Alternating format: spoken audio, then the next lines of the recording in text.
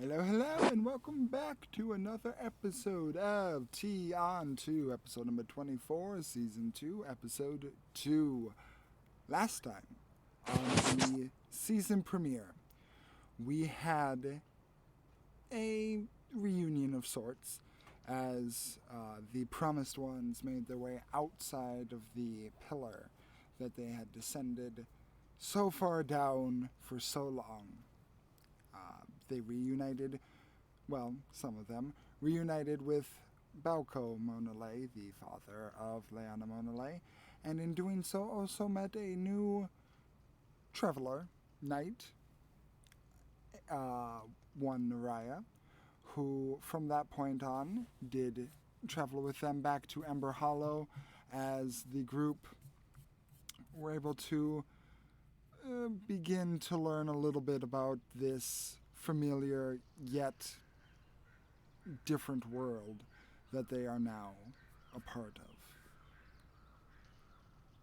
After a visit from a sister and a tense situation with a local bartender, the group, after narrowly escaping a potentially disastrous situation with one Copperfoot, were able to teleport themselves through the use of Estelle's druidic magic back to her home of Shirok And as they were leaving, the last one to walk through this portal, being Lucy, heard a voice called to him just after, or just before he went into the portal. And it said, "Mommy?" And now, the group finds themselves, after going through a portal made through the power of Estelle's druidic magic, and maybe a little bit more than that, found themselves surrounded in this brilliant orange glow that the magic manifested itself in. In only a moment, in only a moment's notice, they arrive at their destination. Estelle, where in Shirok were you intending on going again? Directly home, straight to her old home to see what's going on with her mom. Okie doke. So, one by one, you guys kind of funnel out of the portal, and one by one, as you exit out, you are greeted with the sight of a fairly cozy living space, a simple pot for cooking towards the middle of the room, several beds at the far end. Where you guys ended up, you see a row of bookcases next to you, tall and deep. Um, for those of you that have been here before, you can tell that this is more extensive than what it was last time you were here. There's also a few more bits and bobbles around. It seems like there's herbs and uh, various kinds of exotic plants that are resting on the dinner table. Um, you notice that there is a fairly new kind of fireplace set up. It's not full brick and chimney, but there appears to be on the uh, wall parallel to the wall that you're standing in front of, about 10 or so feet away to most of your left hand side, a fire pit. You can see the ash of burnt sticks there. Um, Looks like it's used to keep warm during these much colder days. But the room itself currently is unoccupied. I have a quick question. Yeah. I didn't hear anything through the portal. Didn't hear You that voice. you were not the last one to walk through, so no. All right, okay.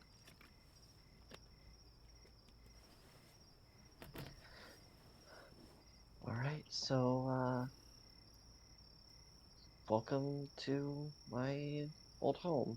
Uh, Recently I've been traveling more than being here, but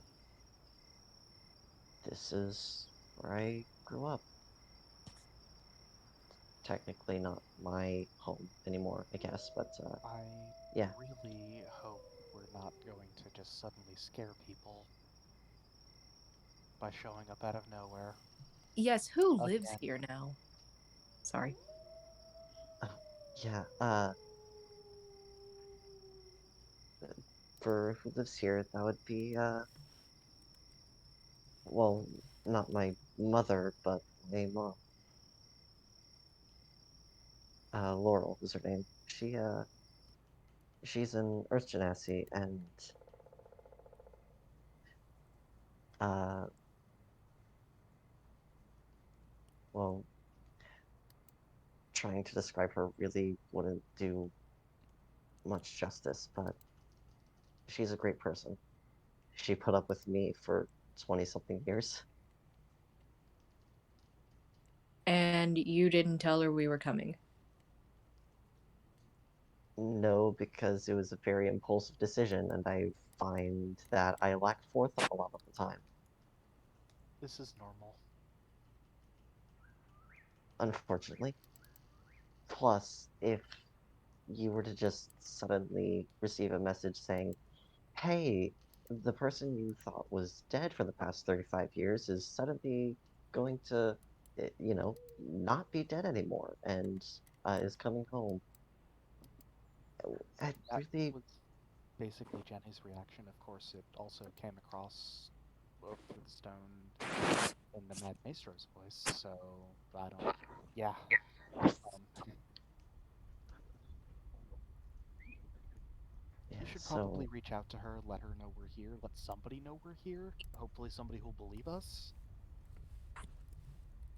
yeah, honestly, Laurel, uh, and I guess maybe Cho, I guess, but even then I didn't really get to know him as a person, but, eh.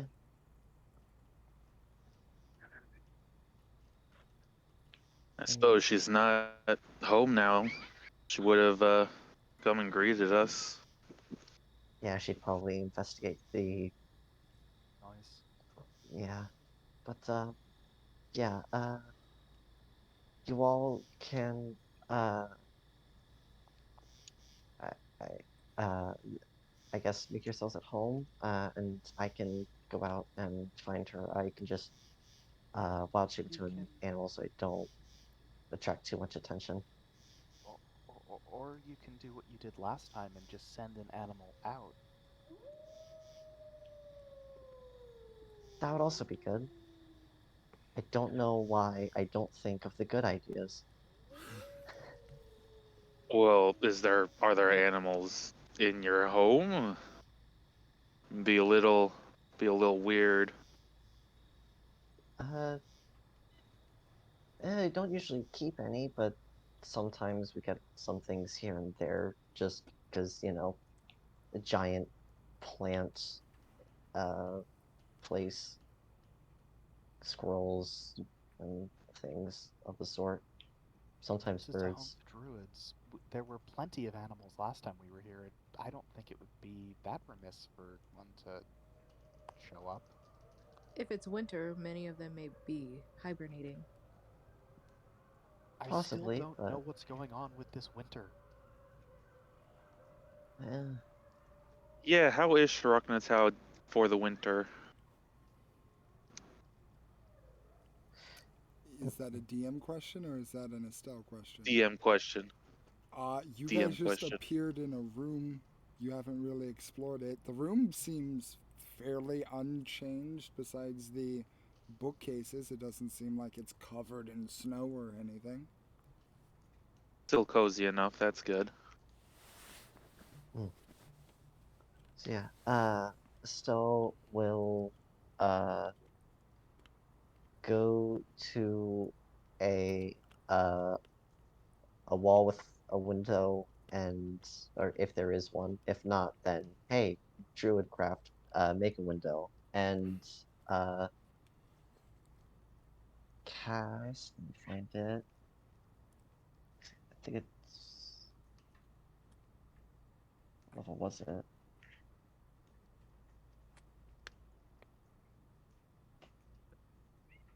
There it is. Animal Messenger, second level. And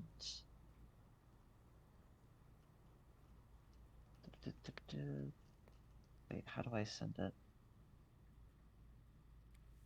Oh, there's it. Display and PTT. There we go.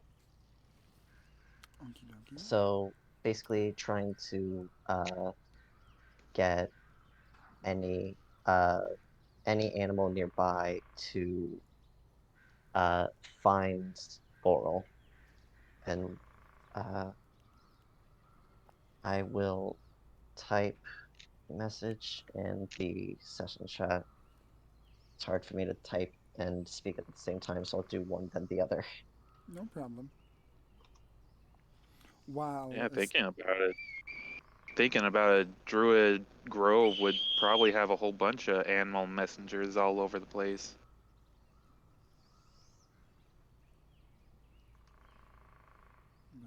That was my thought. So while Estelle is working that out, is there anything anyone else wants to do while they're currently just occupying this space? Leanna would like to look at the titles of the books in the bookcase. Okay.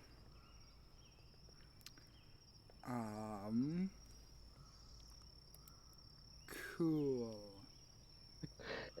I'm disappointed by that question. Oh, TikTok. No, that it's had okay. some- I can come up with 15 titles off the top of my head. She's just looking to see if there's a pattern with any of them, or if it's just general books. A lot of the books that you see on the shelf are more of a category of scientific study. A lot of them having to do with, you find a lot of them having to do with weather patterns, animal habits during specific seasons. You do find a few different journals that look to be specifically one of a kind, as if they were a as they were handwritten by one author in particular and not mass produced. Those ones don't have specific titles. They look to be just leather bound, smaller but pretty thick journals in of themselves if you are going to flip through those in particular. But besides that, that's what you see. Nah, she's not going to go for the contents. Doesn't want to dive in, be caught by somebody while just diving in and having to explain everything. Are there any windows in this house? In this, think of it more like an apartment. Okay. It's pretty much like a kind of like 3-bedroom apartment, except the 2 other bedrooms are just like 2 smaller areas for beds to be lying in. Yeah, the one window would be where Estelle is currently peering out, casting her spell. Am I able to get close to the window and just like peek outside, or are there like curtains that I'd have to like pull back? No, there's no curtains. You're basically in a house made of pure shrubbery. Apartment made of pure shrubbery. Yeah, you can, unless Estelle is purposefully trying to block your sight, you can look through. Okay.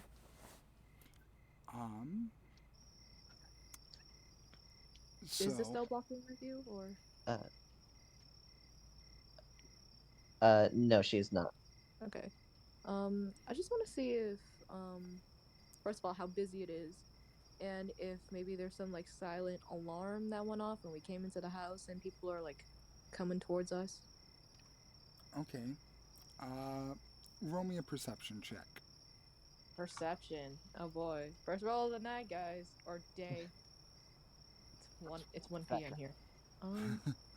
Perception. You said Yep, 12. 12. Uh, Looking out the window here, you can tell that there's a.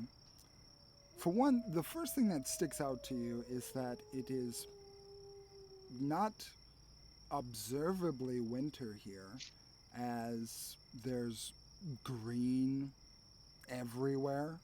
It looks very lush, very alive, very vibrant. Um, and as you kind of peer around, you don't see anyone, but you do hear like scant bits of conversations off in the distance. Uh, from the sound of how faint the voices are, it sounds like it's a fair distance away, give or take 100 or a couple 100 feet.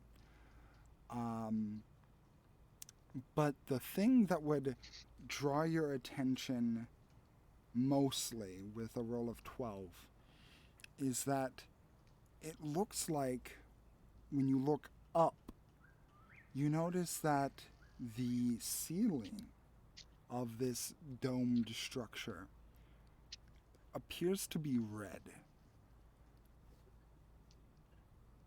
Huh.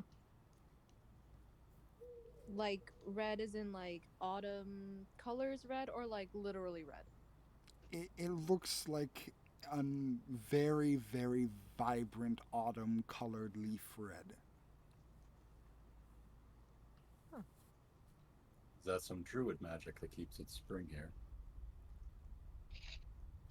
Fascinating. I'm gonna go find a place to sit. Does Leanna notice anything, at least passively, with just existing in general? Are you looking out the window? Sure. She'll wander over and take a look. Um, Wandering over and seeing Estelle cast this spell, you would notice because I think the spell, looking over it, it doesn't specify that you have to see the creature you are casting the spell on. Unless I am missing that. So, you see as Estelle is kind of muttering her message and extending the spell out to a little creature in the nearby area, you do see what looks to be a gray and brown squirrel that looks like it's rubbing its eye and it's just kind of walking on 2 feet off away from where you guys currently are. You can reasonably assume that is the creature that Estelle's spell has affected. Okay.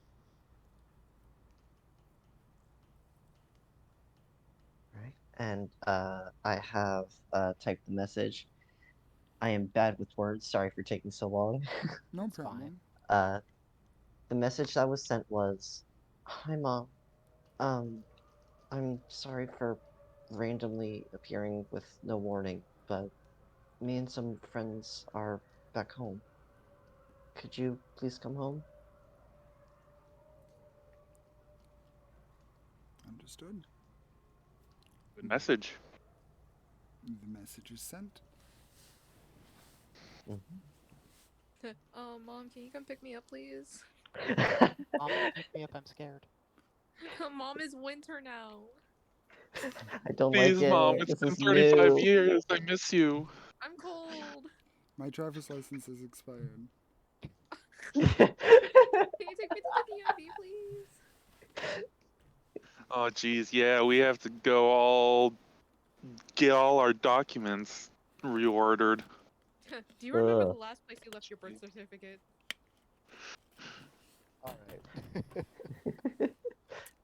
Oh, it was in my home that was apparently a revolution, and my archenemy probably burnt to the ground. Dang it. Probably shat on your Probably. passport. So, You- now that you guys have sent that message out, is there anything that you would like to do in the time in between? Is Estella's stressed? She is going to stress cook for everyone. Leanna would like to meditate.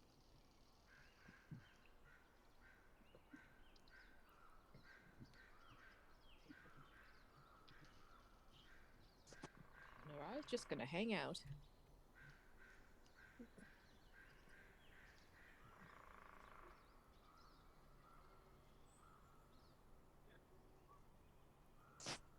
Okay.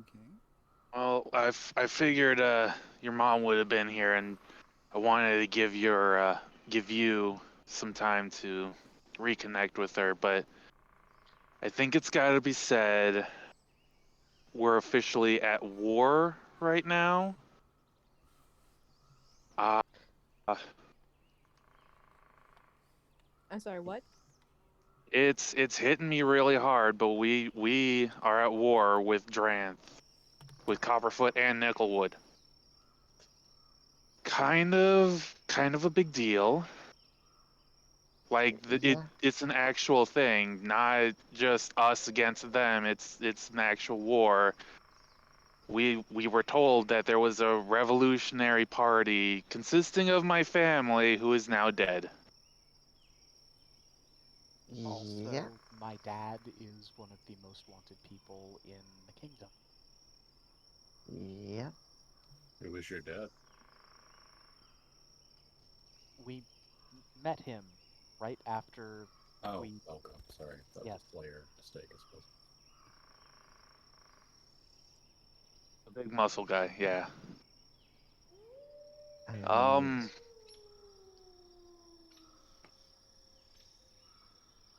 Hey, at least you still have him around somewhere. He's still out there somewhere.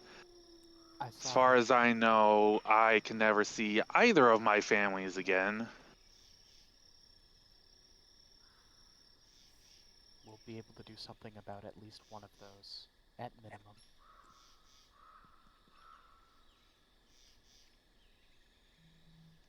I should probably reiterate, I am officially at war.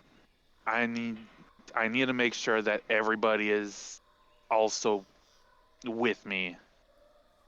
Leanna, you have your sisters back. They are fine now. You can go be with them if you want. Estelle, you have a lot of other things that you can be doing. yeah. You have some very, very big fish on your plate that you don't really need another one if you don't want it. Naraya, we just met. You're kind of also against Nickelwood, so Kind of? uh, for Is there a way of 100%, describing it? He's not the best of 100%. us. Sorry. Thank you.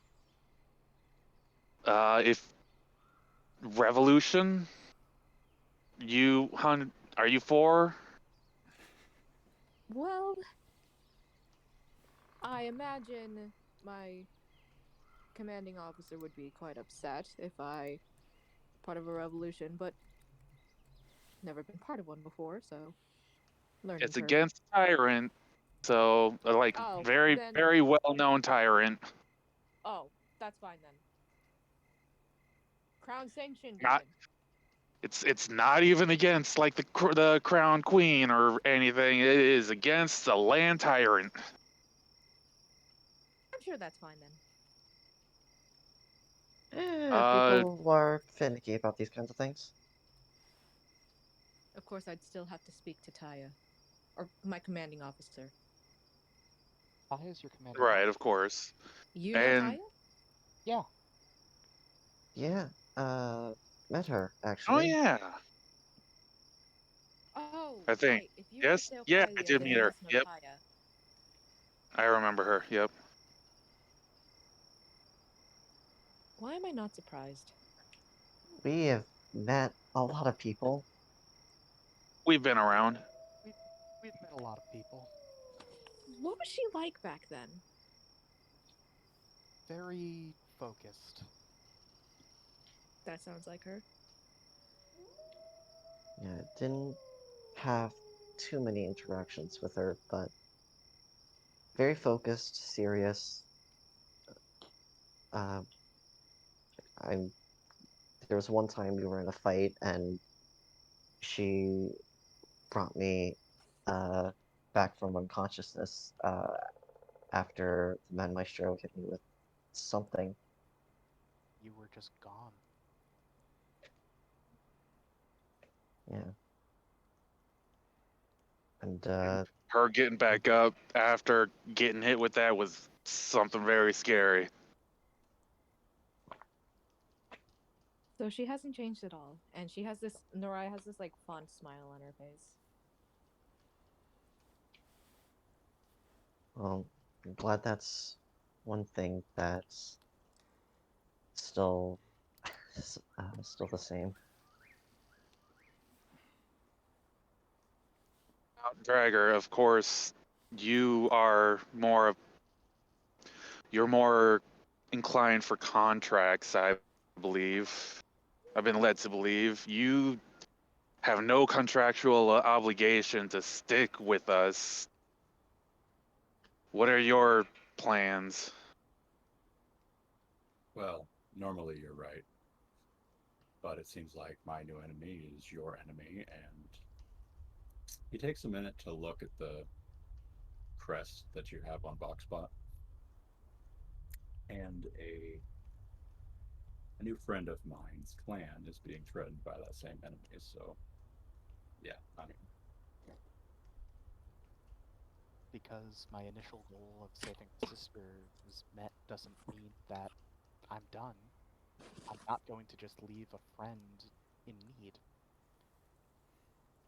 Not how I do things.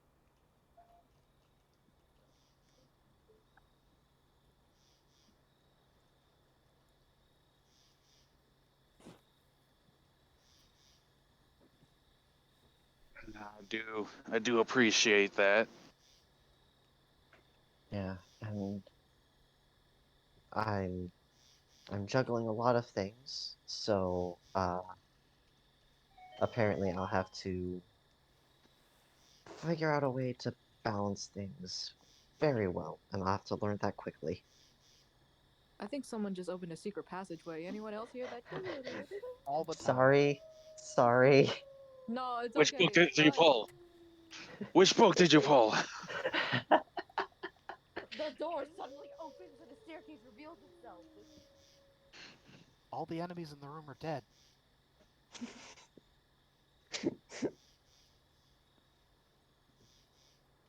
uh, yeah, I've got a lot of things. Technically, I could stay here and figure out what's going on, try to help wherever I can. I could. I apparently have uh multiple sisters now, and I'm concerned about one, and the other one wants to see me, so that's fun. Yeah, you do have a meeting arranged at some point in the future, whenever you want. Uh, Soonish, maybe. I don't know. Great, because I think I need your help. And that can correlate with going to see her. Okay. Yeah, and there's Okay, now that I lay it on the list, I have a lot. I want to see how the other me is doing. I want to help all of you with this. I'm curious how things are happening here. I have to apparently fulfill Fey Queendom and whatever that entails. Also, that's probably news. Yeah, I'm apparently a Fey Queen, completely on accident. Still learning, still in the learning curve. You know, Uh, that uh, should be more shocking than it is, but it just feels completely on brand at this point. I'm more caught on what you said. Other me? right. So, long story short, I was something called an ASMR, uh, that, and I was born from the convergence of the material plane, the Feywild, and uh, some far outer space realm thing. Forget the exact term. It's been a while since I learned it. Um, and the different energies caused uh, all mixed together in some nexus convergence point here at Shreknatal. Uh, and one day we were out somewhere, and my physical body and my mind got separated. The mind was me, Fey side, body was the thing, the energies from the far realm, I think it was. Uh, and uh, basically, I learned that there was a second me that was an aberration, and there was the me that was a Fae, and the two of us made me as an ASMR. And when I learned that there was a second me, I wanted to learn more about me. So I uh, split myself. I intended it to be a temporary thing because, hey, we split before, we came back together. Hey, we could do it again. Apparently, I did the splitting part too well, and we became two entirely separate people, cannot go back together. Or at least it'd be really, really, really hard if we did do it. Um, and now I technically birthed myself, and because I gave birth to myself, that's how the other Fey Queens were born, quote unquote. So that makes me a Fey Queen. I have whole bunch of things that I can do now, apparently. And uh, the aberrant me uh, is a I don't know what exactly she is, but if I'm a queen, a fake queen now, I don't know. Visible, not visible shrug. A shrug is visible. You know what I mean? And Um, yeah, Noraya just listens to you talk with like one, just like resting her head on one hand, a finger rubbing at her temple. She just kind of had this blank expression on her face. so I yeah, I have no words to describe my reaction to this. I was there for most of this, and I also don't have words. Is this other you a threat? No, very very much much. no. Absolutely not. Okay. She is just as much of a sweetheart as Aristel. Okay, so Yeah, and that's kind of why I'm worried about her, because she was an aberrant creature. Technically, she's Well, she's with Uncle Longstride. true. Uh, I'm just, I don't know. I don't know. I'm At just least she worried. was. Family. in other words, you have a twin sister. Yeah, and as I mentioned, uh, became a Fey Queen by splitting us. So I also have a sister in Ignia and all of the others too. And So also my mom. My mom yeah, was born the same way Estelle was, and she's also missing. yeah, That's something yeah, that will come up when we try and figure things out. yeah, and who knows how many other ASMR that are out there. I only know of the two, Well, Longstride and yeah. your mom. Yeah.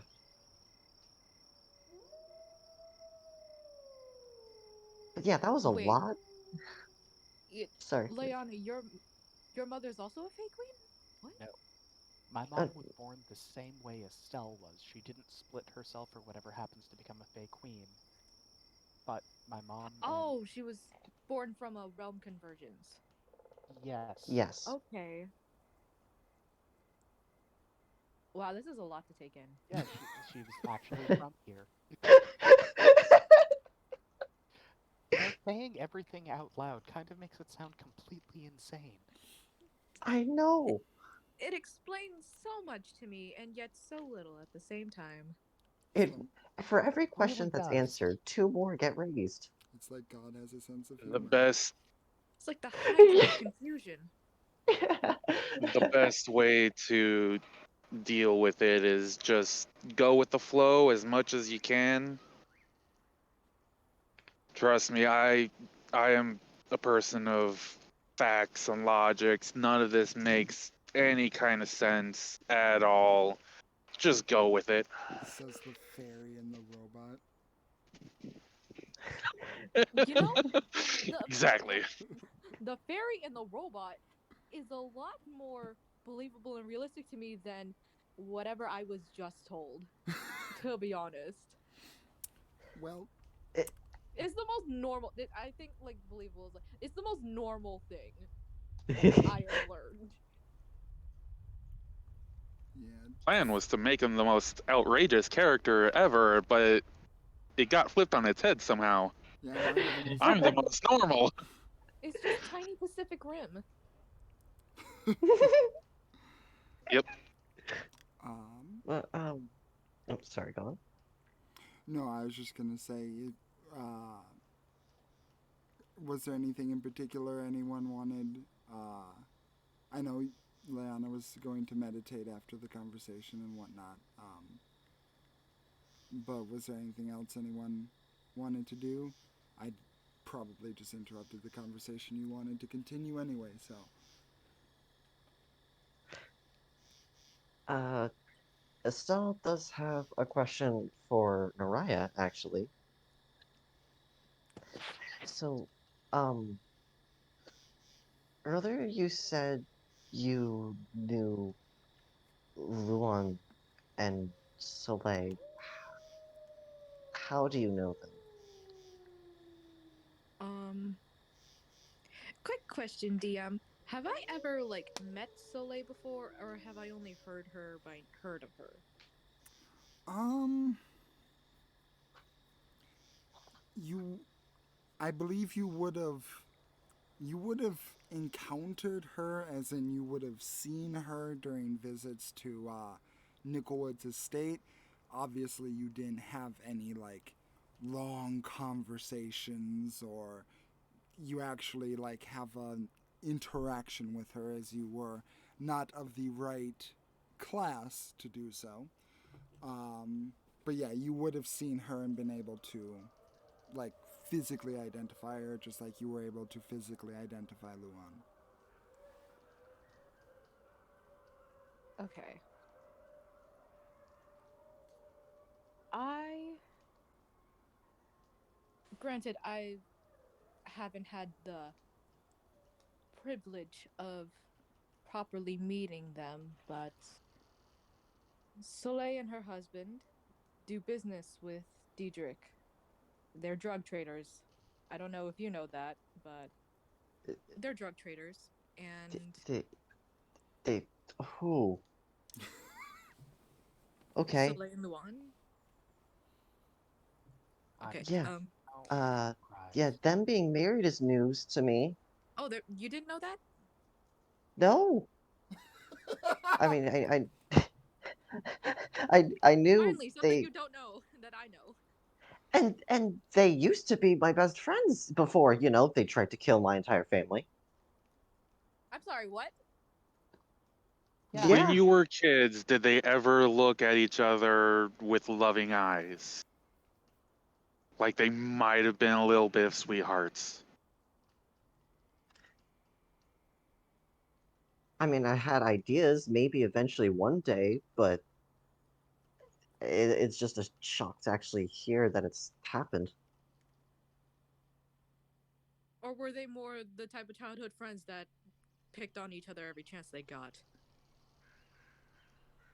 Yes.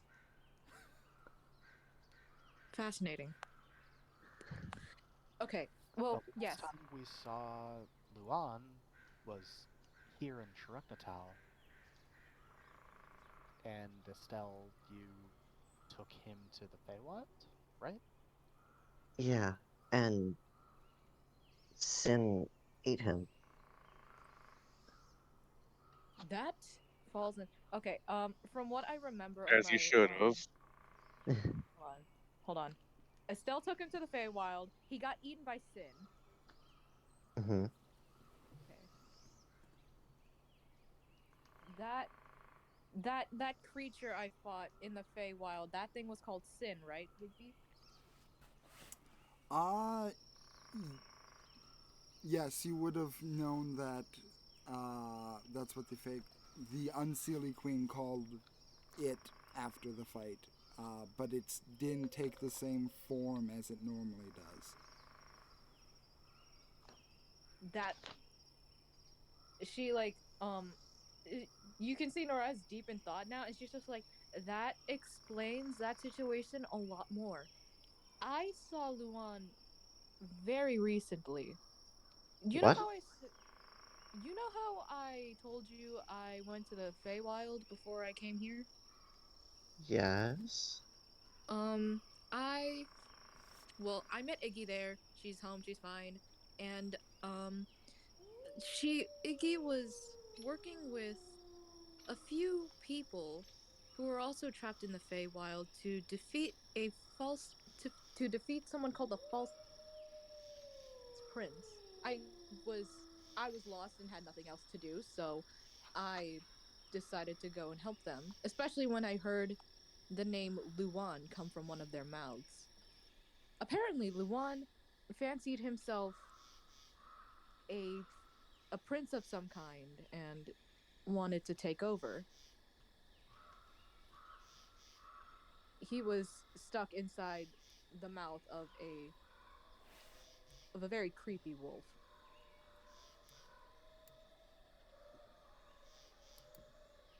Yeah, accurate. That fits somewhat of a description of Sin. Um Uh, he was fused with it? well, just well, Or he the way corrupted him? I I don't know. It could go either way. When we were fighting him, he was just in the beast's mouth, and then when we killed the beast, he came out and we fought him.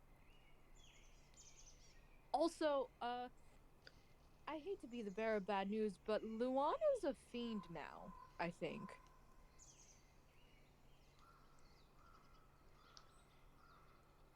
No. Completely blank expression from Estelle. Now you know how I feel when you told me how you were born. This feels like it completely tracks. Doesn't Yeah. it? So, you can imagine my disappointment when I learned that is going to be very hard to kill him. No. So, yes, I've never actually had a proper meeting with Luan or Soleil until I fought Luan in the Feywild and helped kill him. Kill him, quote unquote. She does like the air quotes. Hmm. Is there anything else that happened while you were there that involved, like, anything else strange? I mean, I know that describes the Feywild, but fiend. Mm, anything else strange, huh? Well, there was this one odd little creature that just floated above us, narrating everything we did. That's new. It was, Huh. I don't, I don't get surprised often. That thing surprised me. Very, Must have it's a very made, creepy surprise. must have made being stealthy impossible. I mean, creepy's the Um, theme there, but there wasn't yeah. really, there wasn't really many opportunity to be stealthy. There wasn't anything in the forest really stopping us until we got to where Luan was located. Based on everything I've heard about the Feywild and the Unseelie Court in general, that's wrong. I'm sorry. I think I'm still reeling over the fact that two of you have grown up with some of my worst enemies. Oh, I didn't grow up with them. Mom left here, was actually Uh, kicked out of here. I think she meant Talk, Like, Passeth and Copperfoot. yeah. talking about, yeah. Well, Talking about me. I went to high school with him. they've also become Fuck pretty you. stringent enemies of mine. It's always the high school friends that turn out to be assholes.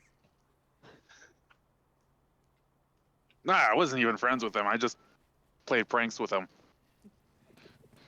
He went all genocidal on me. He took it too far. Oh, okay, that. I'm going to DM you a question, Bigby, because I know something. I don't know if Leanna would know the thing. Okay. I'm just imagining now Copperfoot going into woodshop class and Passeth put like a bucket full of wood blocks on the door. Oh, Send him to the hospital. He's a dwarf Wood now. blocks and yo. glue, thank you. And feathers. Biggest blocky chicken. Yo, Tiān 2 high school AU when? No, no, No, I'm That we're not no, joking. doing. I'm no. joking. I'm joking. I'm Do a team, joking. do a team party kill, total party kill, and just have us like wake up in a world where we're all in high school. Ugh. I'm joking. I'm I've read joking. I've read It's too many pure Naruto sarcasm. I'm fanfics like that. sorry. Uh, I'm no, you. sorry for the Asset with the suggestion. duct tape Yeah. glasses and pocket protector. Nah, you just brought up a lot of repressed fanfiction memories of mine. Uh, Suffer, suffer, suffer. I'm oh, sorry. I'm sorry. Back on track. Getting back on track. I'm Oh. trying to remember so I can answer Maru's question properly. Well, hey, we'll just have character moment discussion until then. While we're all talking, Paseth is doing a whole bunch of notes on a blueprint paper. Just a whole bunch of design stuff. Oh, okay. I'm sorry if that information overwhelmed you. It's honestly, it's the best way I can describe it is that it's the final piece of evidence that is bringing me to a decision that I should have made a long time ago. That the people that I knew aren't there anymore. They're just using their names and faces and tarnishing the memory of the people I loved. I'm sorry to hear that. Wait. You said fiend in for your aunt? Yes, he turned into some sort of ichor when one of us dealt the final blow. Because way back, way back when this all, before things got even crazier. Estelle, do you remember that coin back from back at my house? Oh, right. Yeah, I do. Hmm? You mentioned something fiendish infernal, and it reminded me of like back when this whole journey started, when we'd gone back home. There was a being that was playing with a coin on near the house and tossed it at us, and then we had to fight creatures that were manifests of things that we were afraid of, and we couldn't harm our own.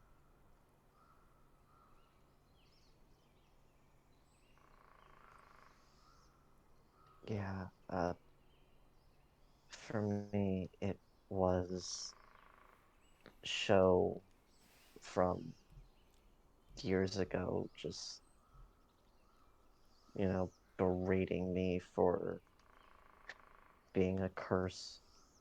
Uh, and yeah. She just kind of stammers for a sec before just ending the thought there.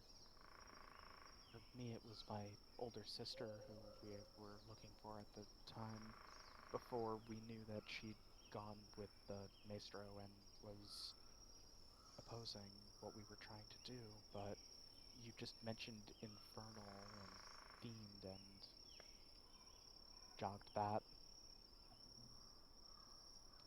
Wonder if they have anything to do with each other or if it's just a coincidence.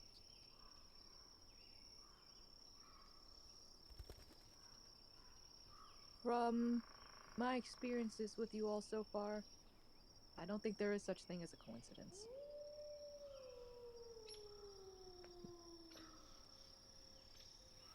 Don't you just love how life just tends to connect things together like that?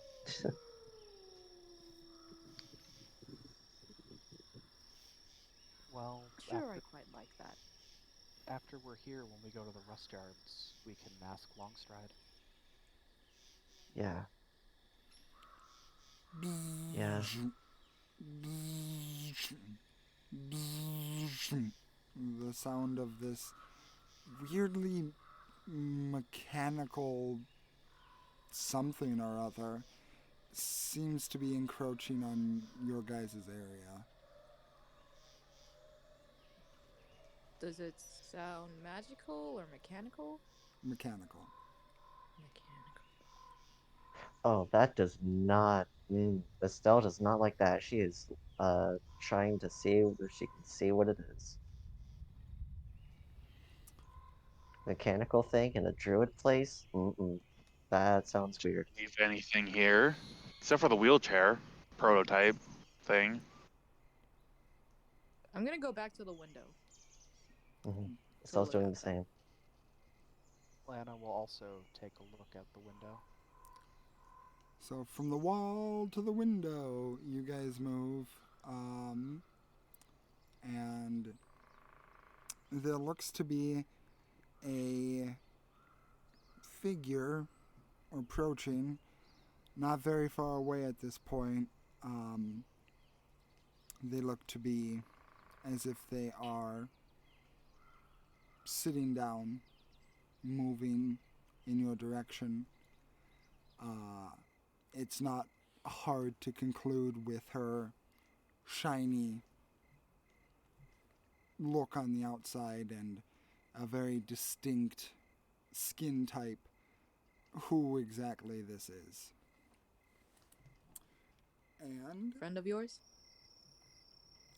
I will post in the session chat. Doo-doo-doo. Oh, come on. I just had the stupid picture. Why are you screwing me over?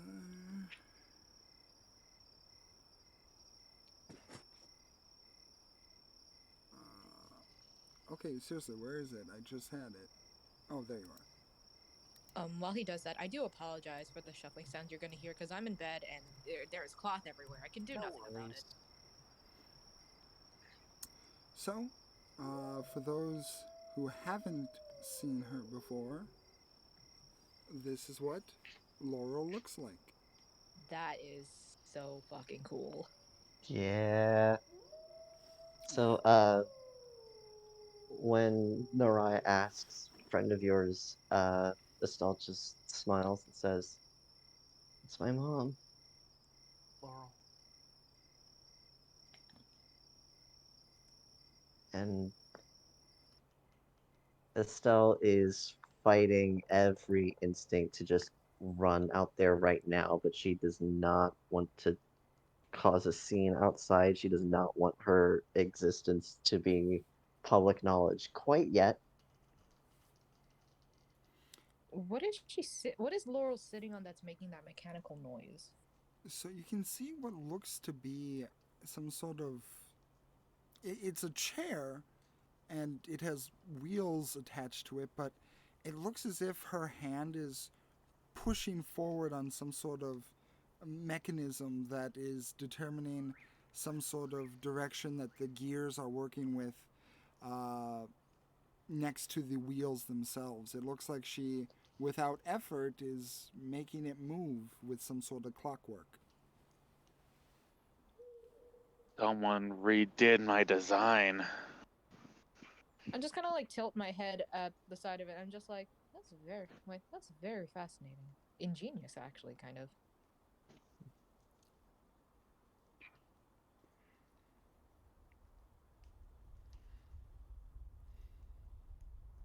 Does she look angry, Laurel? She looks like stone. I mean, her face doesn't really give off much of an expression at this point. Um, it's hard to tell from the distance you're at and kind of just leaning over.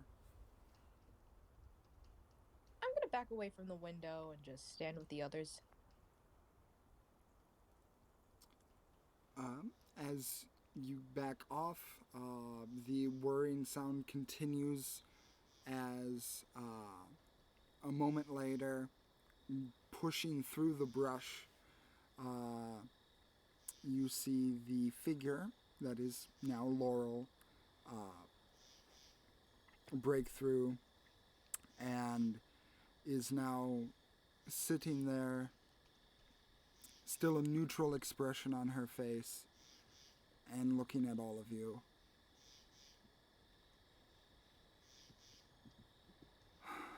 Estelle is just fighting back emotions. It's a losing fight. Starts to tear up and just she says, uh sorry it took so long to get back home. Um uh Hi, Mom. She looks over to you. The neutral expression fades, and there's a bit of a wiry smirk on her face as she smiles at you and says, "Oh dear. I knew you weren't going to be gone for that long." Just big smile. That it was a losing fight before. No, that battle has been lost now. Actual crying runs over to her and just hugs her tight. Oh. Oh, you are always so emotional. It's okay. And she just kind of uh, She returns the hug and is just kind of rubbing the back of your head slowly. I knew I, I I knew when I couldn't find you that something else had to be happening. No, nowhere in the wind, the rain, the land, the stars, I couldn't feel you. So I knew you had to be somewhere. I'm just glad you're home.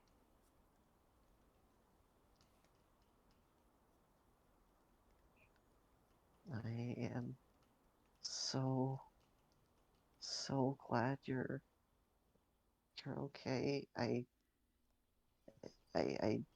when we were last here, there was the attack, and I didn't have time to check in with any of what was happening. I wasn't sure how he would be. I just went off and fought the promise, and I'm just, oh, I'm just happy you're okay. I am. I am perfectly fine. There's no reason to worry about me. And honestly, I feel like the roles are a little bit reversed here, as I should be the one saying that about you. But nonetheless, and she pulls back the hug a little bit and brings her thumb up to your face and begins to wipe away some of those tears. This is not a day for crying. This is a day to enjoy and to take in the good favor that fate has given us today.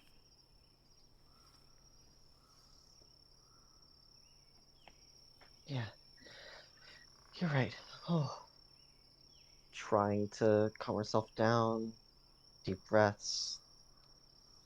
Oh, okay. Um, so actually, wait, introductions.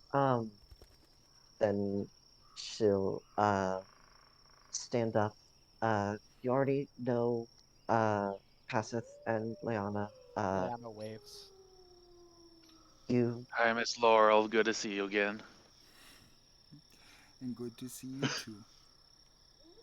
uh we maybe briefly met Lucy. Uh this is Lucille Draga, or he uh uh which do you prefer to go by? Whichever one you can say. No, I don't think we've met before. Good to meet you. Yes, we haven't met before, and she takes a second to look you up and down, Lucy. You look much better without that nasty beard. Thank you.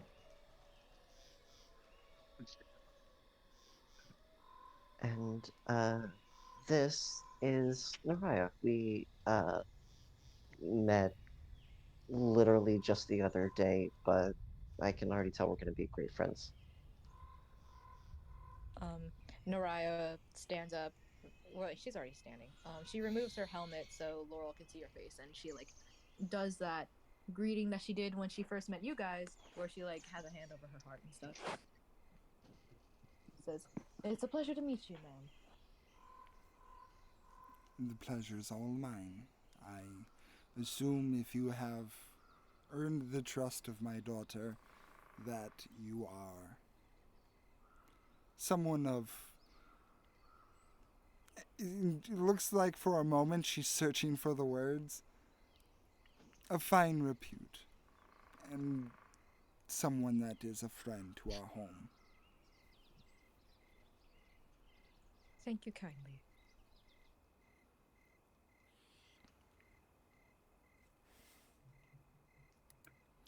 Leanna, what was your passive insight score? Passive insight is 21. 21. Uh, you gleam while Laurel is talking to Naraya there's a small shift that she does in her chair. Like, just ever so subtly moving away.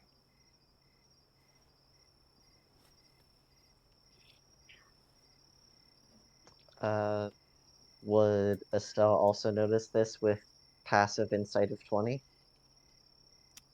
20, I will Yes. say. I will say no. Ooh, I'll say okay. 21 was the threshold. Nice, nice. Would I have noticed? Or no, probably not, right? I don't have a good passive insight. Yeah, you were busy being polite in your regard.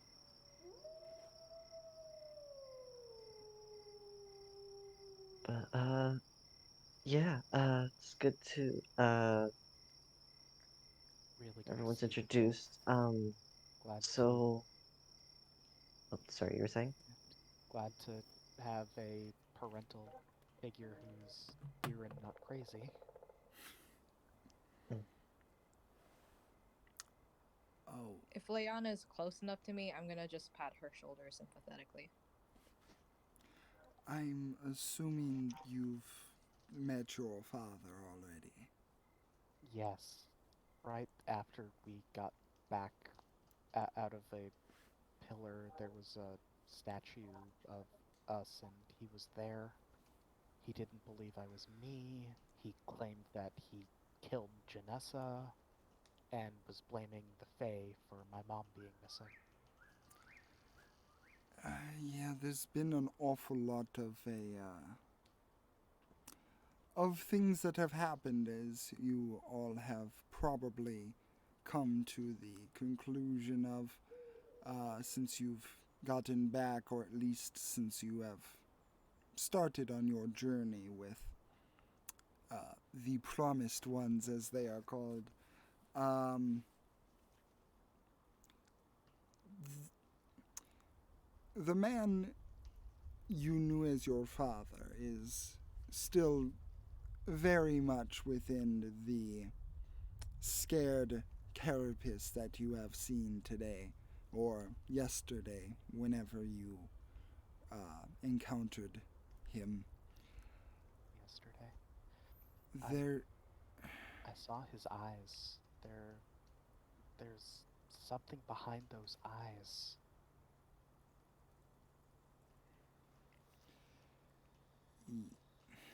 yes. These past 35 years have been trying for many individuals, and I I do not doubt that he had his own trials and tribulations to be put through. So I I am not one to give any false hope, but if I am to speak from the position of a parent, then I know that there is no length that they would go or that they would stop at in order to eventually return to their child.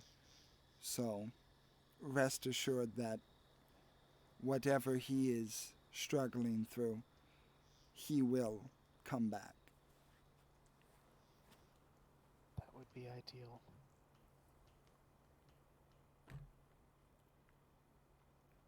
And he's my family too, so if there's anything I can do to guide his way back, be sure that I'd be there to help.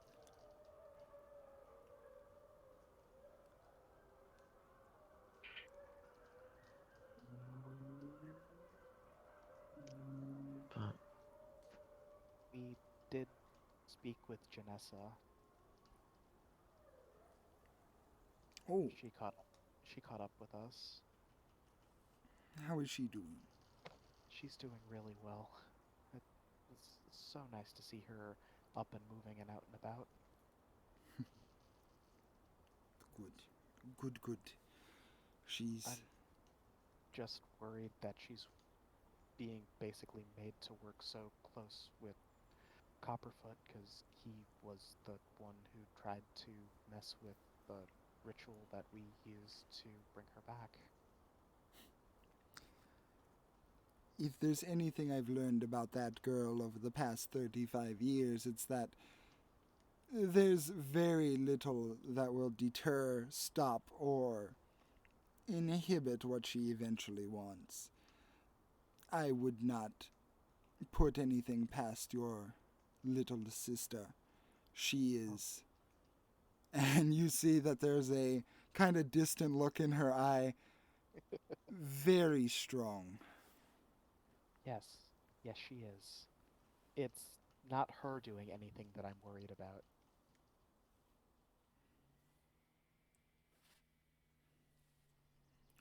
Oh, you're worried about the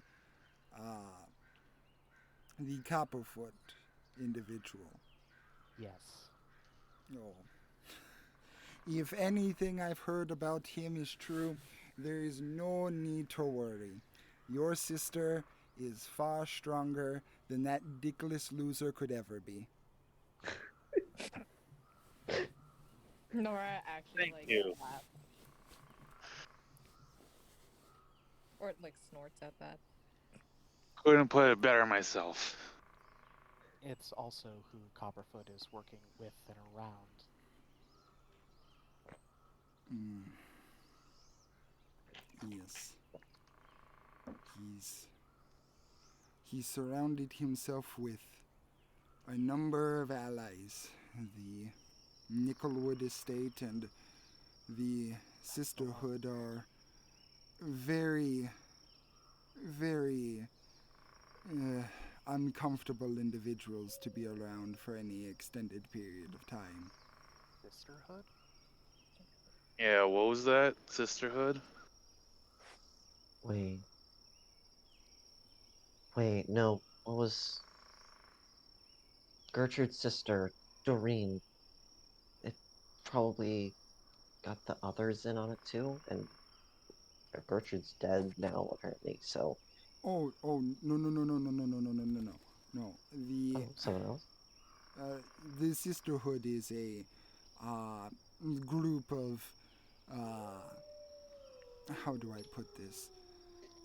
She looks to be struggling to put the right words out as she begins just trying to mull it over in her head.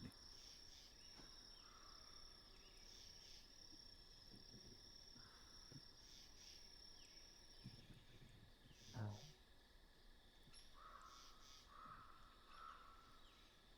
Is that the group that Soleil's part of? Oh, no, Soleil has a different path in life that she's taking at the moment. No, the best way I can put this sisterhood is a very well trained group of uh, dwarves from the Western Mountain, a very disciplined group of people that are not the kind you want to get on their bad side, if you catch my meaning. Is their leader named Shawl Beaverbeard? I don't believe so.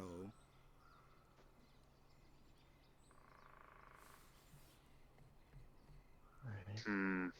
Well, at least that's one thing we don't have to worry about quite yet.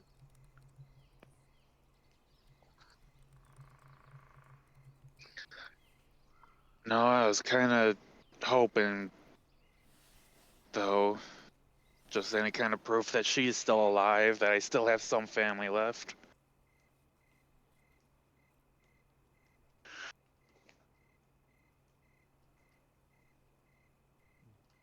We'll get information. We'll find her, and when we do, I don't know how, but we'll make it so that you two can actually be family again. We'll avenge the fallen and find who remains.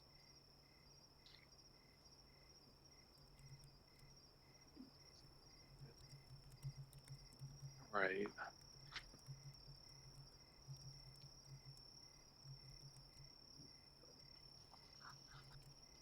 But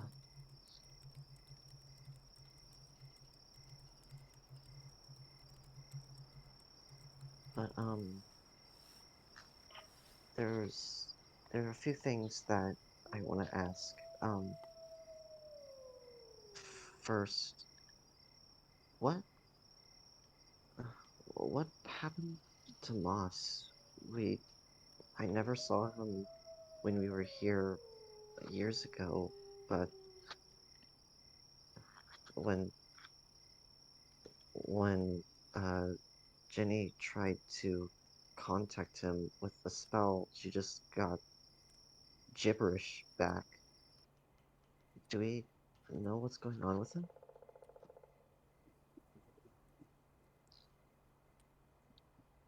Uh, she gives you a very soft, very genuine smile. And she says, on the day you were here, about the 35 or so years ago, there was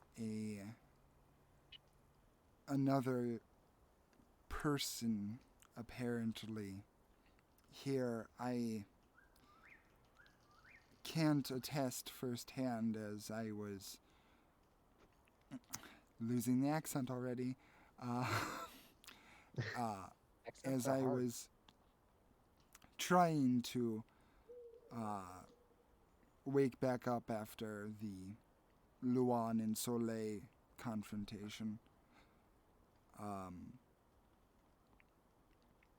but apparently, Moss confronted a individual, something of a monster, something of a beast.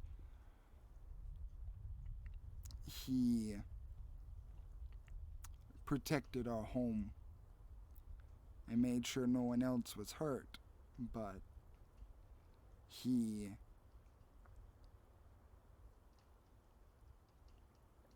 he didn't make it in the sense that his physical body still walks among us today.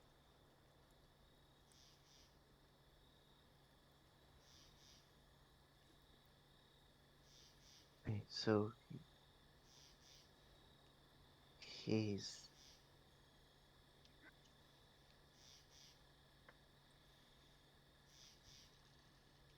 okay.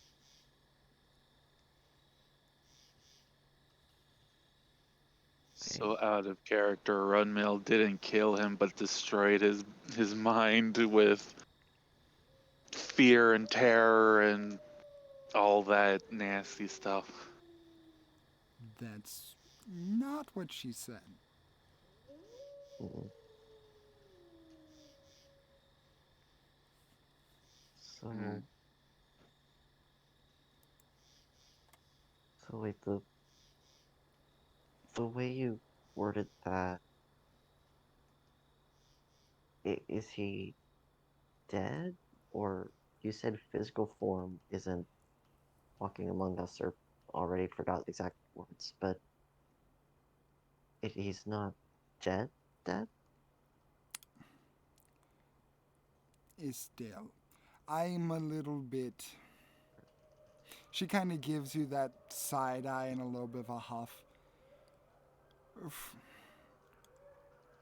I know that when you were younger, you didn't always pay attention to your studies, but this is something that you should know very Wait, well.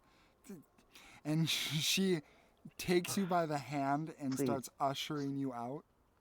Naraya raises a Whoa. hand. Just feels the need to raise her hand. Did this individual, was their mind separated from their body?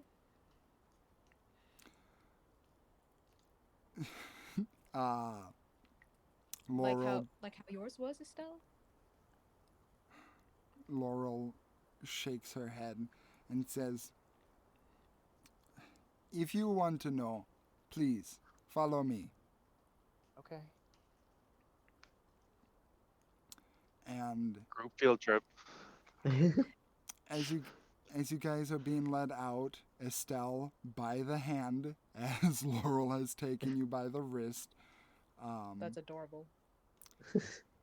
you guys exit out of the house and begin going down a dirt pathway that's covered in very lively and very lush vines and grass and leaves.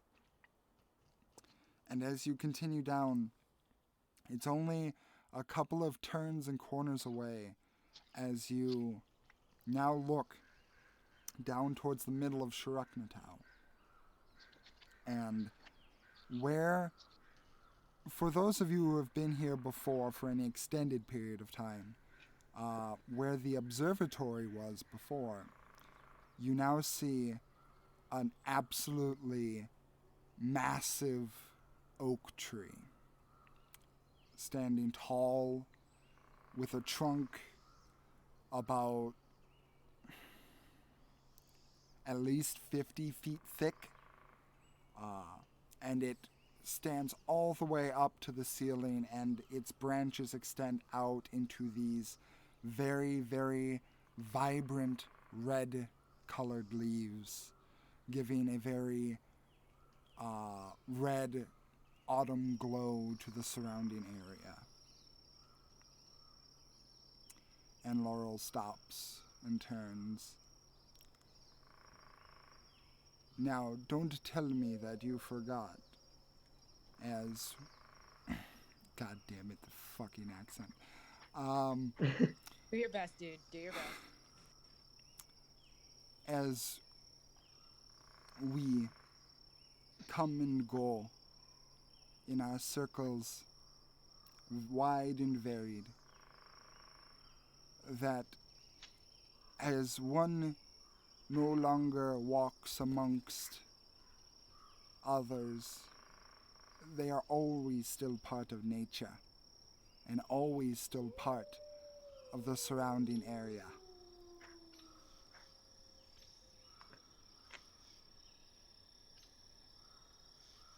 Circle of life. Quite right. He is the tree now. So this is Moss now? Just point at the tree. That and a few others. And can I get everyone to roll me a dexterity saving throw? Oh, Oh, 14. Thank Oh, you, thank plus God. 1. 21. oh, not one. Who? dexterity save. Come With on. 14.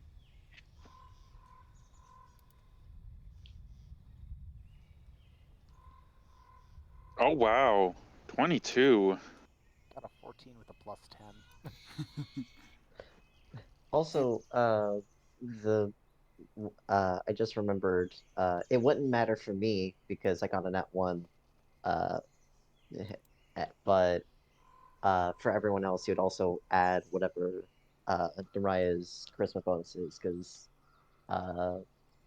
the paladin Paladin. feature. Oh, yeah, my aura of protection. I was literally looking at it last night. Let me see here.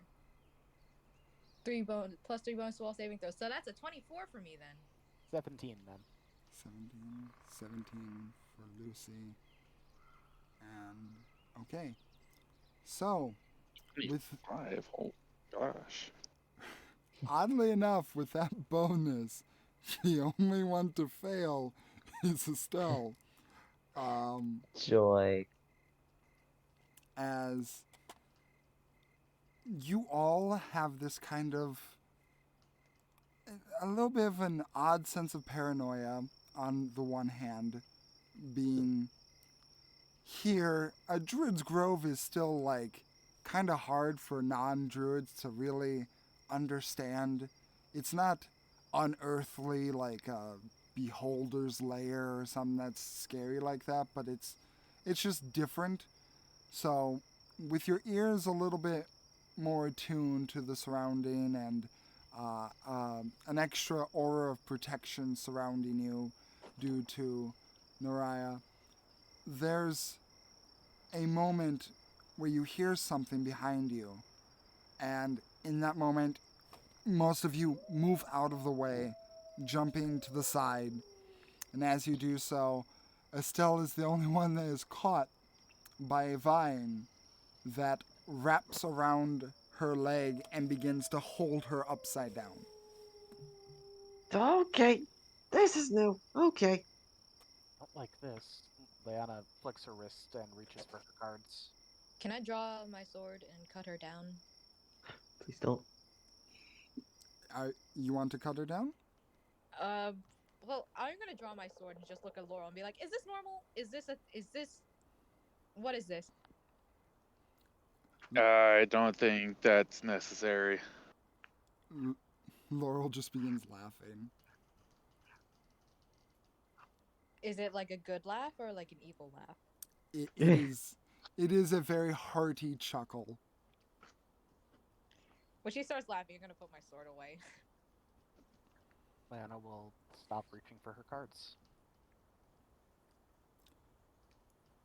There is always a continuation of life in one way or another.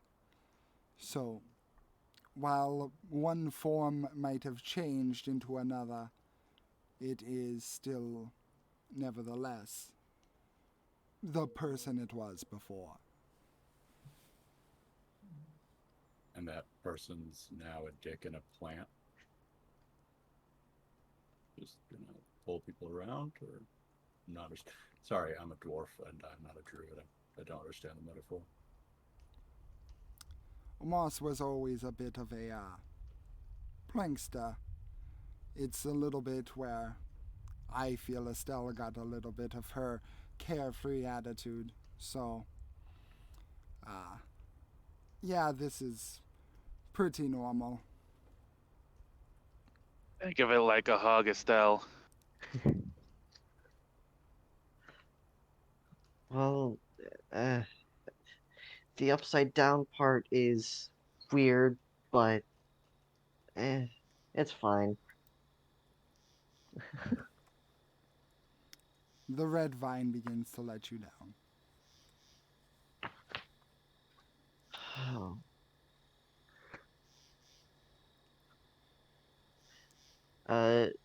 She will place her hand on uh the giant tree and say, "All right, 100%. That was good. That was very fun." The treetop actually begins to shake a little bit. Aww. And um, I'm You know what's kind of funny? Kept the what's same color hair. actually, yeah, you're right. You're right. Actually, Feel now that you mentioned the treetop, it's g- going to say normal, but I know that's not quite the case. Normal here, in here, but it is freezing and frozen out of here. How is that the case? Ah, uh, hold on.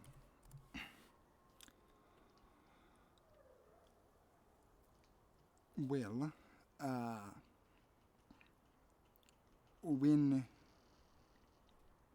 when the first night of winter had come after after what you guys have done, there was a little bit of concern as being a place based on vegetation,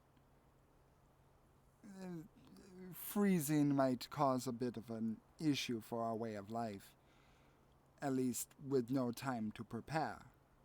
So, we took it upon ourselves to extend our magic a little bit further and at least keep a little bit more of the grove inside and a little bit topside, more along the lines of the nature that we are more accustomed. Magic, that makes sense.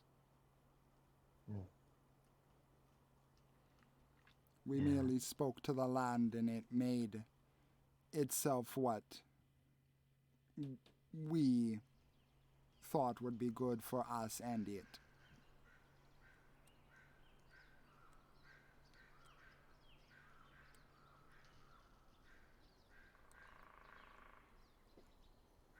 Like, this is a bad time to ask this question. Who exactly was Moss?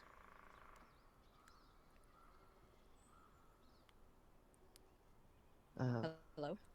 Yeah, you heard. Yes, hello. Okay, good. Thank God. Well, he was, in all honesty, probably a bad influence on me, but it made me me, and he definitely helped make me feel less lonely. He was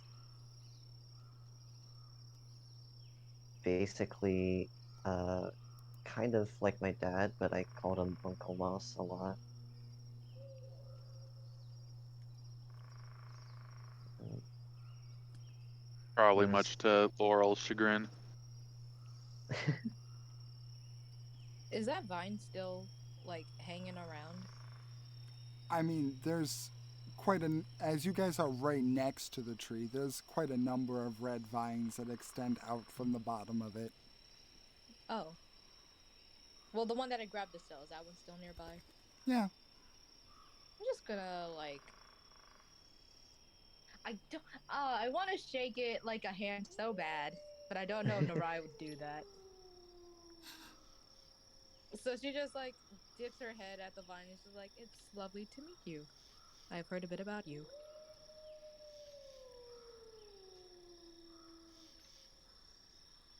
The tree remains a tree. Yeah, that's tracks. Tree is tree. The Tree tree will be trees. tree. the, Tree's the gonna tr- tree.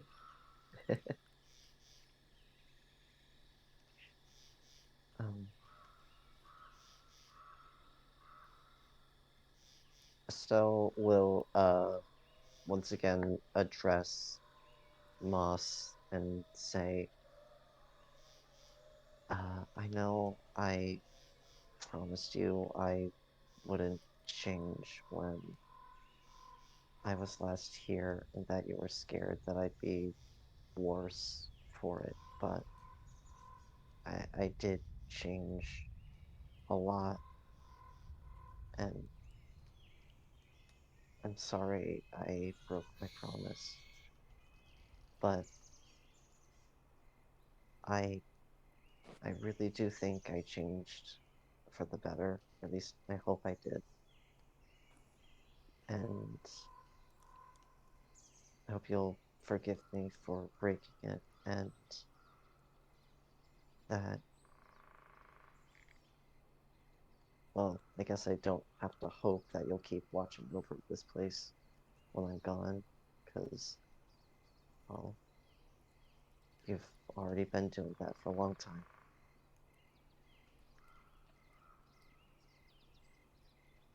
The tree sways kind of back and forth, almost like it's moving in a wind that doesn't exist. Roll me an insight check, Estelle. Alright. Insight the There's a tree. Tree insight. reader. To be fair, a druid would be able to do Ooh. that. That was almost a natural 20 for a total of 29. Oh, you rolled that low again? Okay. Wait, what number did you roll? I rolled a 19.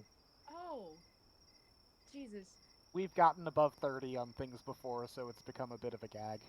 Plus 10 Yeah. insight. Congratulations. Yeah, we haven't used guidance yet today, so Yeah. No? As you talk to the tree and you start noticing moss kind of go back and forth a little bit, it's almost like there's a little bit of your words being lost. Like there's a lack of. He's. Basically, the tree is vibing right now, and it understands kind of the gist of what you're going for based off of your tone and the speed in which you're speaking, but it's like it doesn't understand fully how you're communicating. he doesn't speak common. Mhm.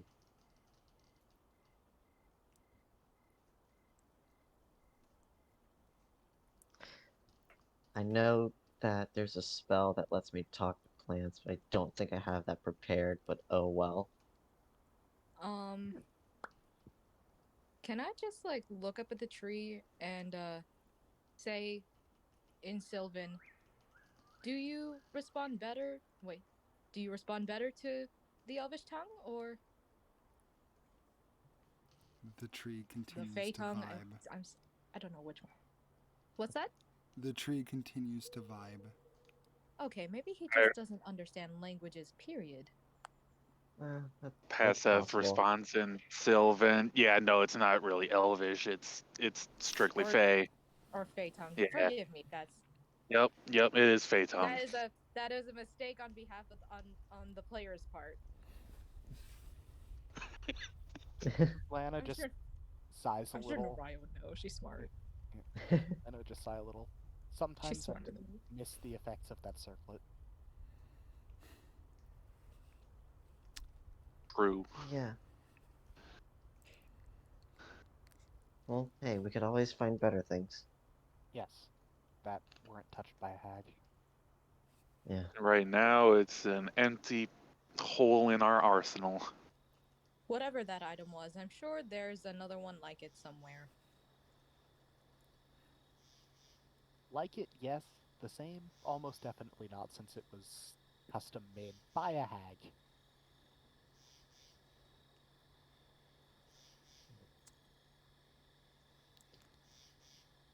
Okay, so we came here to collect, regroup, and figure out our next move, so we should probably do that. Yeah. Yeah.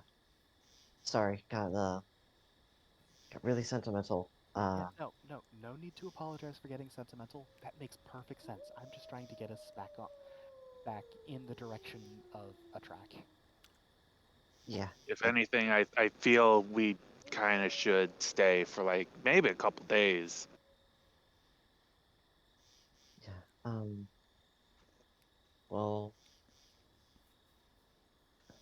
a few general ideas are maybe going to Rust Yard, talking to Longstride, and uh, maybe to the other Estelle. To I, I am concerned about her. Concerned about her, I'm concerned about my mom, Yeah, concerned and about what Nickelwood and Copperfoot are up to.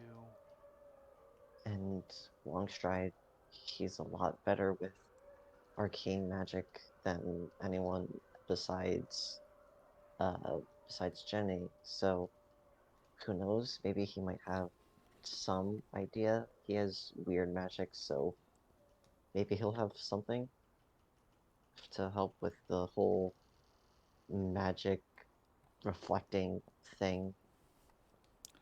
And another thing that I want to do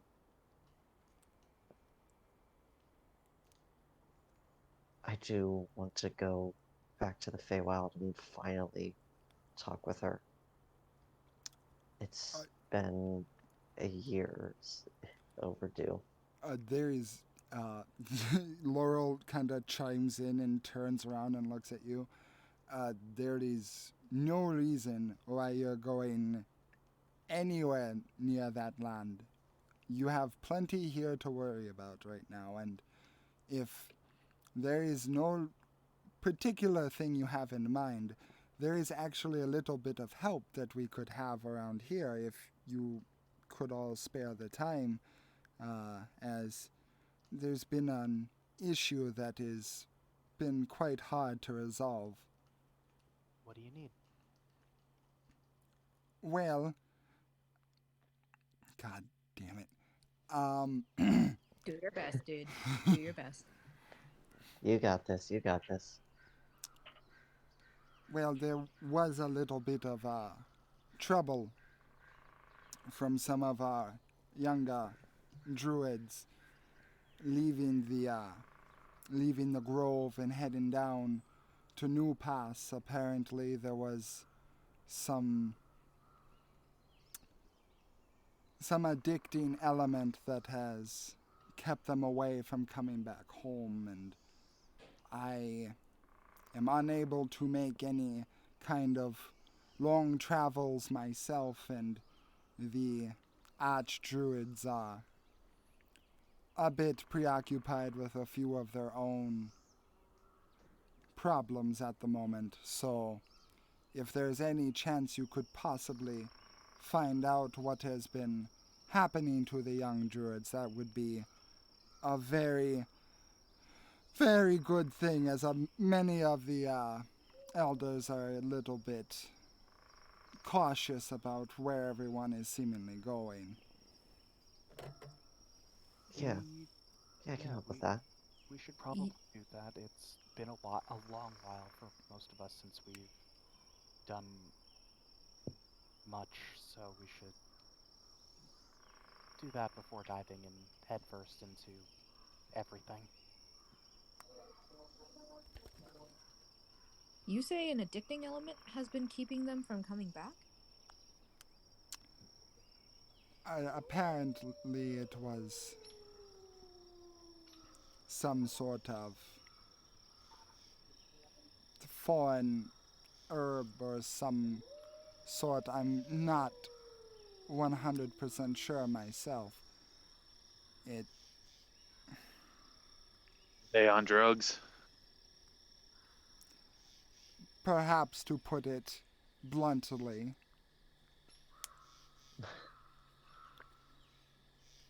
Don't worry, I was one of those college kids. Now I'm gonna go sort out those college kids. I'm gonna fucking drop kick you so hard in the fucking face.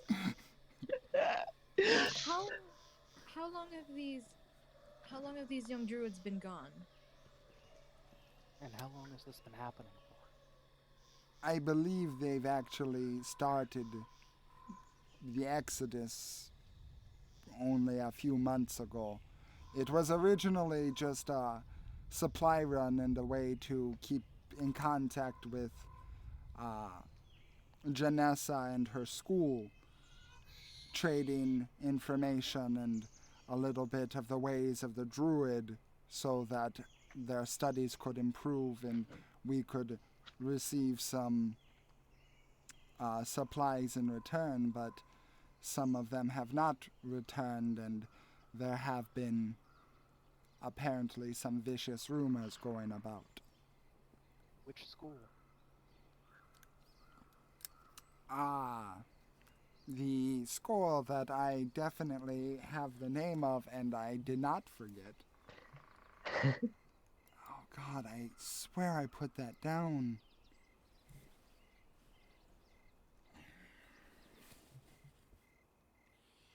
Shit.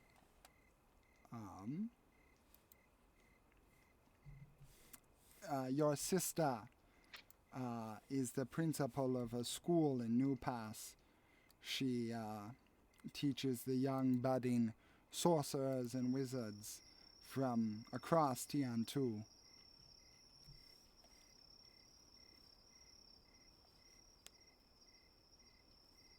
did mention that she was the principal.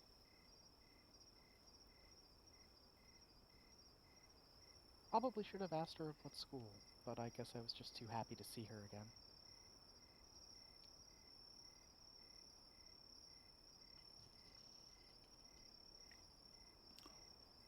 Although, again, this job is not an immediate need at the immediate second. If you want to take some time and rest and possibly gather yourselves, that's all too fine with me. I can always expand my homestead so you can relax, at least for a little bit longer. I'd rather do something. I would rather hunt down any of the leads, any of your contacts that might be able to help us with this deflection issue. Yes, Yeah. I'm no good with idle hands. Personally, I don't care about drugs or any of these minor problems. We have two warlords who are going to be hunting us. It might be a stretch, but if they are addicted to the drug I have in mind, we definitely need to deal with this now. Yeah, you did say Right, they were because you involved said in Soleil it, and so Ruan are drug dealers, and they probably, definitely have a grudge.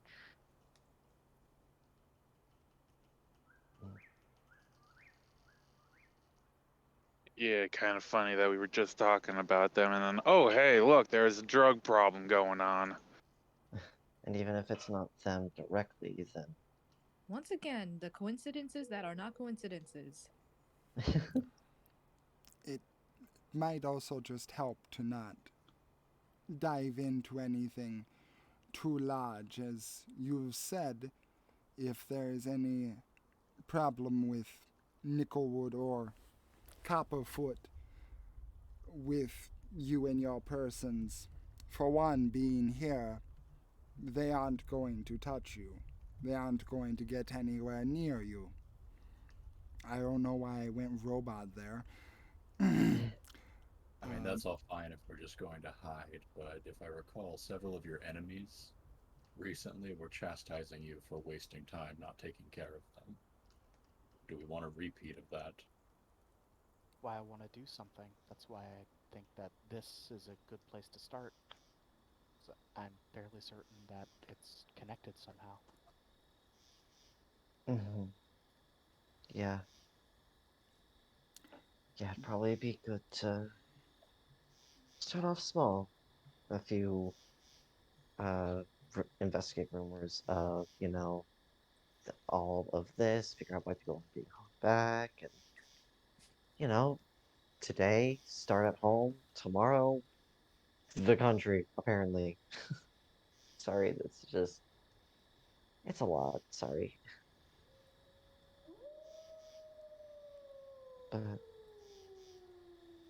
but yeah, yeah, starting small is definitely good, starting with this. Yeah. And And, also on that note, I have a lot of plans and ideas that I would like to get started on. Can't exactly do that on the road. A lot of these ideas should be able to help us, but all of this time constantly traveling, it does put a stop to a lot of my stuff that I want to work on. yeah, fair. That's fair. Like, So yeah. honestly, I am trying to figure out how to even start deconstructing and analyzing and reverse engineering this can't touch me machine that Nickelwood and Copperfoot have. Pretty sure I can do it because I cured a uncurable poison. I should be able to do something with this. You cured an uncurable You poison know? with the I'm sorry, cause what? of the poison in your hands. You don't have anything other than just words about this machine. Yeah, but we've already fought this machine before, so maybe if I could find But a that way was to make it, but that was a and then prototype version. That It was right, which that should was be years easier ago. to build. all you know is It- the end result. You don't know anything that went into making it. I think you need more info before you try this. Do we even have that prototype to dismantle and reverse engineer in the first place? I think we kind of crushed it. Then If you The could thing that track was, down a yeah. possible, if it was enchanted of some, if it was words, if it was enchanted in some way, perhaps you could track down who did the enchantments the first couple times or for the final product. Of course, that would be It a whole was ordeal in itself. It might be a whole ordeal, but I think that's exactly what he needs to do, what we should do. If there's any remnant of this prototype, if Passeth can get his lost a hand on it, he could prototype start actually reverse engineering the 35 weapon. years ago. Yeah, track down the hands that helped make it rather than the hands that hold it. The hands that help make it are the hands that hold it. and the prototype we destroyed it 35 years ago. At I'm Actually right forgetting. outside here, wasn't it? There must be Or was it someone who could outside Grove? Anybody have a locator spell? We can find any I- fragments. Let me look up the map. It was outside of Christ. Dark Gulch. Amber Hollow, I mean. Dark It Gulch, was Dark Gulch. outside of Dark Gulch. Dark Gulch. It was Dark Dark Gulch. Gulch. Yeah. And two, you already looked into this. And Passeth would remember this very clearly, as he has the keen mind feat. And for him, this has been less than a month. Mhm. Hell, I thought I had a locate. I thought I had a locate spell. Passeth, you remember how this was built because the enchantment that was on the construct that you did find was of hag make. That's right. He had hag help. Which you trying to replicate that would be impossible unless you had the help of a hag herself. Right. Well, gosh darn it, I need to befriend hag then. Bigby, I have two questions. Yeah. Like, so clerics, they have like a list of spells they can choose from to prepare every day, right? Yep. Mhm. Does It that most- does that apply to paladins? No. No. Okay. Yeah. Never mind then. Second, there's a name you gave me, the Björhag.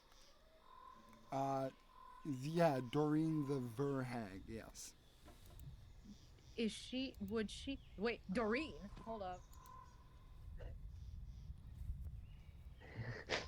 Hold on. I'm sorry. Just like you guys have all these names that I don't know. So I get excited when I know a name that you know. Well, in the meantime, paladins do prepare cast. I just checked. They do? Oh. Yeah. Mhm. Yeah. Oh, my bad. Okay. If you I don't currently have it prepared, but if we wait a day, I could prepare that spell. I have a locate object spell. I don't know where this Doreen individual is though, do I? Roll a history check. Okay. 15. 15.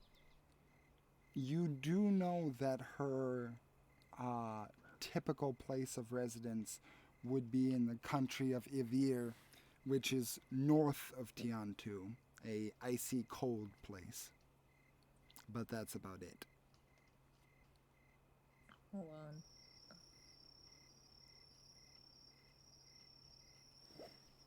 Well, it's the closest lead we had. So she's just gonna Naraya's just gonna raise her hand and say, I do know of one hag that we may reach out, that we may seek out, but she lives very far. I honestly probably shouldn't get involved with any more hags. We already we fought an aspect of one, and one that we were kind of on okay terms with is now dead. So yeah, The a name you mentioned sort of hit something in my brain. The Bur how do you pronounce it again? Burr. Burr. Yeah. The Burr hag. Her name is Doreen. yeah, Hag, we we fought. fought her. Oh, that's her. Unfriendly Yeah, terms. Oh, Can't be okay. friends with. no, That bridge has been burned down Okay. And she's the or sister frozen of over. some. Yeah. And she's the sister of someone you know. sister of Gertrude. She's dead now, unfortunately, but we were on okay-ish terms before she was. I assume she was killed by someone. Who knows who, but We don't know who definitely did it. enemy. Okay. Never mind then.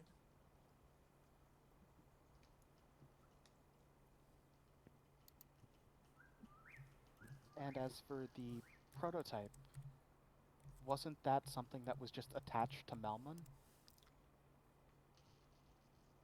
But once that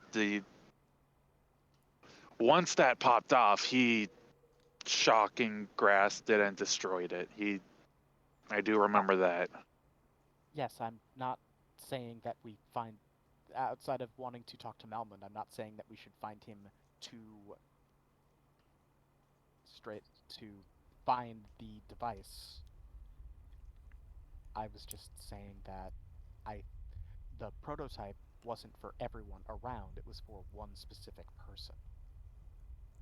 Right.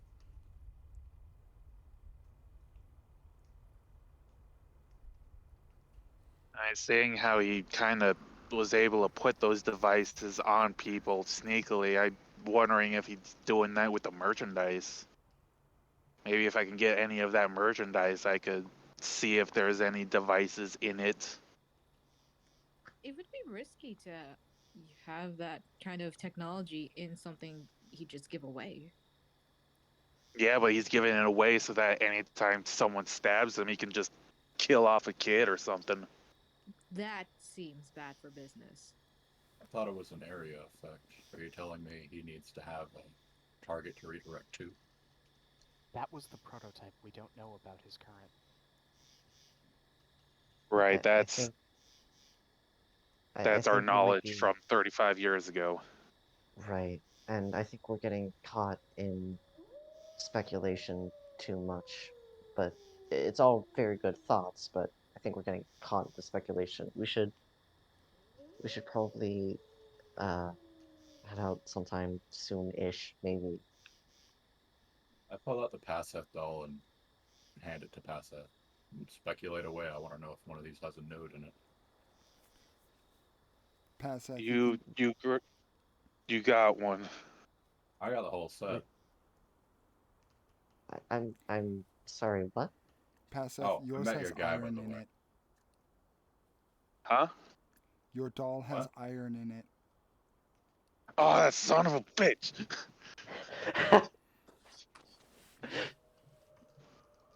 So spiteful, this man. Do the other dolls have iron in them? Nope. I'll hand it mine. Oh, that son of a bitch! Somehow, somehow I'm not surprised in any way, shape, or form. That that's actually amazing. Let's see. The one I will give you is the one with the longer beard.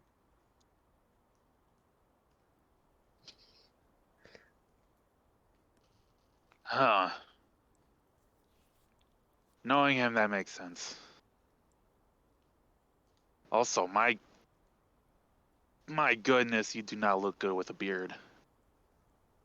Yeah, I know. Anyway, for reason. I know. There you go. I would like it back when you're done. Yeah. So,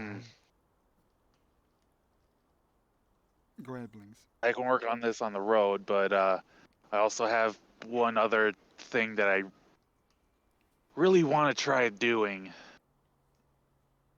And this will help. What would that be? I look up at the giant moss tree.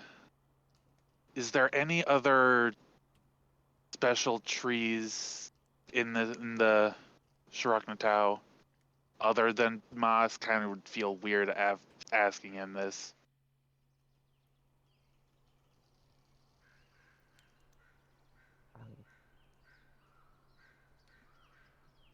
Asking both Estelle and Laurel. Ask what? How I how do you mean I special? would go ahead. Go. You go ahead. I just said, how do you mean special?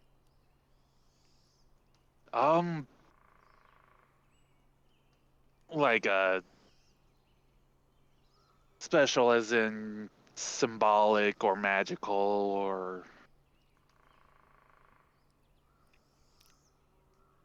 Like trees grown from dead people?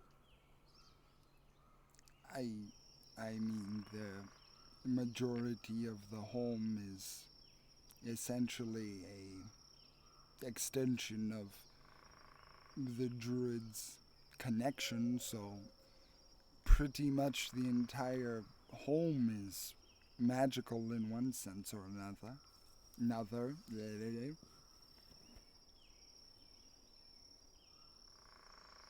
kind of thinking more along symbolic then because that's kind of for an apology. I mean, there are graves here of people who have passed. I mean, it's kind of hard if you want to take something that is special, then it's going to be taking something from someone else regardless of how you put it. So, Don't worry, I just need a seed.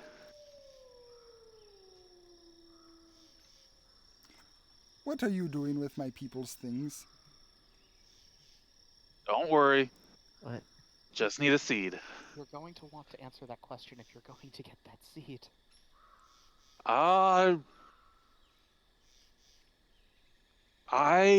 cannot put it any other way, and I'm sorry for the crassness of what I'm going to be saying. I'm going to see if about making a baby. I'm. And that is where we're What? going to go to break. What the? Thank you for that. End of the first part of the session. We will see you all in a little bit. And we're back. So, we left off on that note.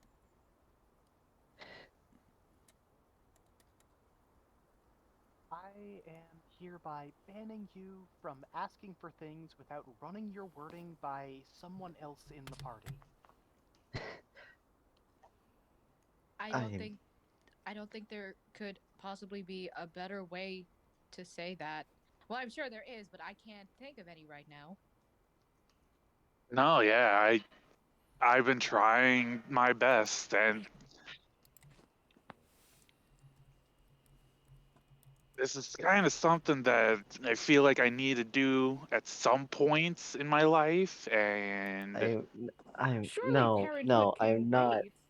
I'm not. yes, No. but we are constantly in a life and death situation, and I don't know if I'm going to live the next day with all these enemies. And you want to bring a child into a world like this? It's not going to be here. I'm okay. How about we just take this one step at a time and actually explain what you're actually doing as an idea and concept. I almost said process. Gods no. I'm quite curious about the process, actually. We only have mythical accounts otherwise, and I kind of want to know how you do it. I know it's not going to be a traditional sense. I'm going to take a tree, a seed, plant it, grow a tree, and use that tree to make a construct. That is a much better way to Yes. say what you were trying to say. Exactly. See, now that makes more sense. I'm almost But disappointed. here's the other thing, and I'm only saying this because I trust you guys. I can't get it to work.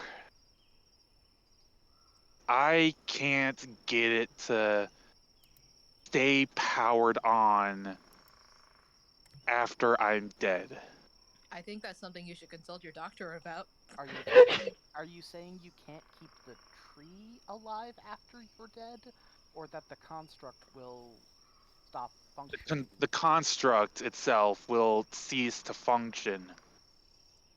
Like when I'm gone, BarrelBot and BoxBot, they are kaput unless Estelle can control BoxBot again, like she did when I was having my past adventure in time. So That was a very weird time. I don't fully understand it. maybe mom. Don't ask about it, Naraya. Okay, so I just have instead more of doing questions. this now, we can find my mom, and maybe she'll know because she does some of the same things you do.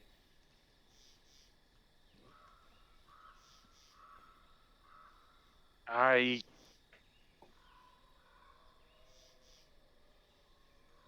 we don't have that much time, I feel. Do you know more than I we mean, do? I could still live forever. Who knows? I don't know. There's But eventually, I am going to get killed on all of these very fast-paced adventures, and everything that I've worked for is going to be gone and not work anymore. so retire and start teaching.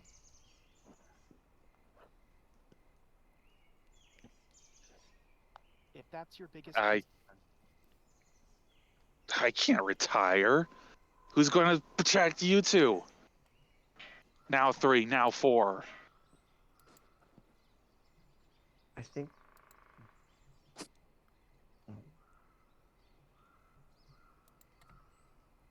if you're so worried about a legacy, then that's what you should be focusing on. I don't exactly have any prospects for potential partners for that front, but I do have one for this front. In fact, I have 2, but I'm not going to ask Estelle about that.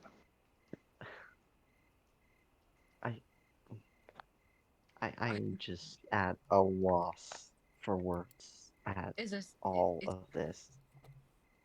is a sculpture not sufficient enough? Some sort of, I don't know, a writing on some surface you can leave. A book? Must do. Absolutely not. The fact Absolutely not. the fact that we are That able is not sufficient for me.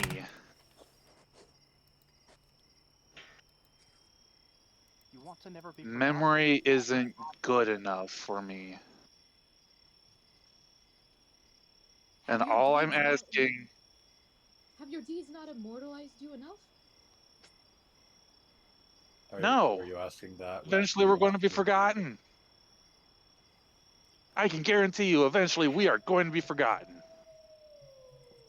Thousands of years along down the line, I am going to be a whisper on some people's lips. Have you also already forgotten that people aren't dying of age currently? Oh, we're trying to fix that problem. And eventually, who knows what happens when we fix that problem? People could Is that even a problem? rapidly age. Is that even actually a problem? Is that something we're fixing, or is that something you decided that we're going to just jump in and do because it's different? That's not natural order of things.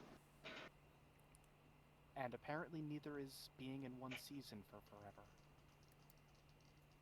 Yeah, and we fixed that, but now we're stuck on this season now. So did we actually fix it? No, we're still trying to fix it. You just gave the problem a different font. And also added onto it.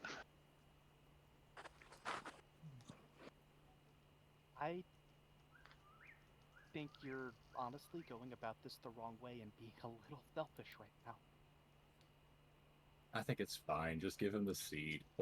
He plants a new life. There's no problem with that. It's not like it's going to be with us the entire time. You just said that you couldn't do what you were aiming to do on your own to begin with. Yeah, that's why I need help. Do you know what even help you need, or just the nebulous concept of help? I have a pretty good idea. That's why I'm going to ask. And who are you going to ask? She can probably hear me, but it's Ignia.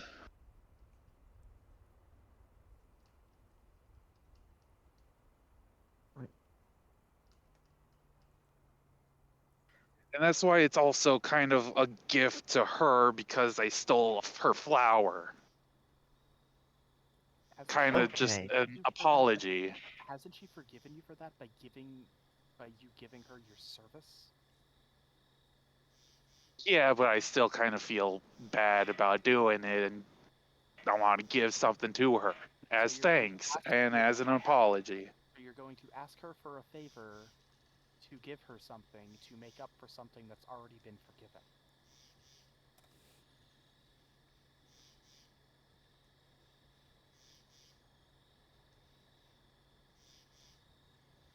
Yes, yes, and yes. Lay on a face palms. This can also be potentially something to help us with our haha can't touch me machine. And okay. How do you figure that? I figured maybe if we can, again, with the process of building it ourselves, I kind of want to see if I can build something resembling what he made, what they made, and kind of test it out.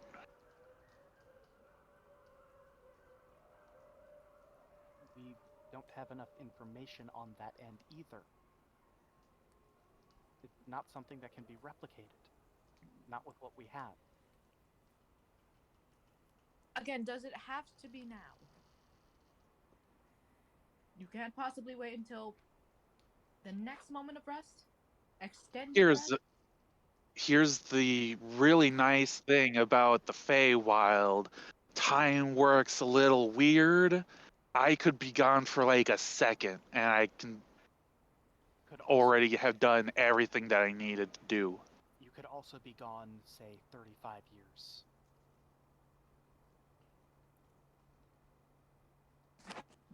That's true. But I was in the Fey realm for a day, less than a day. And then when I came back, it's been weeks since I was last in this plane or realm or what have you. You could be gone. That's To get what you want done could possibly it could possibly take you like who knows how long to get back here. Unless the queen has some kind of control why over when you return, then my concerns are moot. But that's you kind of why I wanted to take a little bit of time for ourselves. We've been pushing ourselves a lot.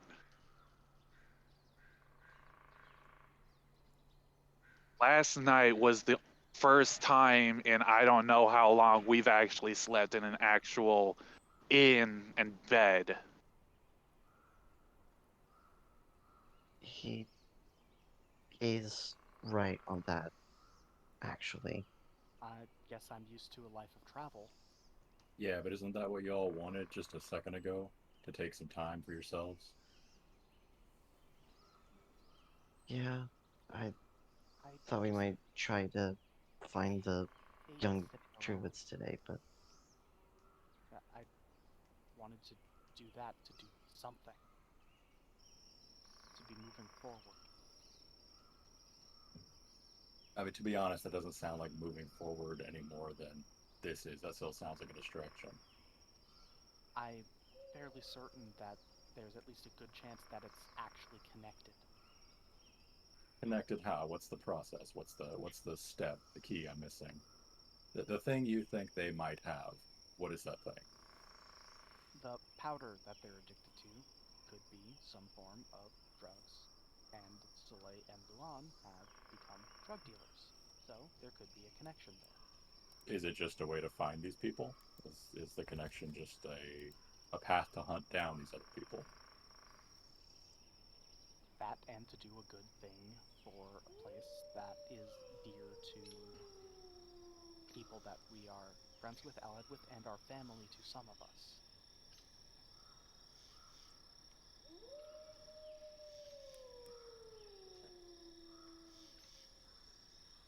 All right, well, fuck it. Let me know when you guys have a decision on where we're gonna go and whose ass we're gonna kick for the good of everybody. I'm gonna go take one of my dolls and start practicing that key meditation. Pretty good. I'm gonna turn to Laurel and be like, "You said it was young druids who have been disappearing. Yeah. Yes. Are there any druids in Shuruknatau that you would consider sending on these supply runs? Because if it's like an age demographic thing, then word must get around. Well, these are the druids that are sent out to New Pass are the ones that are going to the school in order to do the trades and whatnot are the younger druids. So it's None of kind them have come back. Sorry. a couple of them have come back. That's how we have a decent idea of what is happening. Could you possibly direct me towards some of those individuals? And she like looks at the party like, you do as you please. I'm going to investigate this. I can't sit idle. I hate doing that. Then come with me and help me out with this if you want. I do want to. What are you going to ask them? It's just if they've heard anything about this thing keeping people from returning, if it's some sort of drug, if they've tried it, if they've heard or seen what it's done to people. They know that it's addictive and that their friends are staying in New Pass in order to get more of it, but they stayed far away from its tempting lure in order to not end up like them. There has to be more to that. It's a new pass. Jenny might know something.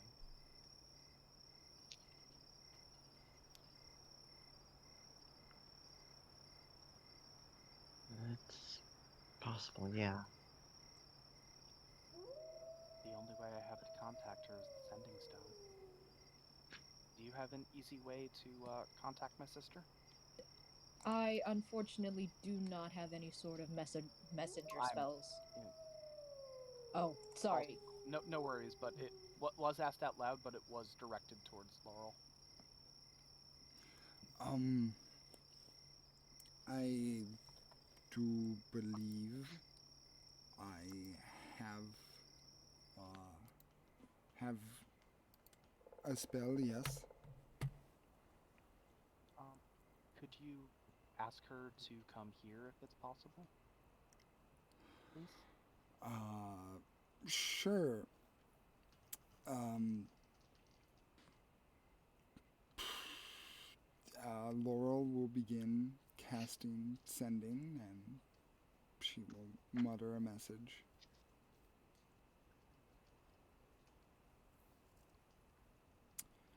Um, Apparently, there's a little bit of a, as she put it, kerfuffle at the school that she's currently attending to. She said that she could arrive, but it would take at least a couple of days. Okay, so yeah, don't want to pull her away from that. And now I'm even more tempted to go so I can help my sister, but that would also be taking a decision away from everyone else.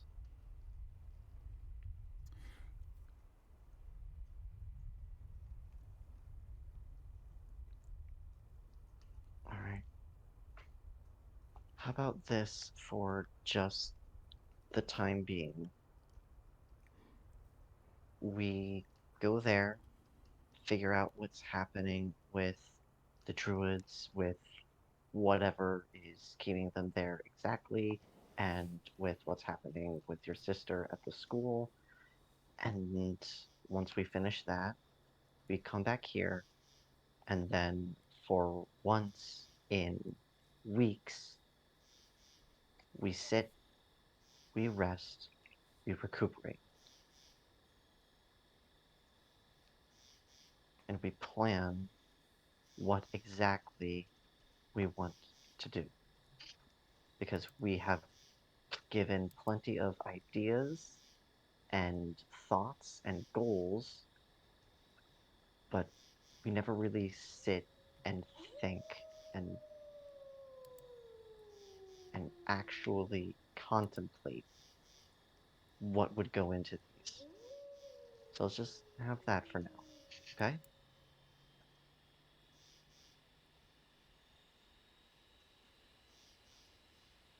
Does that sound good with everyone? It's as good a plan as any. Fine by me. Drager just shouts over his shoulder. I mean, it still sounds like you're putting off the thinking we could be doing now, but whatever. And you are not incorrect. However, with how we all are, we're in a tense mood, I feel. So it'd be good to work some of that nervous energy off, and we'll be calmer, hopefully, later, and we can do everything we want to do in our downtime then.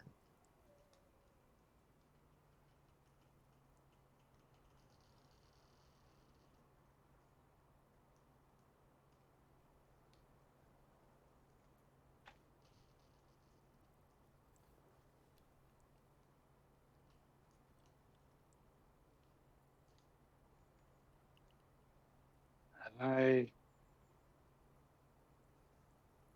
suppose that's probably as best as I'm going to get. I'm I'm very sorry, Pasa, and as soon as we get back, we can work on your project and maybe get started working on one of my projects too. He actually pulls out a very old piece of paper, very old blueprints paper. It's just all tattered and stained from age.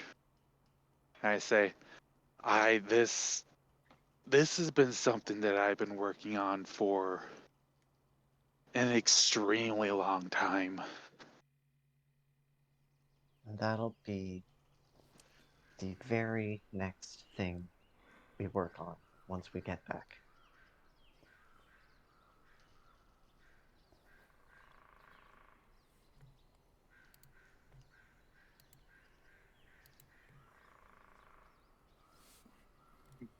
Kind of jostles it, then puts it back. Fine. We just got back here, but sorry, Laurel, we're taking your daughter again. Actually, can you do that tree thing again, Estelle? Not without rest. Then we rest the night and go tomorrow. Just because we're investigating this series of disappearances doesn't mean we necessarily have to leave right away. We could take a few days. Maybe some new information will come in. Few days, Jenny will be here, so as I said, this is just more a me thing, I guess. I hate sitting still. Well, there are probably ways around here other than the disappearances that we could probably use help. There's always something to do. If the Fey portal is still open, I know, and I am sorry for keeping on tempting you with this for something that you're so sternly against. Iggy is over there. You could say hi to Iggy. I am not going into the Feywild. I have been warned my entire life off of going there. Would it make you feel better if I went with you? No. It's kind of my thing. I can bring her back with me I could accompany you. Nothing against if any she's allowed. I am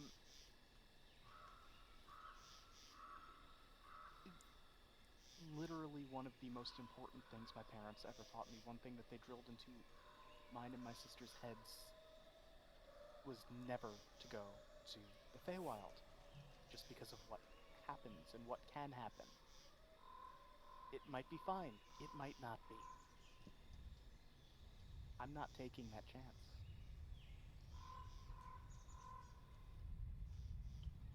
Okay.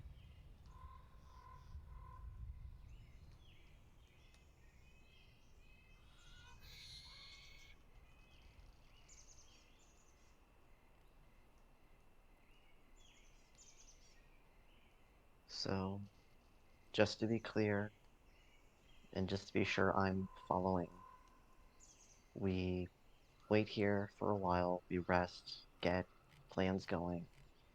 A few days probably won't matter if it's been happening for months. We rest here, we wait for Jenny, and we get more information, and then we go.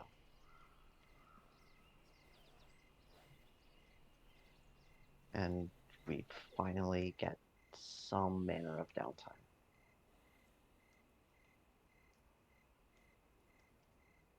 Is that what our plan is? Just to be sure I'm following along properly?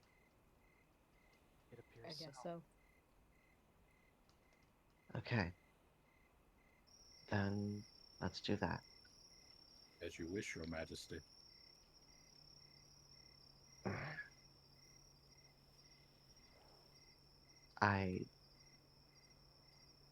Sure, yeah, whatever. Oh. Estelle's just rubbing her temples with her fingers.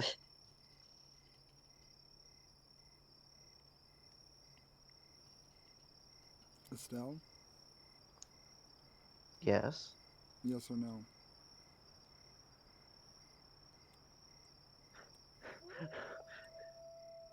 Top 10 questions to stress out players.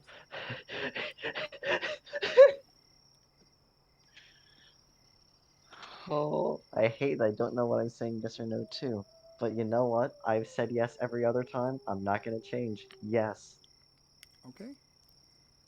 Estelle? Yes. Uh, you can add what is essentially a luck point to you. Um, essentially, you have what is called a mote of power. In doing this, anytime you roll a skill check, whether that be a skill or an attribute like intelligence and whatnot, you can choose to re-roll it if you wish. Furthermore, if you cast a spell on something and it succeeds or uses a legendary resistance, you can use this in order to overcome that. Ooh. Oh.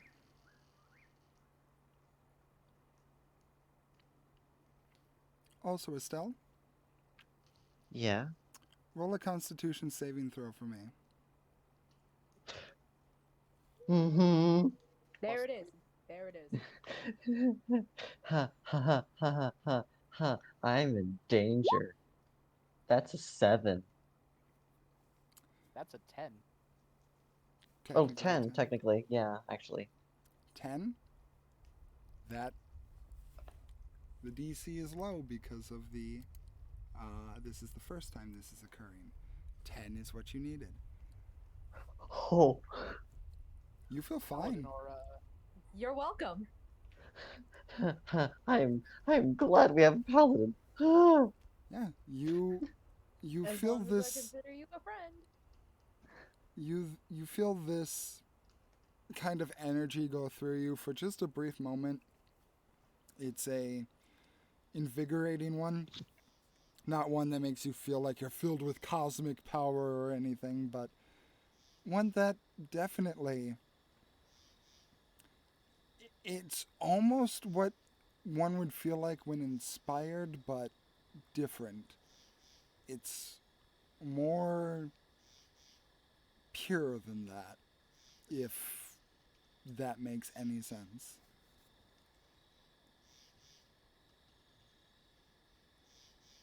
Ooh. Okay. That. What was that? what? I. I don't know. It. It was like. I don't know. It was like inspiration, but more pure, distilled. I don't know what the word I'm looking for is, but it was weird.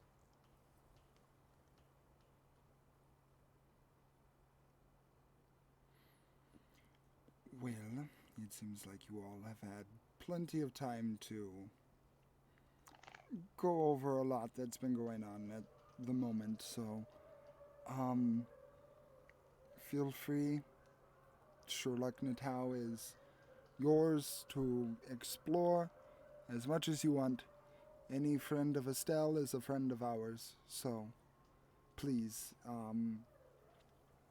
although some of you may want to keep a decently low profile as some of the remaining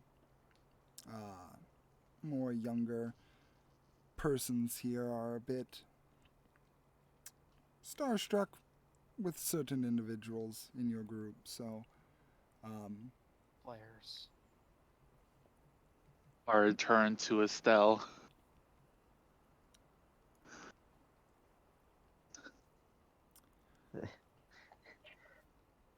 Just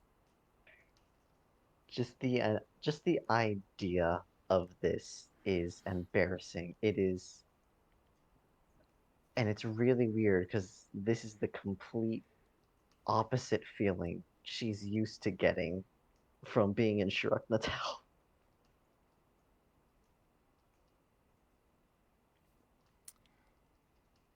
so now that you guys, I didn't follow along. Sorry. You guys were going to rest, then do something, or you're going to do something and then rest. Going to Uh, rest. to rest, yes. Okay. Then we enter some downtime activities. Uh, who would like to go first, as we have the first real day of you guys just being able to spend time doing your own things? I'll go first because it'll probably be quick. Okay. Big reason why Leanna wants to keep going, why she says she hates sitting still, is we've been going for so long that since she hasn't stopped, as soon as we stop, she is crashing. So she's going to try, and as we didn't end up getting to do before, she's going to try and meditate and just try and calm herself and not let herself get antsy. How does it look like when Leanna meditates? It really depends. This time, I believe she'd just be trying to hold herself still, sitting and just closing her eyes and just trying to focus on not freaking herself out.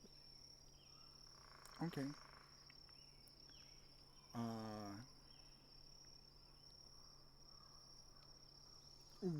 Would you say you do this back at Laurel's place? Or are you just finding a place kind of secluded?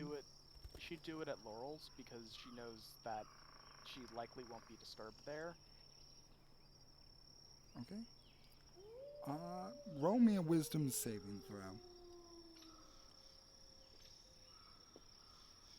13.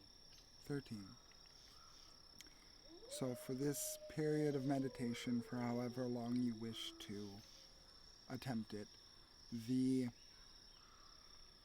trial itself is a bit difficult, as like you said, you've been going and going and going and going, and just trying to stop right now is a very odd thing for you to try and do.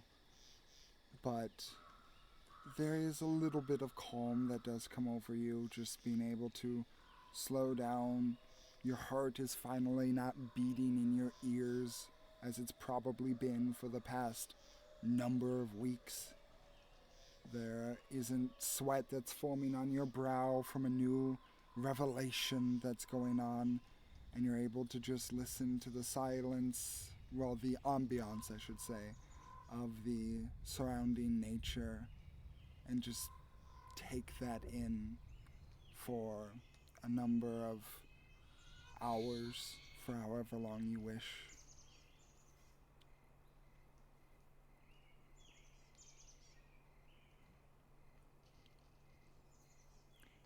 Who else would like Yeah, to that's go? basically her focus right now.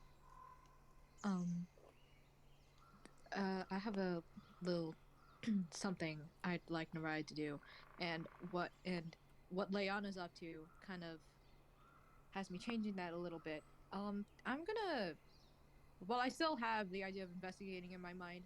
I think she kind of wants to prioritize rest just for a day, if everybody else is going to, and she's just going to approach Laurel and ask, "Do you have any areas dedicated to training or sparring?" We do have we do have areas for training the body, physical training, but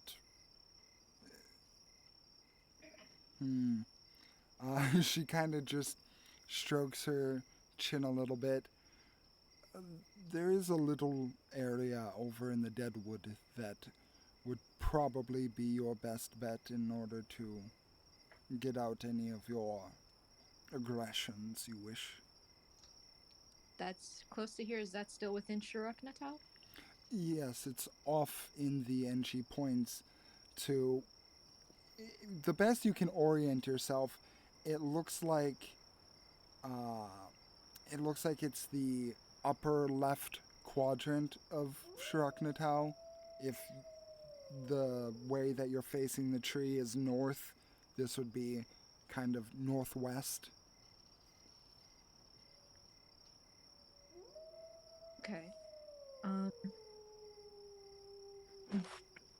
would I be able? Would I have been able to tell that Leanna was feeling restless or antsy? Easily. She's not hiding it. Okay. I'm gonna go find you, Leanna.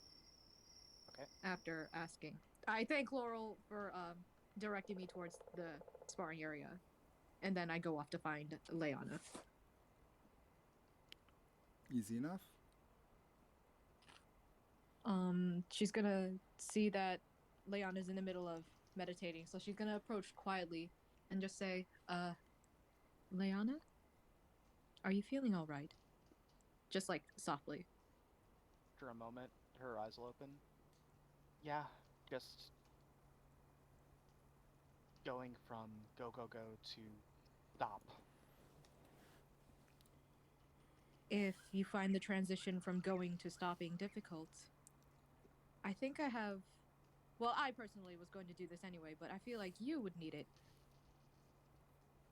Would you? And she kind of like.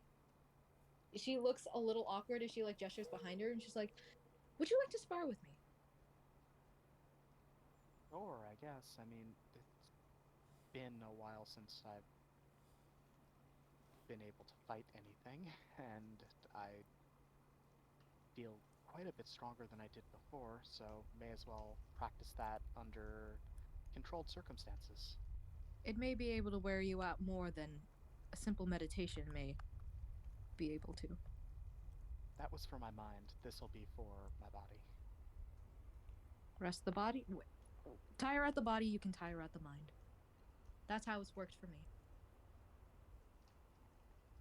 My usual way of going about it would be to perform, but I don't want to draw everyone's attention.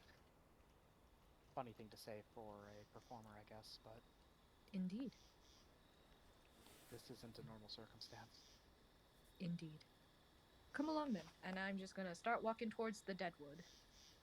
Leanna will follow and will not, once she hears the name, will know exactly what you're talking about and not like it. It's the only. sorry, Bigby. You go. It's a very familiar path. You've taken it a couple of times, Leona. As we walk, I just say to Leona, I asked Laurel about any sort of spots dedicated to sparring and training, and she directed me here. I hope that's all right. I know this place all too well. What happened here? The first time Soleil and Luan ambushed us, tried to kill us, and the second time, where they had all the archdruids and Laurel unconscious on the ground and were trying to get us to kill them to hurt Estelle. Ah. That. I'm sorry to hear that. We can go somewhere else if this place is too uncomfortable for you. It's fine. They're not here. Or at least they shouldn't be. Let's hope they don't show up. Need more than just the two of us. When we reach like a suitable like clearing or something, I'm just gonna turn to Leona and be like, would you like to use actual weapons or improvise with, and like I gesture at the trees like sticks or branches. I usually fight with thrown cards and magic. Then this could be a bit of practice for me as well. I don't often fight magic users. Or at least your brand of magic.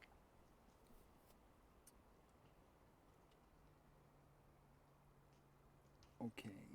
Oh, While we like prepare for Yes. this sparring match, if anyone else has something like shorter, you can go. I don't want to like take up everybody's time. I think we'll see this through because this is gonna have interesting results. Oh boy. Oh boy.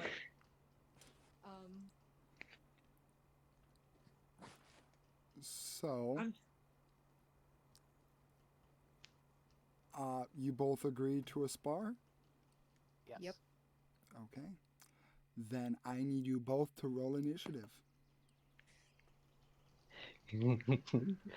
26. 17. Okay. Natural 20. Damn it! So, we'll let's say that the area that you are standing in currently is a clearing of the deadwood. It is not the same one as you've been to before, Leanna. It is a different one. It has a radius of about 30 or so feet, and it is surrounded by gnarled, dead trees, almost entirely encircling it. Just the path that you guys have entered in is the only real exit that isn't surrounded by dead bramble and branch. So, I'm assuming you guys started like maybe 10 feet away from each other? Yeah. Yeah. Okay. So, I guess I will change the music. Do. And yeah, let's do this. So, I like it. Leanna, you're up first. Alright. It has been a while since we did this. Leanna will draw a card and throw it. Actually, beforehand, she's going to say, I won't be using a couple of my tricks because they can be incredibly unpredictable and I can't control exactly what will happen sometimes.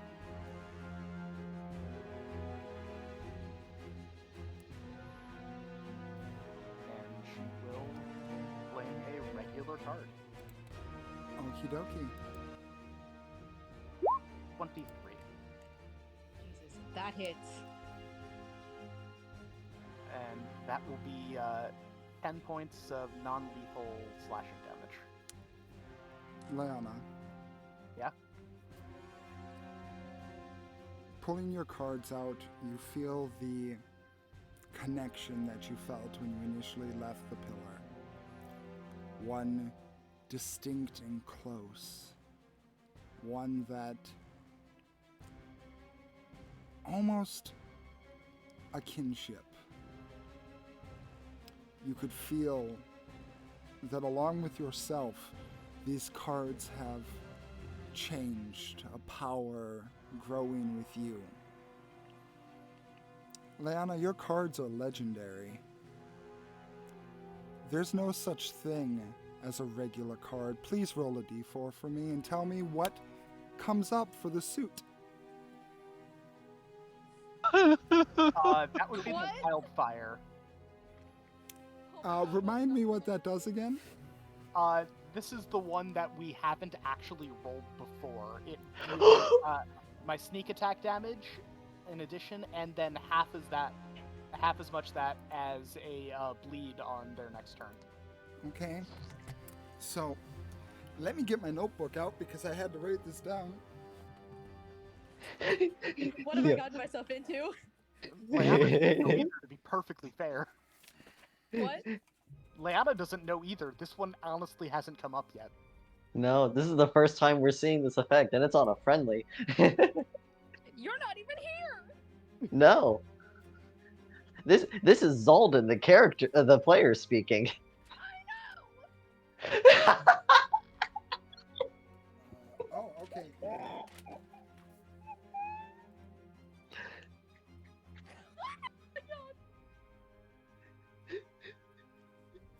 Oh no.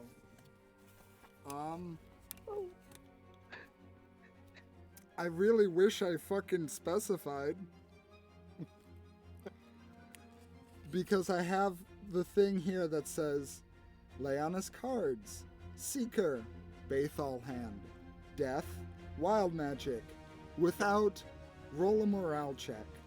Wildfire, roll again to determine severity.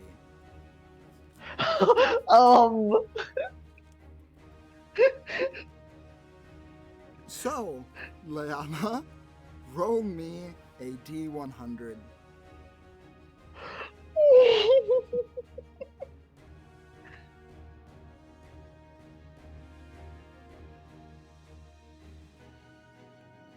$83. 83. And roll me a D4 one more time. 2. 2. Are you fucking God? Okay, cool. Roll me another D100.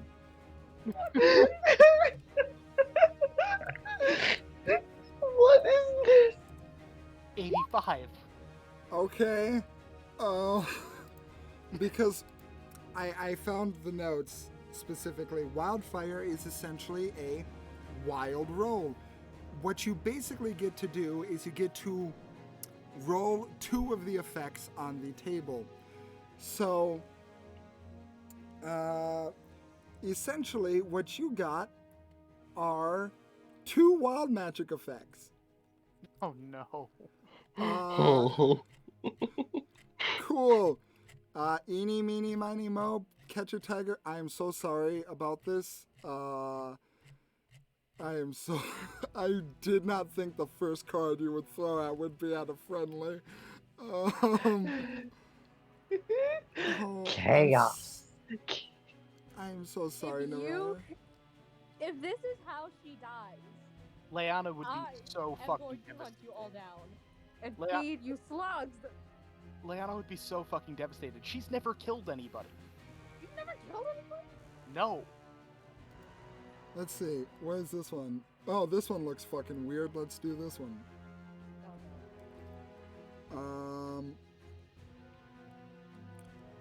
Does it have numbers? Doesn't have fucking numbers. Oh, that's not useful. Okay, that's not a wild magic table. Let's do this one.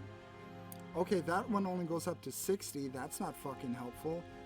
I am so sorry. I immediately made this come to a fucking screeching halt. You could cycle back past 60 to go back to like 24, 25.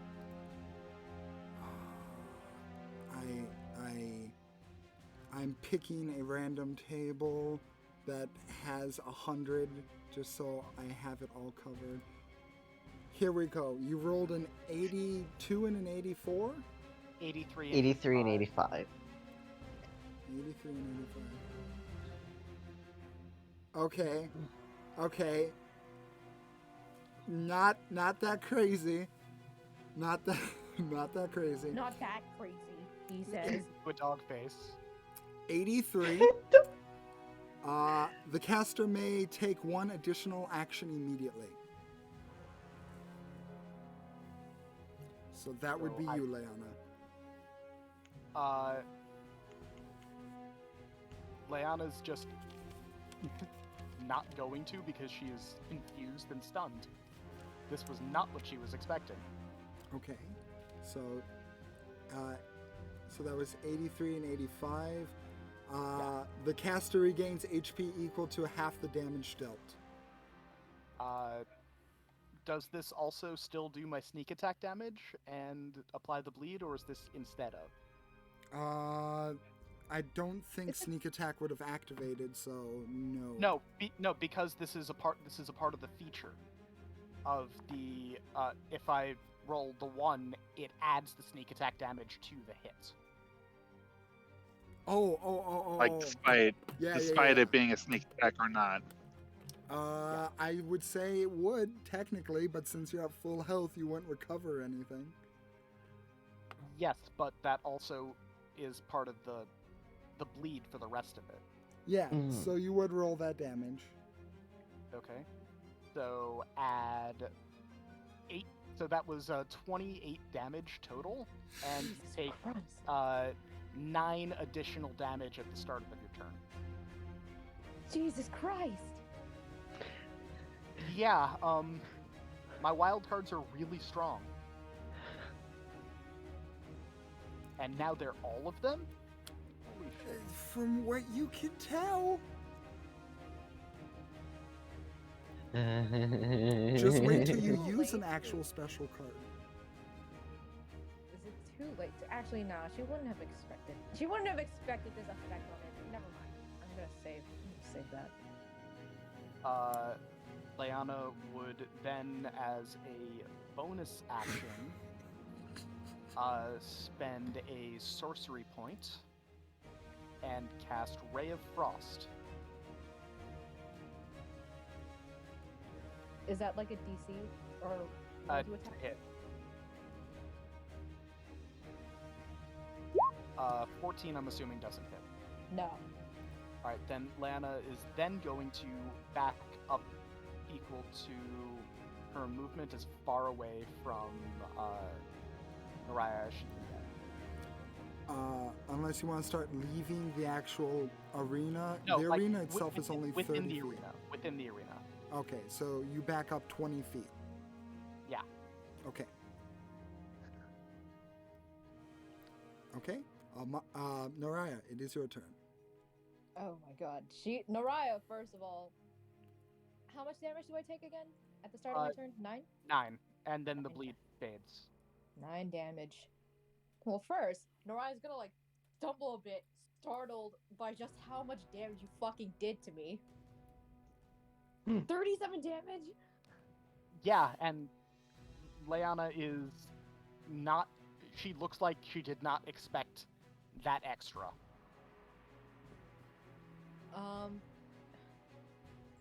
Help me make a decision, on or off? Off. Okay, she's gonna have her. Naraya left her helmet at the house, so you get to see the full baffled look on Naraya's face. And so she's gonna tilt her head a bit, nod to herself, and hold out a hand. She's gonna cast Cloud of Daggers on you. What does that one do? Cloud of Daggers has a range of 60 feet, and you fill the air with spinning daggers in a cube 5 feet on each side, centered on a point you chose within range. Okay. Yep. And she's just gonna. It doesn't say anything about like rolling to attack or save. I'm pretty sure that's a dex save. Really? Okay. I'm 90% sure. I am double checking. Yeah, it says there's nothing on a save in here. Yeah, no save. It's you fill the air with spinning daggers in a cube 5 feet on each side, center and point within range.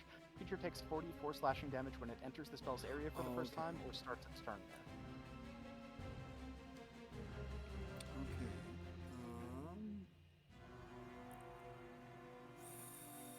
Okay. Okay, yeah, so, it just happens. That's... Okay. Yeah. She's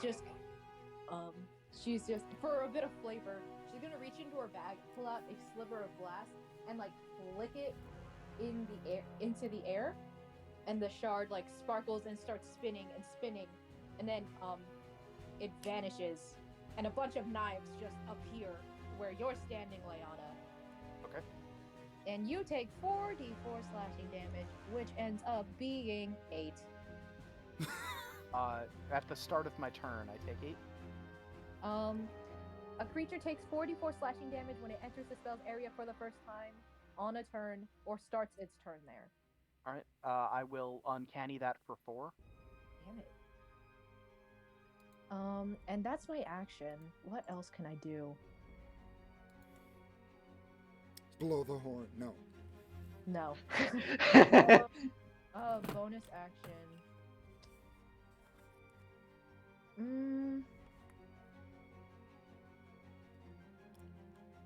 She's gonna... Hold on, wait. Hold on. What's this spell do again?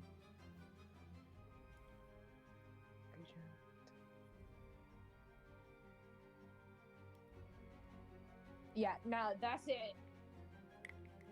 You gonna move? She's just gonna ready. She's just gonna raise her sword and back up about like 10 feet. Okay. Ready to like parry a fucking card. Okie doke. End of your turn, Leanna. It is now your turn. You take 4d4. Yep.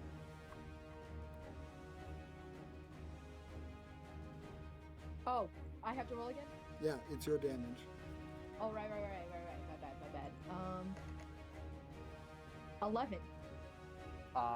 She will uncanny that again since my reaction came back for 5 points. I think so, yeah. Yes. Yeah. All right. Lana is going to leave the Cloud of Daggers, hold up a hand, and cast Ray of Frost again.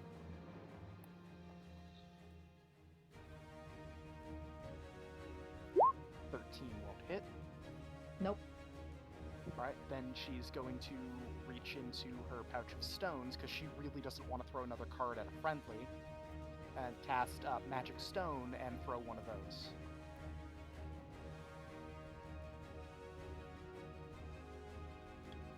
Nope. And that is her turn. Okie doke. Can I use a spell as a bonus action and still keep my actions? You can use a spell as a bonus action as long as the spell dictates that it is a bonus action. But you can only use one leveled spell in a turn unless you have like quicken spell with a sorcery point. I wouldn't be able to use Divine Smite. Just as a hypothetical. Oh yeah, you can use Divine Smite and hit. That's what it's meant for. Yeah, Okay. Smite isn't a regular spell, it's spending a spell slot. Okay. How far are you from me? I backed up 10 feet. You got, I like, what, backed 20 feet? 20, so I am 30 feet away. Okay, so you're close enough.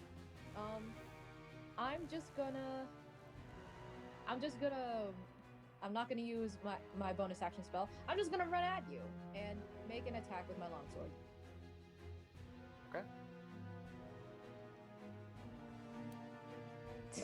15. Nope. I'm gonna make a second attack. Dirty 20. That will hit. Okay. 1d8 plus 5. 10 damage. Yep. And I'm going to use Are you making lethal or non-lethal? non-lethal, of course. Okay. Of course. But I am going to use a Blade Flourish. And I'm going to expend one of my Bardic Inspirations. And, hold on. The Bardic Inspiration is 1d8. So... 1d8.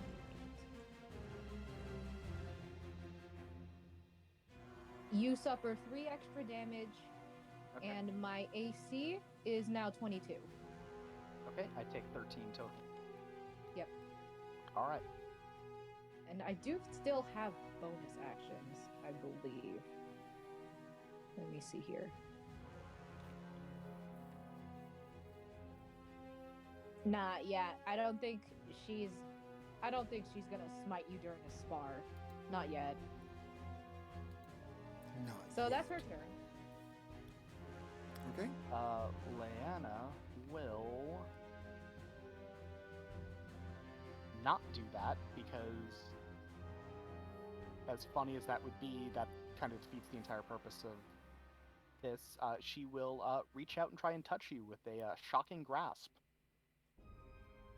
You're wearing metal armor, right? Yes, I am. Advantage then. Natural 20. I'm going to react with silvery barbs. You have to reroll. Okay. Still with advantage, right? No. It is essentially she is making you take that roll, and this is Shocking Grasp is at advantage because I'm attacking somebody in metal armor with it. yes, and this is making you roll at disadvantage. That's the point of this spell. Oh, it's a straight roll.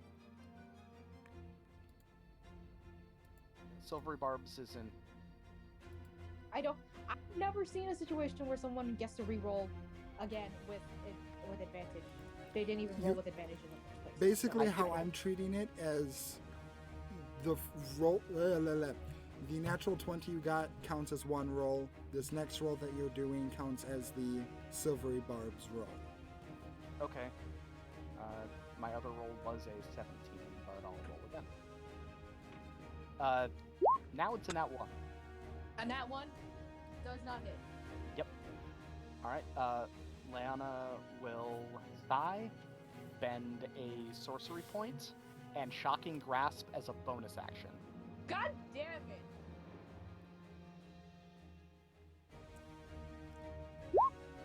22. Oh, me defeats it. Yeah. Yeah. Take 12 lightning. And Leanna is then going to retreat 30 feet, and you can't swing because you used your reaction to cast Silvery Barbs. Hold on, wait. I have the Sentinel feat. You'd have to use your No. reaction in order to use Damn it! Okay. This is a learning curve for both of us. And Shocking Grasp takes away your reaction anyway. Oh, right, it does do that. When it hits. So there's a zzz that comes from Leanna's hand as she misses the first time but comes around again with this almost like... There's almost like a chanting that you hear for just a moment, Naraya, as her other hand comes up and grabs a hold of you, sending this electrical current throughout your body, the conducting of your armor, sending it that much further through. And then she is able to bounce back and make some room between you two. It is now your turn. Okay. Are you still... How far are you from me now? 30 feet. 30 feet again? Yep. Okay. And you probably moved far away from the Cloud of Daggers, huh? Yes. Oh, it still lasts a minute, so it's still there. It's concentration, isn't it? Oh, yeah. Let me roll a d20. Concentration saving throw or just a concentration check? It's a Constitution save. Okay, Constitution save. That's a natural 20, so it's still there. Yes. Yep. So 25. Okay.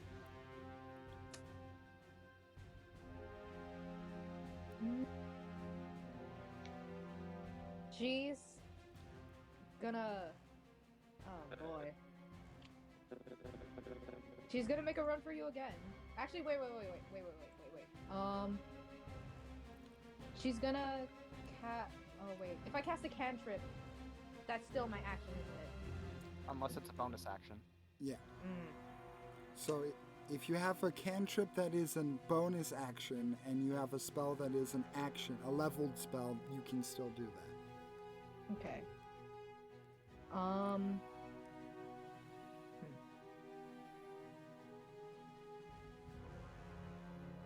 Okay. She's going to... You're using magic, so she's gonna use her bonus action to cast Hunter's Mark at first level. Hunter's Mark is just concentration, so that would drop your Cloud of Daggers. Oh, really? Damn it, Yep. fuck. No. I don't know magic. One of my biggest complaints about Hunter's Mark, which they're fixing with 1D&D at least for Rangers. Why are all these things concentration? Yeah, I noticed that. I noticed that they were fixing that. Yeah, I've been really happy about it. a lot of paladin spells are mind then. concentration. Damn it. Never mind. I'm gonna cast Misty Step to appear behind you. You're in the trees? I'm like skirting the edge. I'm like with the tree line at this point. I just want to appear behind you so I can attack you. Okay. I've already casted it. Long sword. Oh, that's a 9. Nope. Come on, dice! You're embarrassing me. Nope. Says a 12 again. No. Neither of those hit. This is the dice are embarrassing me. You're trying not to kill Leanna or hurt her, and Leanna's not using her cards after the first one. That's a fair point.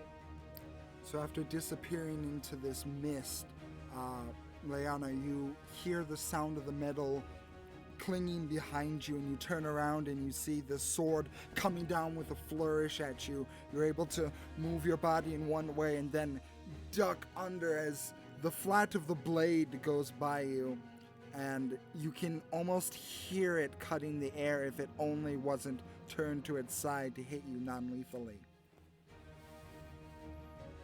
It is now for your turn. rotation. Two can play it back in. I will actually use it this time now. Leanna is going to use Shifting the Odds. She's going to teleport across. This is the ability. She's teleporting all the way across the room. So you need to make a DC. Wait, how'd you do that? What's Shifting the Odds. It's a class feature. Shifting the odds. Cool. You need to Dex save. DC 16 Dex save. Don't fuck me. Dirty 20. Okay, so you will take half of 40-10.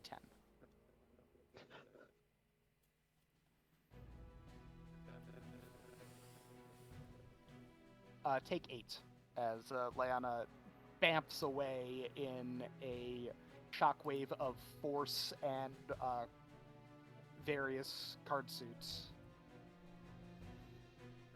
And she appears in a swirl of cards across the room. She is then going to point a hand and cast Ray of Frost as her main action. Again? Yes. Cantrip. 17? Nope. Okay. That is her turn. Okie dokie. It is now your turn.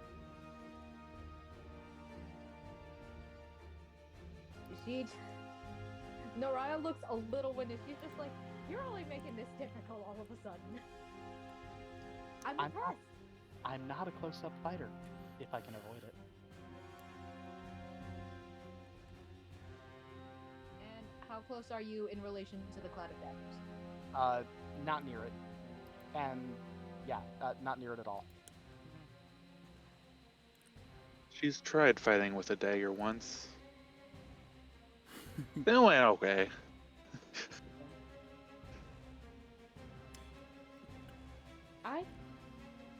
She's gonna actually now she'll keep the longsword. It's the same damage anyway.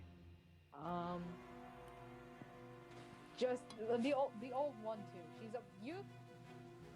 you're pinned. You're put up against a martial fighter here. Yes. Why she keeps running away. Yeah. That's a 22 to hit. My turn, Silvery Barbs. Oh. Can I react with a Silvery Barb's back? It's I Oh, wait don't a think. second. I forgot to give myself advantage after using the fucking Silvery Barbs the first time. Never mind. It's not gonna help me. Or probably. Never mind. Can I Silvery Barbs the Silvery Barbs? No, it because wouldn't do it's not anything. Okay, fine then. I'll roll again. Because Take Leanna's the not low making a roll? roll, so it's not gonna affect anything of hers. Yeah. You can only counterspell a counterspell. Not silvery barbs, still silvery barbs. 16 does not hit. Yeah.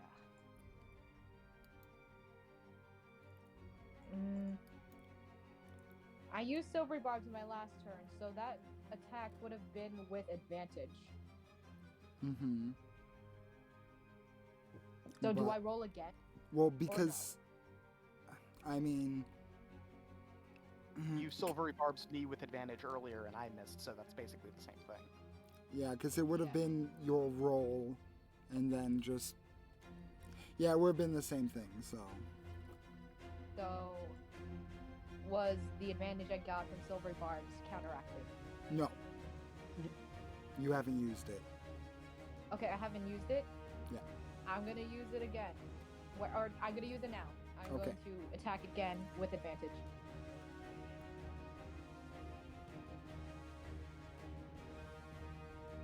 $17? No. Damn it!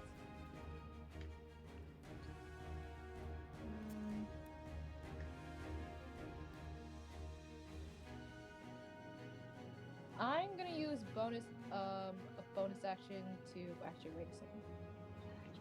Can I use if a spell is only like say I cast Misty Step, but Misty Step is only in the second level list, but I have like higher level spell slots free. Could I use You can like upcast it.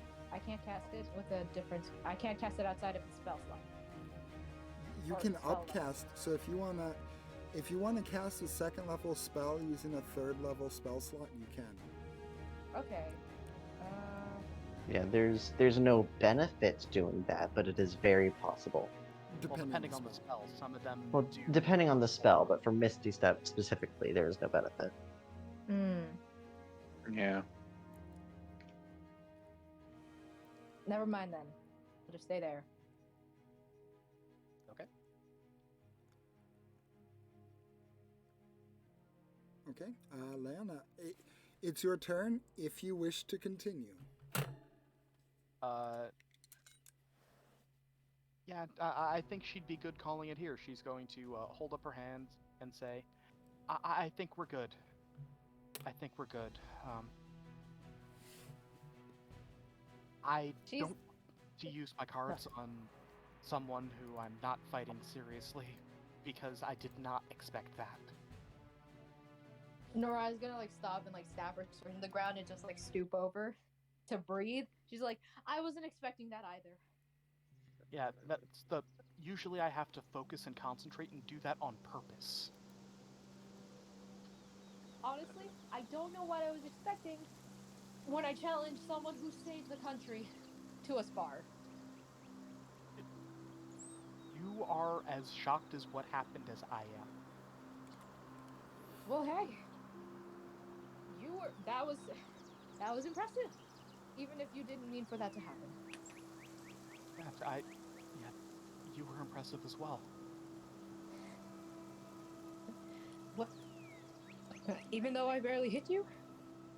You got close to me. People don't usually get to do that. Well, you usually have backup in situations like this. Yes, but That's true. you're not here. You just appear sitting in the branches with popcorn.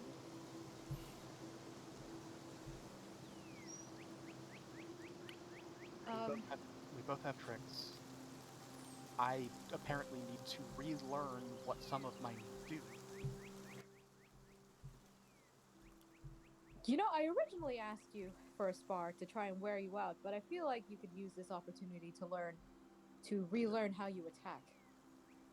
Well, how I attack stays the same. What happens when I do the same thing has changed. Well, yeah, I suppose so. I'm gonna cast Cure Wounds on myself at 4th level. How badly hurt were you? I am at 37 out of 94 HP. You wore me down hella quick, dude. At 53 out of 75. Damn it. Yeah, I'm gonna cast Cure Wounds and gain back.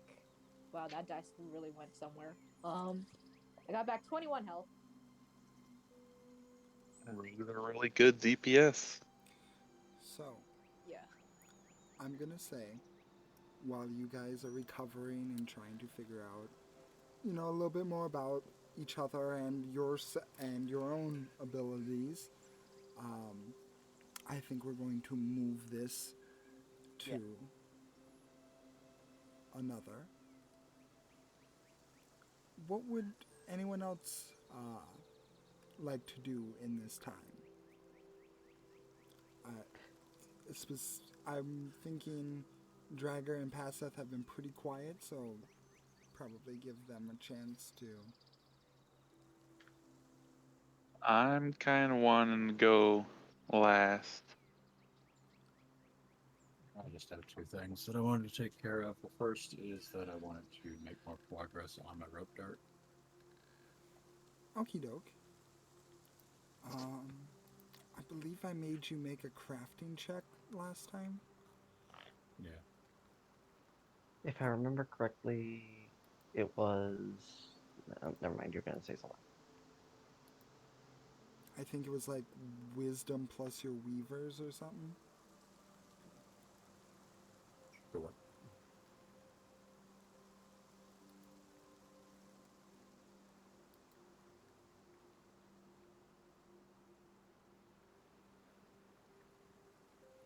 That's only an 11. 11. Coming along. It not as much progress as it was last time, but you feel like probably one more solid day at it and it would be complete. The other thing is that he very much cannot take being trapped under this wooden roof where a bunch of arguing took place, but also just the constant surrounding of peaceable plants and face shit is driving him crazy. So he's going to go out into a deep part of the woods.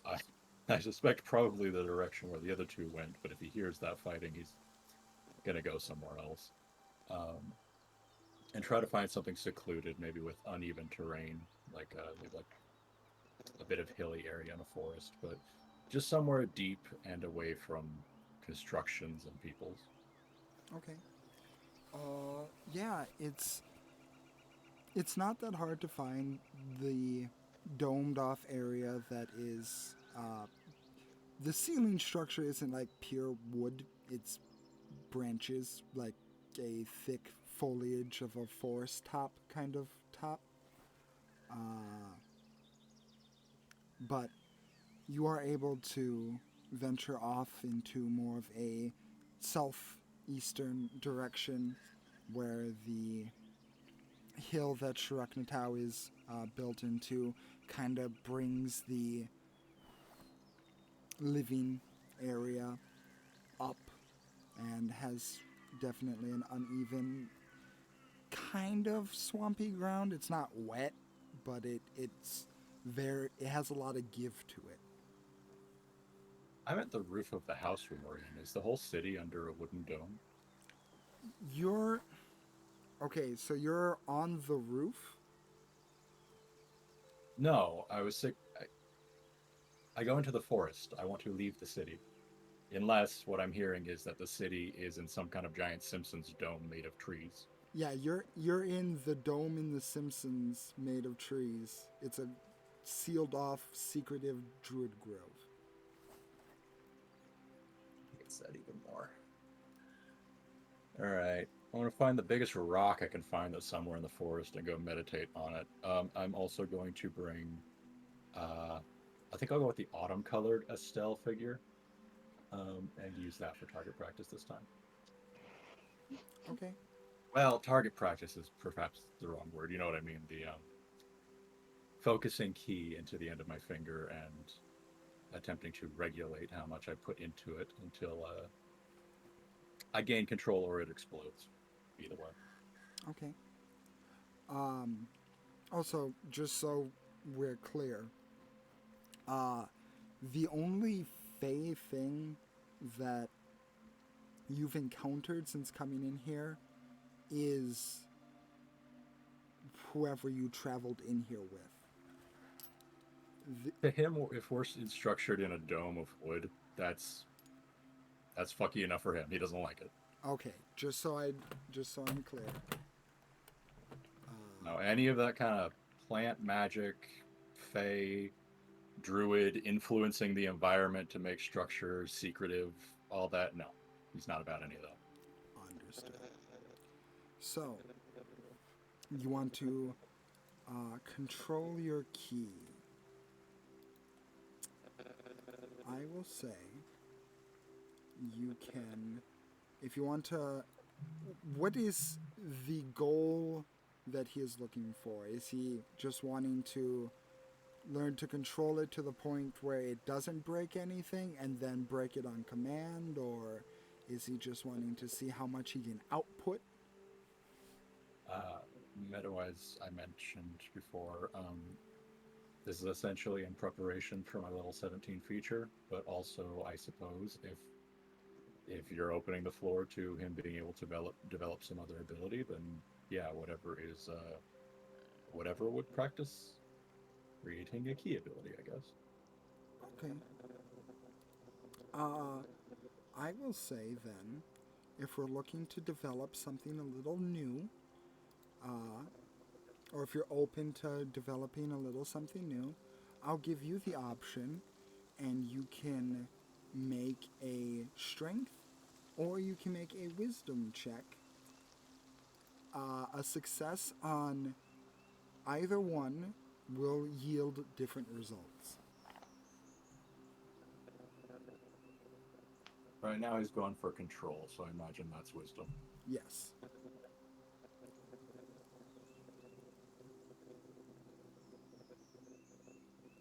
Just a flat check? Wisdom, and I would say proficiency. Add your proficiency bonus.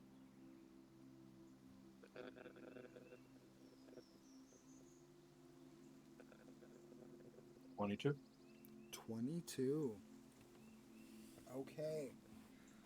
So, as you hold the doll action figure of Estelle out in the autumn colors, sitting atop a fairly large gray stone rock off into a secluded area of the grove, you begin to focus your key into the figurine, trying to keep control, and there's a moment where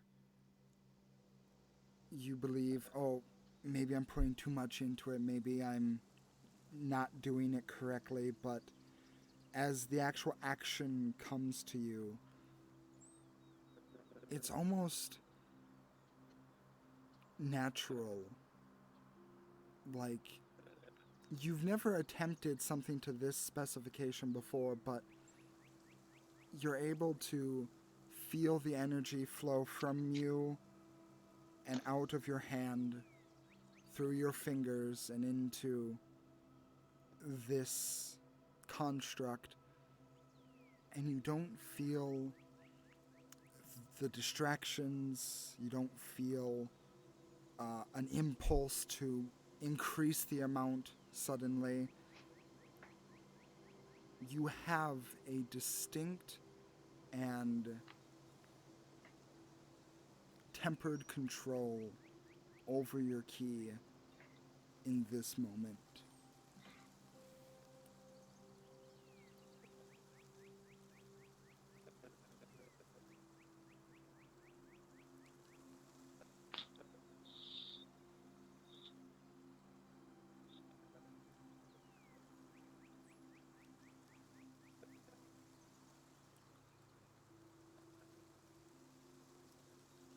I guess if that's the end of it, he will meditate on that for a while and then go back.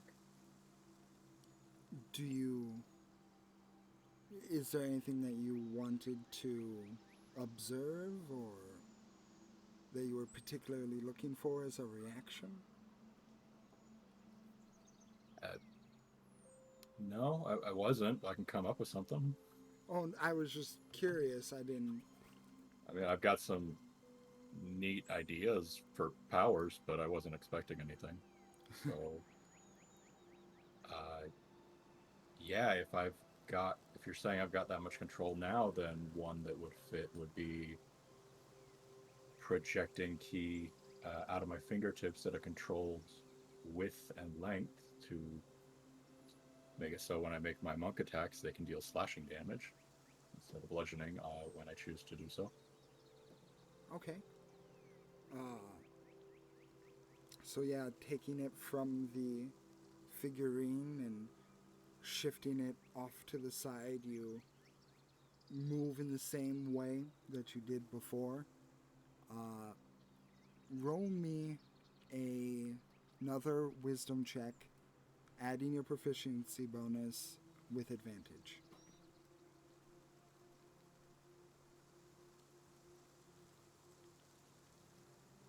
Six. That was a 6 or 26? 26. 26. Okay. Yeah. As you remove your hand from the figurine still kind of thrumming with a little bit of the energy left behind, so placed there gently yet directly that it just disperses on its own after a minute, but you focus out in front of you. And with another burst of your concentration and a burst of that energy that you have trained and honed within, you're able to extend it out into the air itself, a distance from you, further than your arm could ever reach naturally. And as it moves through the air, as you feel yourself in control of this, almost like a whip extended from your fingertips, but far more of a natural feel to it, you can almost hear the sound of what is like a blade moving through the air, just gently, but with purpose.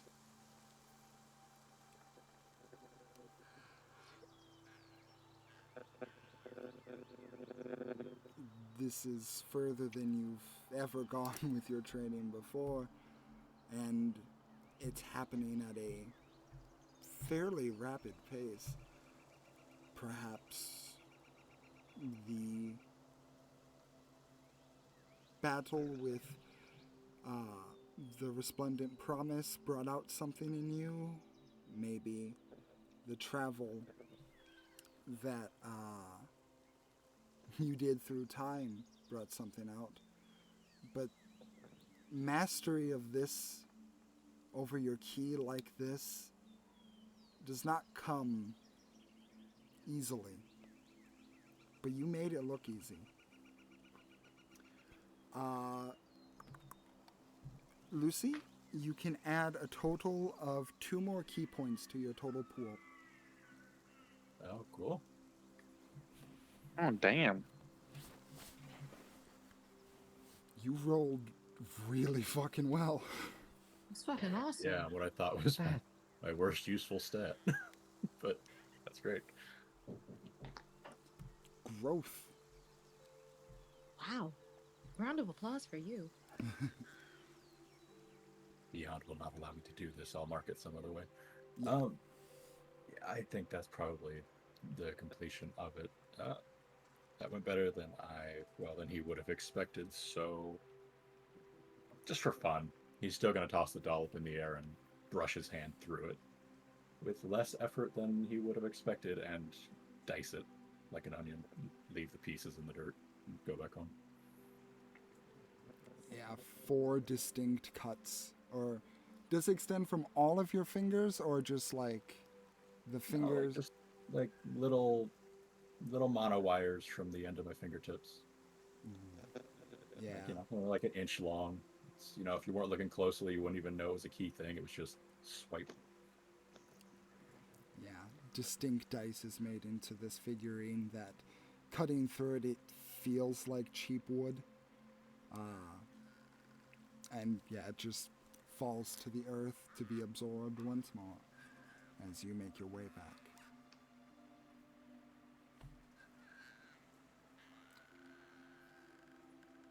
So, I guess Zaldin, Estelle, you would be next.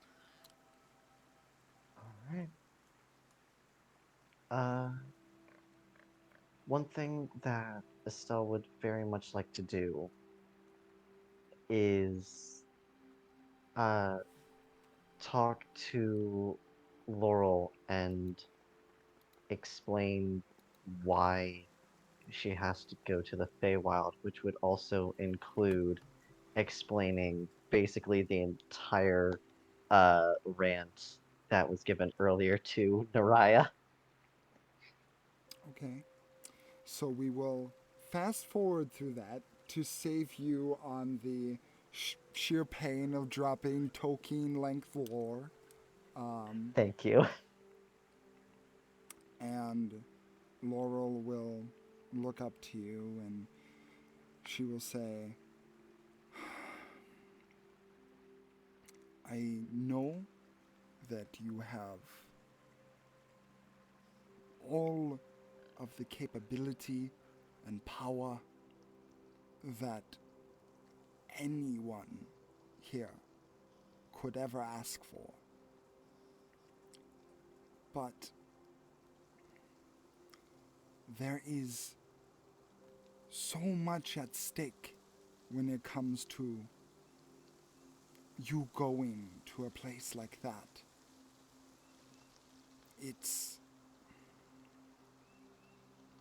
It's not safe, and as much as I believe in all of your capabilities, all of your power, all of what your friends have done too, I fear you will not come back.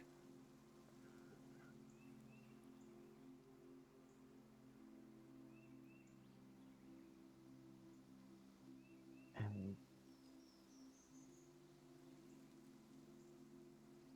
and I feel that I have to do this. I somehow, on a whim, on accident, made myself a Fey queen, and I feel like I've been running from that, from some type of responsibility, and I need to know more about who I am now, what I can even do.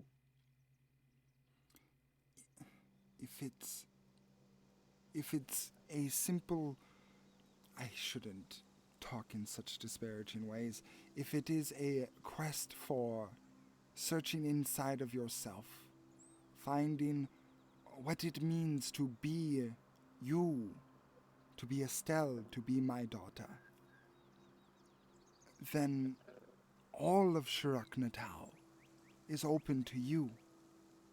You have the time to whatever it takes to meditate, to think, to ruminate. There is no rush on your head. Tiān too has lived for 35 years without you and your friends because you saved it. It will live for many more after, even if you don't contribute. You don't have to do anything that will put you in harm's way if it is not truly necessary.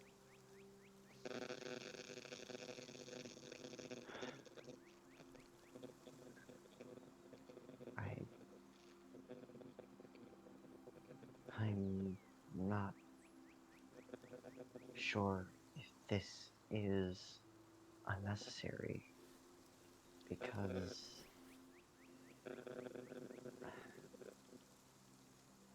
when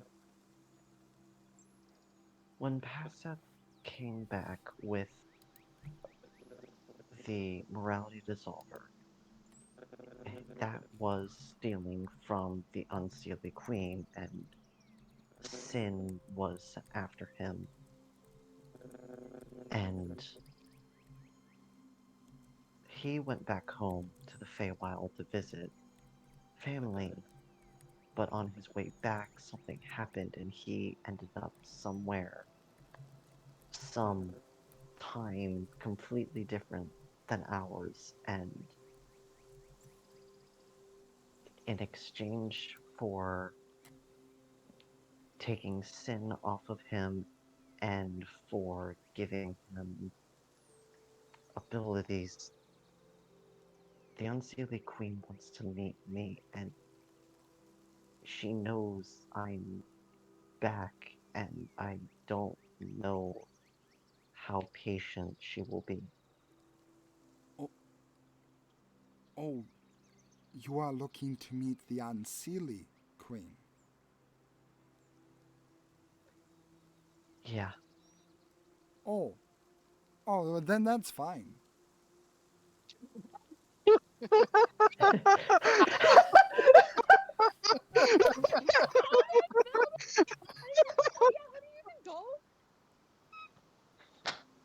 Oh, I thought you were Okay. talking about that Tiāna bitch. Oh, the Okay. it's just like, oh yeah, you can go down the street to the neighbor. Yeah. Oh no, yeah, she's fine. She's lovely, actually. I've met her before. Tell her she needs to give back the measuring cups though. Tell her to let her daughter visit. Oh, big Yeah, connection. no, it's still out of character reaction and in character reaction is 2 seconds of stunned silence and then just laughter.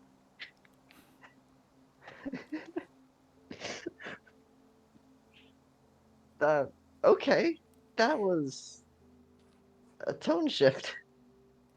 You had me so scared. I thought you were going to go to the Sealy court. That is what had me afraid. No, no, no.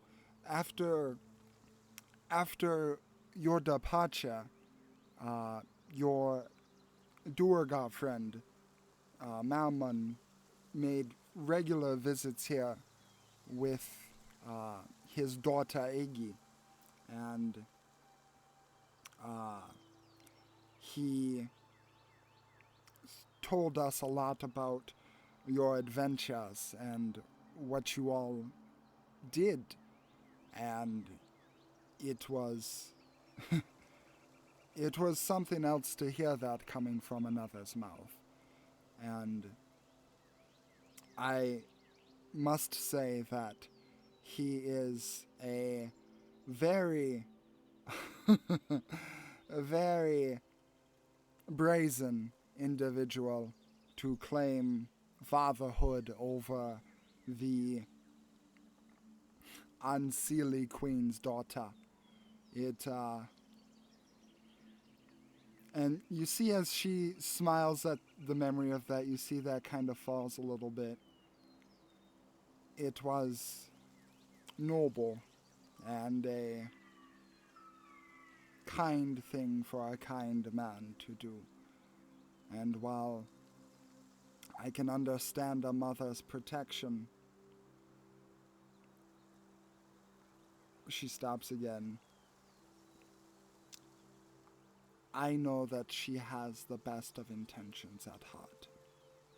And I am not as afraid of you visiting her as I would be of you going to the Sealy. And she just kind of has that distant look on her face as she kind of scratches the side of her face uncomfortably. Okay, that's actually very good news. Honestly, no, I went to the Sealy Court, I think twice.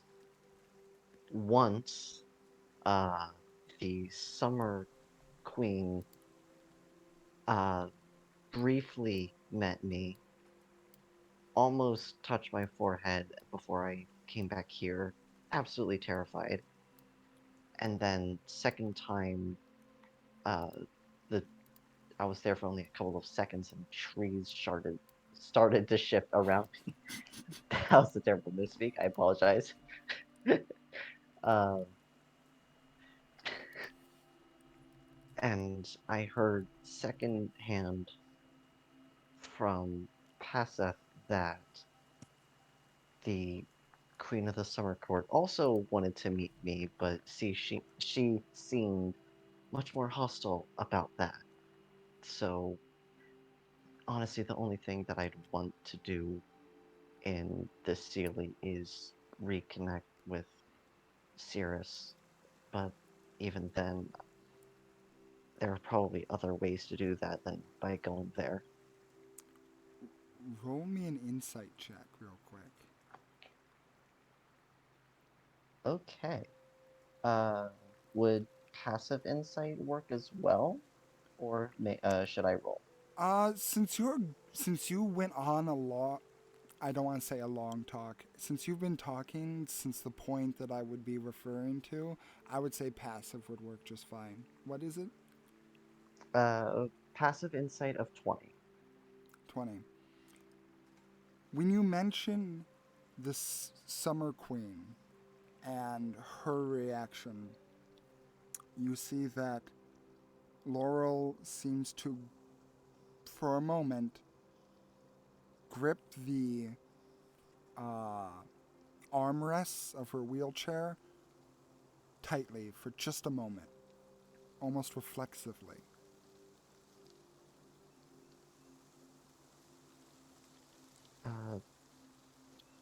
Is everything okay?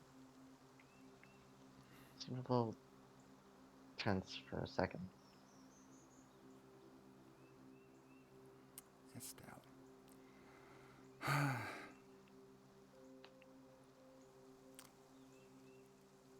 Did I ever tell you how I decided to name you?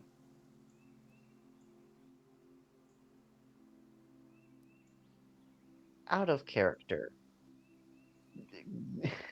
Yes or no? If you do not remember as a player, then the answer is no. All right. I I don't think so. I mean, I've always guessed that it was a star-related name because of uh, the constellation being the matron when you found me. You are much smarter than you let on. And she kind of gives you a rub on the head as she leans forward, and she breathes deeply as her arm kind of goes down her hand goes down your shoulder and kind of rubs gently on your arm as her eyes seem to kind of not focus anywhere in particular, and it seems like she's in thought for a moment. Indeed. About a week before you were born, the sign of the matron in the sky acted peculiar. It wasn't anything out of the ordinary in terms of the time in which it was going to be had, as the harmonic convergence of the planes always bring a bit of chaos. But I noticed that in the sky, the matron always stayed off to the east. The other constellations never moved around it. It always stayed where it was, like a stone in a river. It was dedicated. And when I saw you that night, a gift given from the matron, I knew two things. One, that you would probably be as stubborn as the matron and bring me all of the pain I could possibly ask for. And two, like the matron in the sky, knowing exactly what it was going to do. It was beautiful, inspiring. Same as you, Estelle. Beautiful, inspiring. And from the first moment I saw you, I knew I would never stop loving you. I cannot put into words exactly how happy you make me. Which is why I hope that you can forgive me when I tell you this.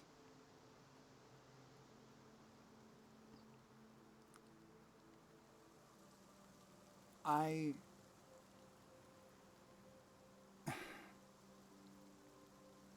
might seem a bit home now and seeing your reaction, or when you saw my reaction for you being here alive. But that wasn't the case 35 years ago. I had a bit of a episode as she purses her lips and swallows, couldn't come to terms of what I believed had happened. So I went to the only place that I thought had a connection to you beyond the natural world here. I went to the summer court after I thought you had died.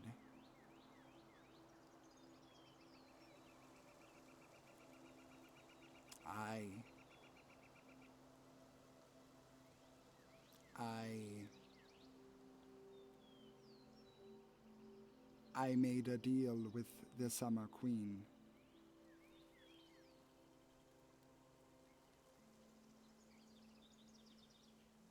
Okay.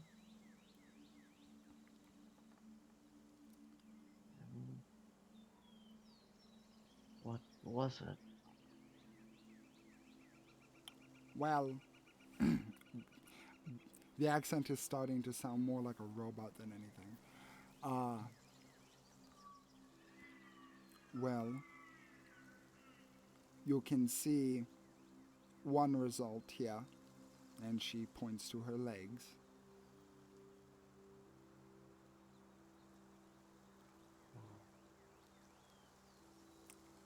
And she assured me that you would come back in one piece as long as I granted her request.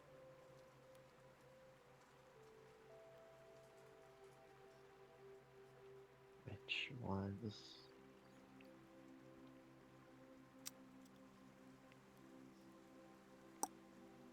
She takes a deep breath in and a deep breath out.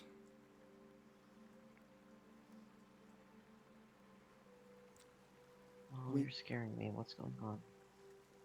When you return to the material plane, I am to return to her. No. No, no, no, no, please.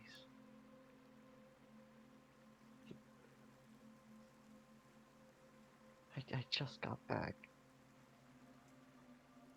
I know.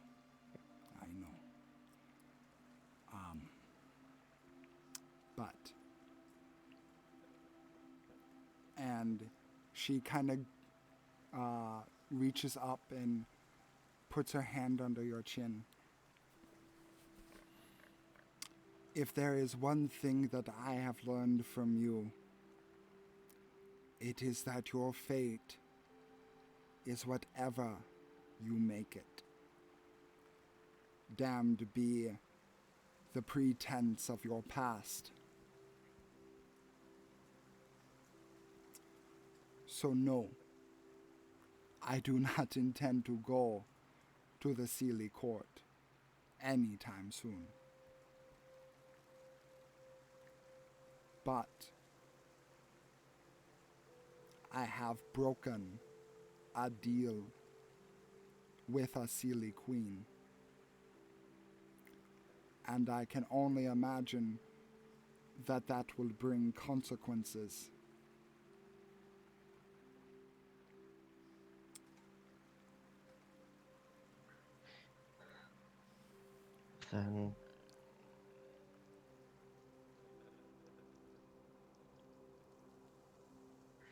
Then I guess that just gives me another reason to talk to Ignia. Because if you are going to have one Fey Queen against you, then you had better bet everything that you're going to have another one for you.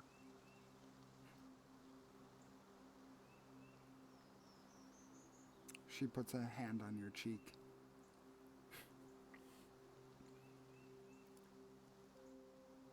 I am so proud of everything that you have become.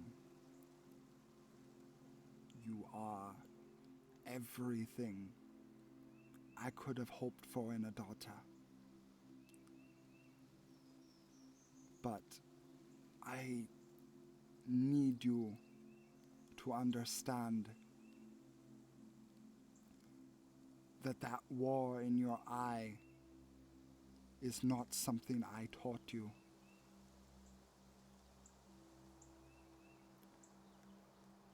I would have done anything to get you back. Any mother would. But I cannot ask my daughter to wage a war that could cost the lives of countless for my benefit. So please, err on the side of caution when doing what you plan on doing.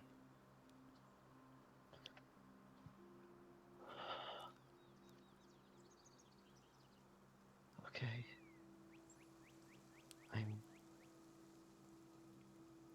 I'm still going to go, but I'll be smart. I won't rush ahead like I always do. But just know that if there's anything that I can do for you, or if there's anything that Sharuknatal needs, please just let me know. I'll do whatever I can to help. Okay? Of course, there is one thing I can ask. Alright? Please, whenever you can, I know that you take upon the burdens of everything here with a heavy heart. But please, spare your tears, for it is not sadness that should grip you. It is joy.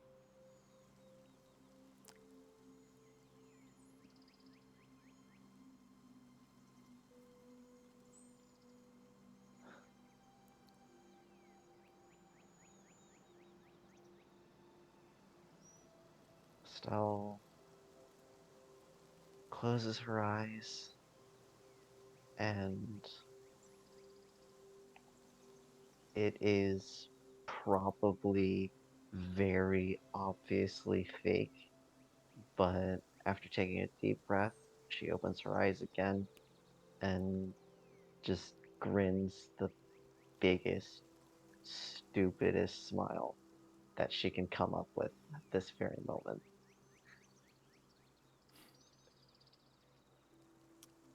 Laurel goes up and kind of rolls up next to you and leans up as much as she can and wraps you in a hug as she says into your ear, "There is no need to smile with a fake grin. I don't need to see a smile on your face, but a smile in your heart. You have friends, you've done good, and you are loved. carry that and smile knowing that.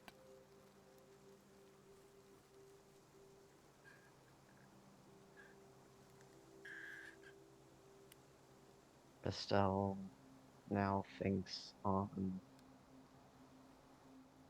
She's always dwelled on the negatives that she's done, or at least negative outcomes of what she's done. Everything that she did do that could have been better, didn't do that she should have done, or the negative side effects of a positive thing. Always looking at what could be improved, what could be better, but looking at what she has, what she's saved, who she saved, which is technically all of Tiān 2 at this point, and just remembering the random small people, quote unquote. The one lady uh,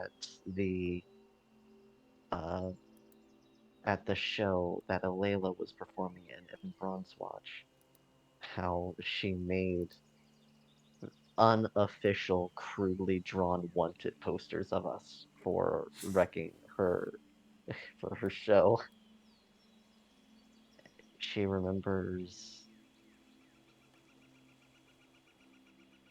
remembers the two kids in the woods that we saved and everyone in that village that we met, how happy they were to have them back. And it is a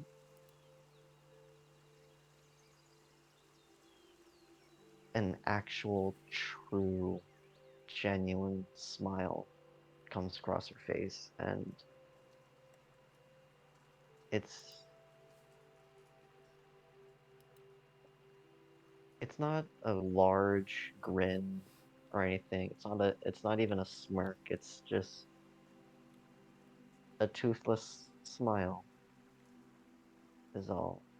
And that's enough for her. It's real.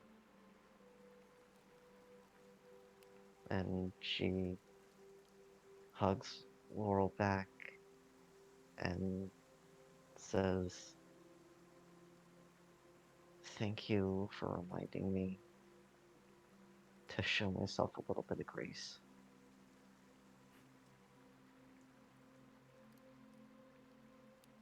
She smiles back. Now, is there anything else you wanted to do, Estelle?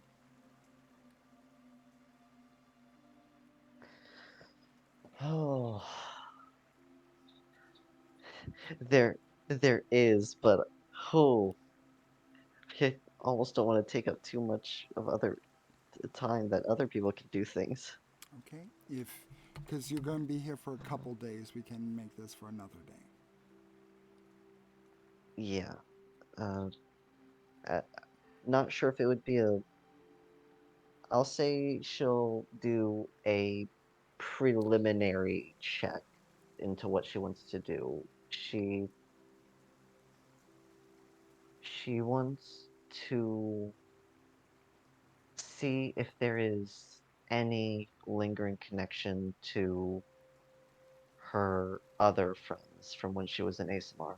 She she feels like she needs to reconnect and apologize to one of them. Okay. Then I will say roll a wisdom check, and we will get back to that at another time. I will just take note of what it is. All right. And may I apply guidance because this is a thing that she very much wants to do. Okay? All right. That'd be an 18 plus 1d4, a 2 for a total of a dirty 20. Understood. Paseth, Yeah. what are you doing in your downtime? Uh, Pretty much right when we broke off, I turned to the moss tree, the giant oak. Okay.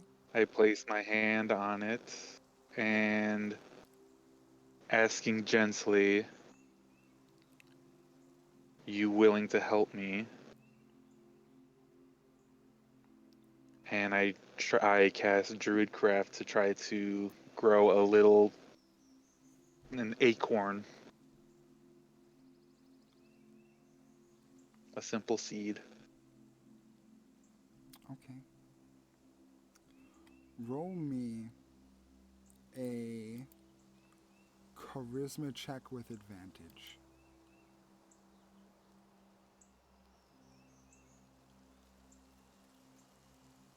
Uh,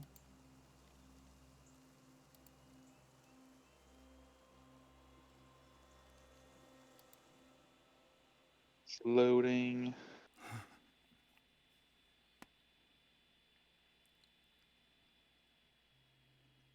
Phone's being slow.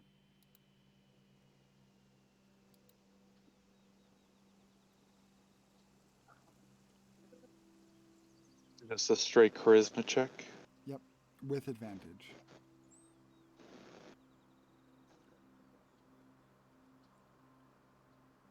One of them is a 13. One of them is a 15. Okay.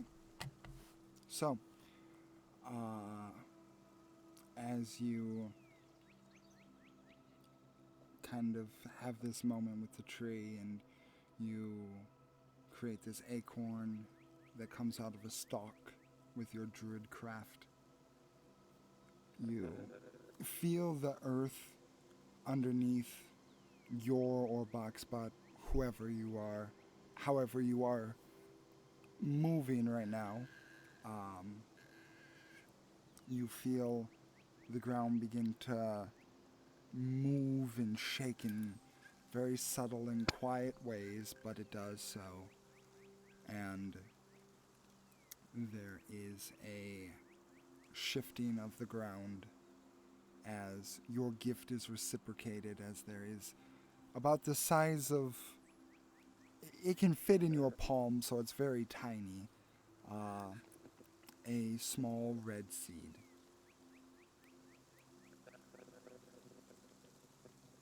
Oh, that's perfect. Thank you so much. And I'm going to sneak off to the Fey portal outside of town. Okay, so you're leaving Shrucknatau. Yep. Okay, so uh, you head to the entrance of Shrucknatau, which you know is the elevation station, if you will, that lifts you and floats you up out of the structure and onto the mound hill that it resides in. As you actually arrive to the surface, you do see a clearing of about 500 or so feet of nothing but the autumn leaves that you remembered from before. There is no snow in this 500 feet, but you see beyond that the snow begins again.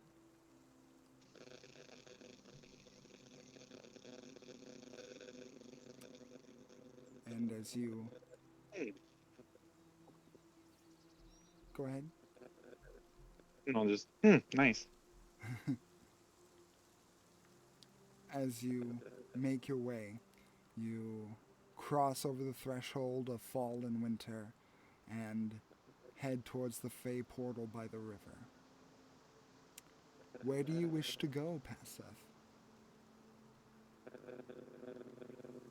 I would like to go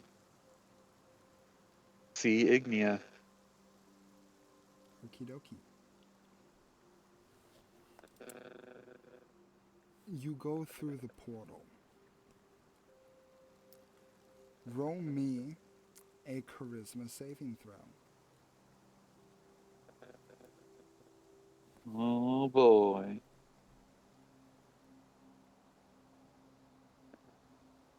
Oh, 8. Okay. I need to change the music.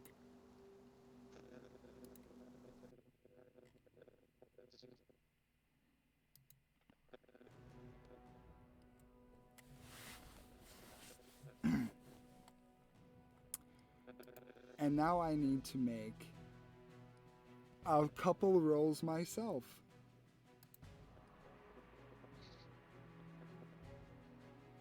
This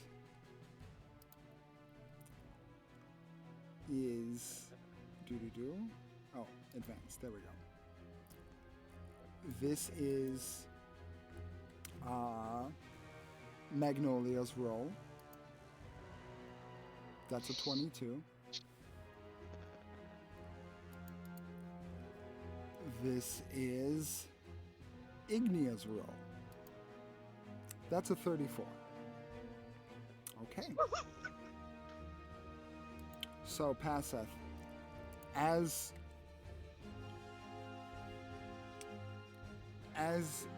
you begin to go through the portal, you feel the normal sensation that your being normally would.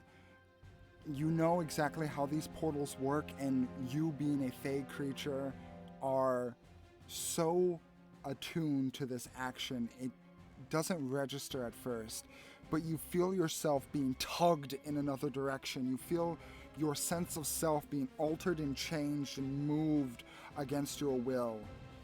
And then you feel another hand pull you in the opposite direction, almost as if two entities are having a tug of war over your very being, as you are lost adrift in this in-between space of the material and the Fae.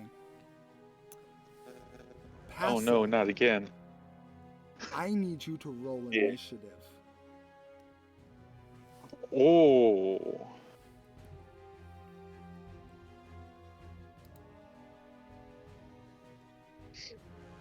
Almost an 18. Landed on 2, so 6. Okay.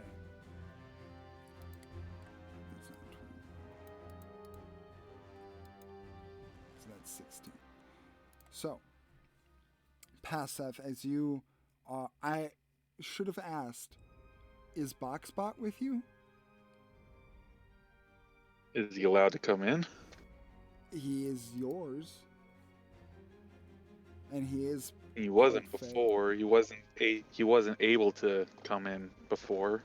But you did infuse him with energy from the Sealy Queen, making him Fey-ish. If he's able to, I'd love for him to come.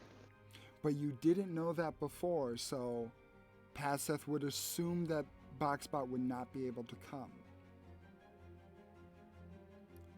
So He would not. Nope, he's not with me. understood. So Paseth, as you are being pulled in a few different directions, you hear what sound like familiar words to you, words spoken in Sylvan, as you can almost hear flapping of some sort of wings or something. And as you open your eyes and try and get a true grasp of the situation going around you, the magic and arcane nature of the dimension that you currently reside, you see what looks to be two large flapping wings coming in your direction. And they are transparent and beautiful, as their design is intricately bright and colorful. And you see in the middle is a creature that you recognize as a denizen of the summer court, as this is a summer night. As they stand before you in this portal between realms.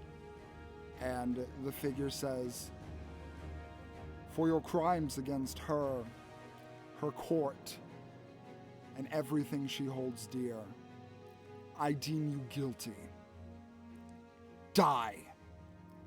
And they will pull out this long spear-like staff that is embroidered in this very brightly yellow tinted wood that is solid, and it almost looks like gold. And if you didn't know any better, you would assume that it was.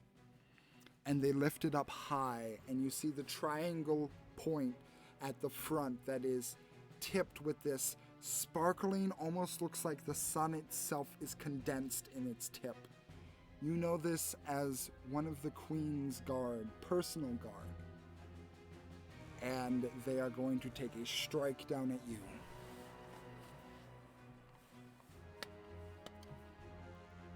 Okay. They do not have advantage because Ignia won that struggle. That is a 24 to hit. Oh yeah.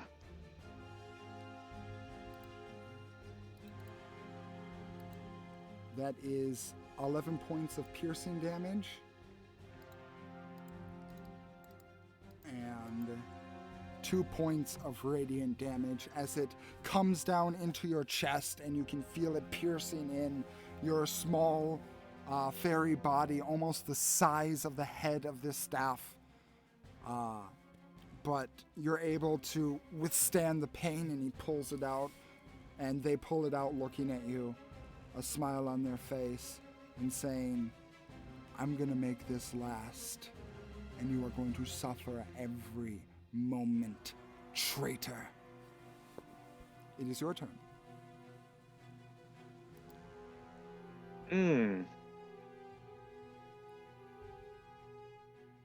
Do not like this.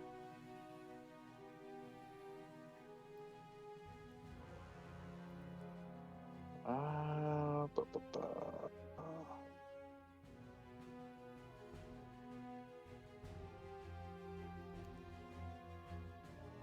You're very lucky that I don't have my armor with me right now.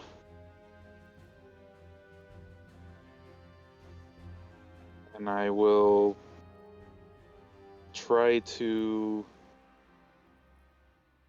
fly into him and tackle him while casting Inflict Wounds at 4th level. Okay. Roll to hit. Because Ignia won this struggle, you get advantage on this attack. Okay. Wait just a moment.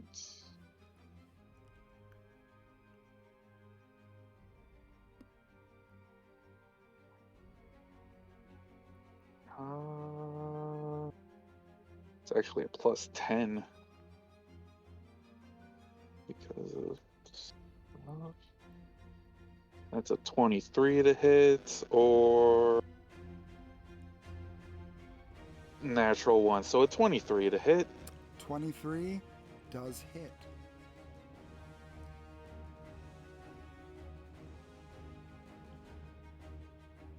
Or 22 points of damage, necrotic damage. Okie doke. You get a good hit on him, and the skin begins to rot and move away as you can hear them cry out in pain.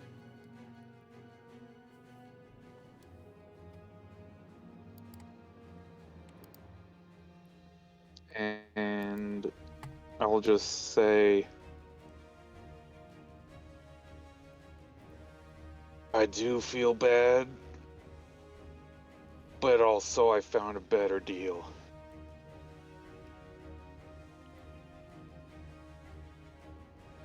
And that'll be my turn.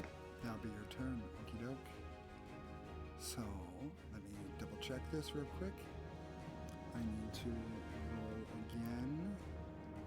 That is a d20 plus 19. That is a 37 for Magnolia. And a 35 for Ignia. As you feel the tides move into the other direction, the knight is going to look at you and say, "You are the lowest of the low, a traitor to your core. I hope you rot." And they're going to take another strike at you.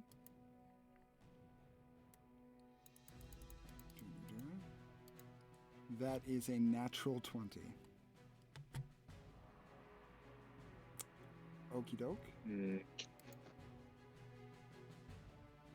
So that is a 2d8 plus...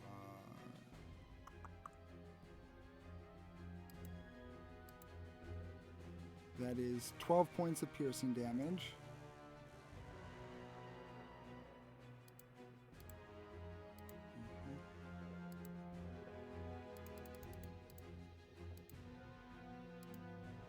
And 12 points of radiant damage.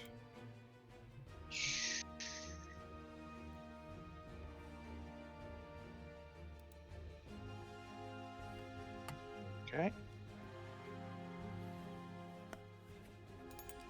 As it once again goes into your chest and you can feel the burning of the summer warmth. It's starting to sear into your flesh, into your bone.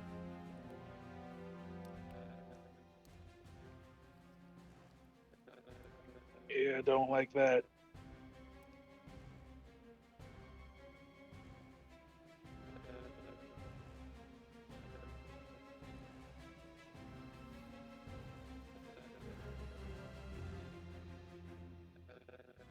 It is your turn. Okay.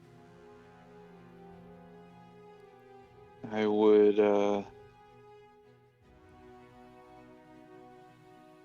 gonna try something a little different.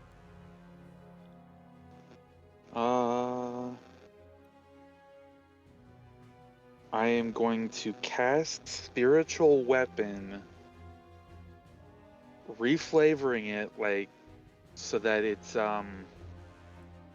designed still the same, but flavor-wise it's going to be a much bigger avatar of Paseth. Okay. That is what this weapon would be. Is like just glowing little orbs of purple lights all in the shape of Paseth, and I'm going to take and 4th level, so it's a 2d8. Okay.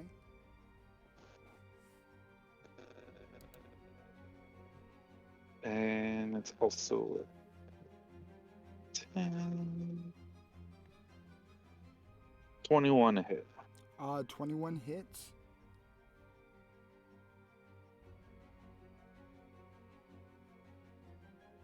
Ooh, 17 points of damage of force.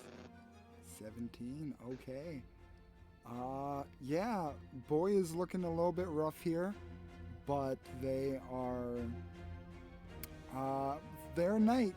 They're meant to take damage, so starting to bleed on the lip a bit and starting to shake some of the cobwebs out, but they're still looking for a fight.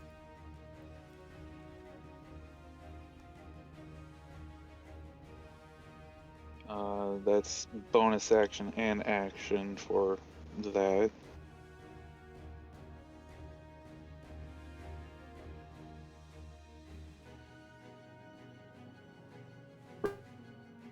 Magic stone.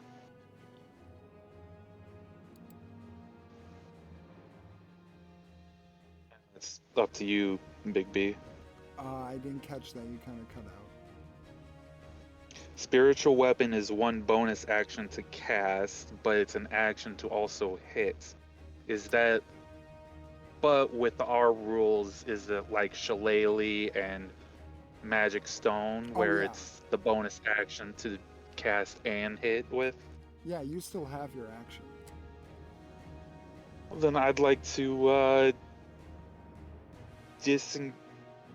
I'll just take the dodge action. Okie doke. You So get I'm not going to be able to stay out of his range forever, but just taking the dodge action. Okay. We are starting the next round. So that is a 1d20 plus 19. That is a 24. That is a 31. Understood. The knight is going to look down at you, look down over at the larger Passeth, and just sneer once more, and they bring up their spear and try and stab down one more time to finish this.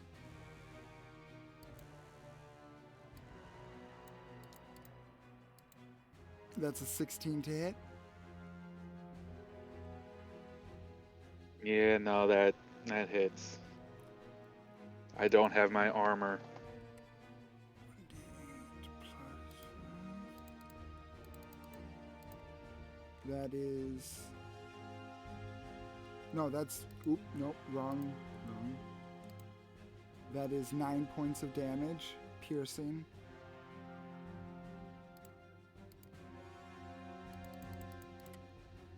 And 3 points of damage radiant. Okay. Oh, wait. That was... that should have been done at disadvantage to hit. Oh, I thought you he already rolled so pretty dang low. I figured that was the disadvantage. No, that was not. Let me roll that Oop. again, just to make sure. That's a 6 to hit. Hey! That does not hit. Okay. Understood. So, retract that damage and heal that back up. Yep. As Yep. this time the arrogance of this knight gets the better of them and they stab away from you. Okay. It is now your turn. I will spend the third level slot to cast Cure Wounds on myself.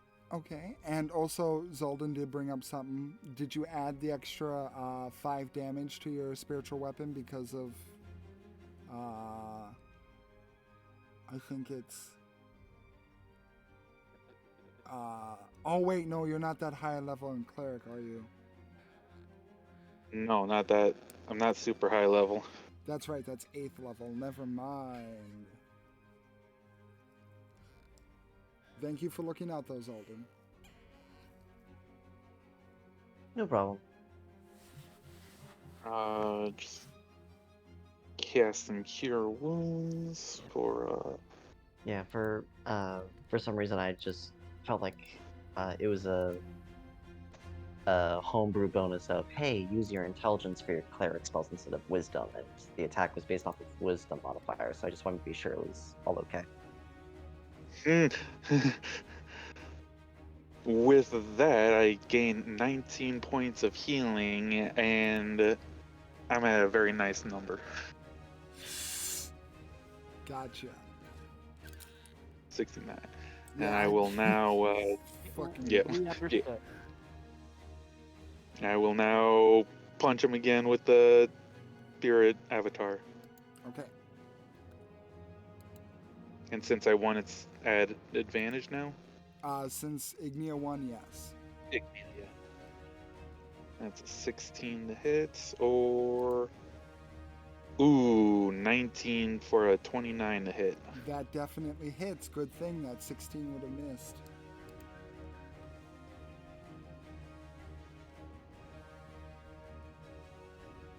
For another 10 points of force damage. Punch and Okay. damage. Yeah, he's looking rough, but there's he's this is a chunky boy. Roll me an intelligence check.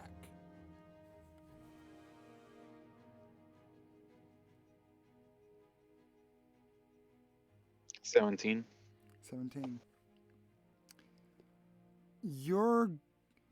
This fight, you can deduce just by you guys going back and forth, is gonna go on for a while. This boy, without your armor and without Boxbot's additional help, this is gonna go on for a little while.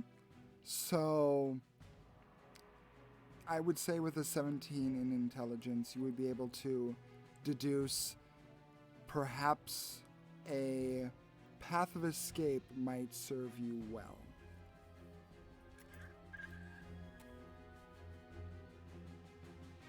I do a quick look around in my area to see where am I exactly? Roll an Arcana check.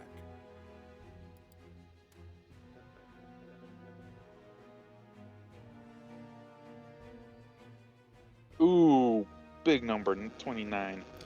You are currently in a space between spaces. This is where you helped Estelle when she was doing her Fey portal teleportation, and this is the space that you were helping guide her through so she didn't teleport somewhere bad. So right now you're in a realm of possibility, which could be used in your favor if used correctly.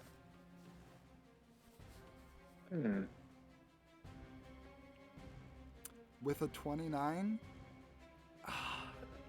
I would say that you are positive that because right now you are being tug of war between two entities essentially, and one has a grip on you, breaking that grip would get you where you want to go. How you do that? Possibly a spell, possibly evasion, possibly both. But with that being said, it is now the start of the next turn. There's a 27 from Magnolia. And that is a natural 20 from Ignia. Okay. Fuck. Okay. Way to break my own combat. He doesn't get a turn. Passeth, it is now your turn.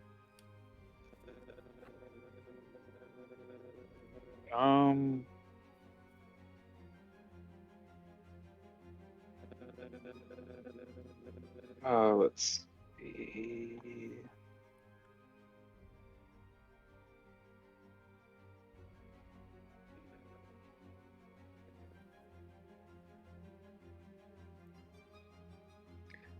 Here we go. How about this? Dang, do I even have any rope?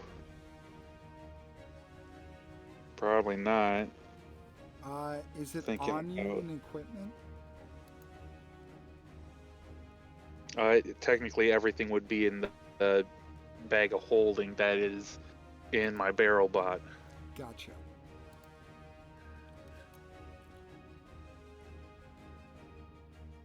Dang, can't really do that. Can I do this then?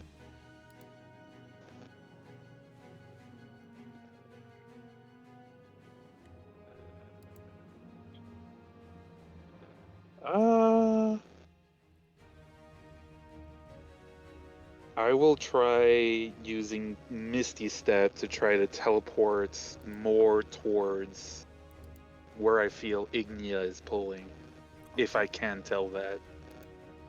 Okay. Roll me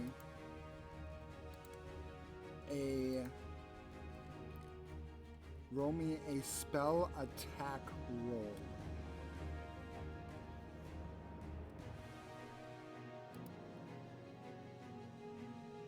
$24. 24.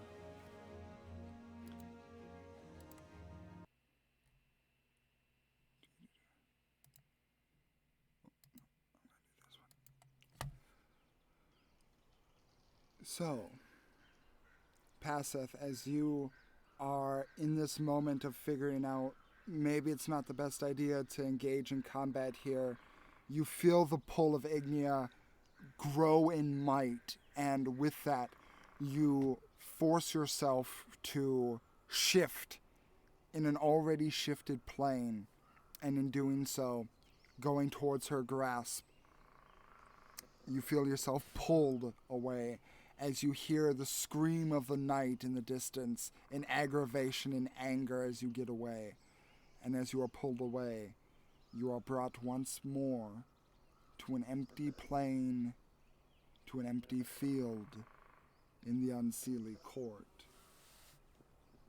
Before you, standing Ignia, and with her, this time, Iggy.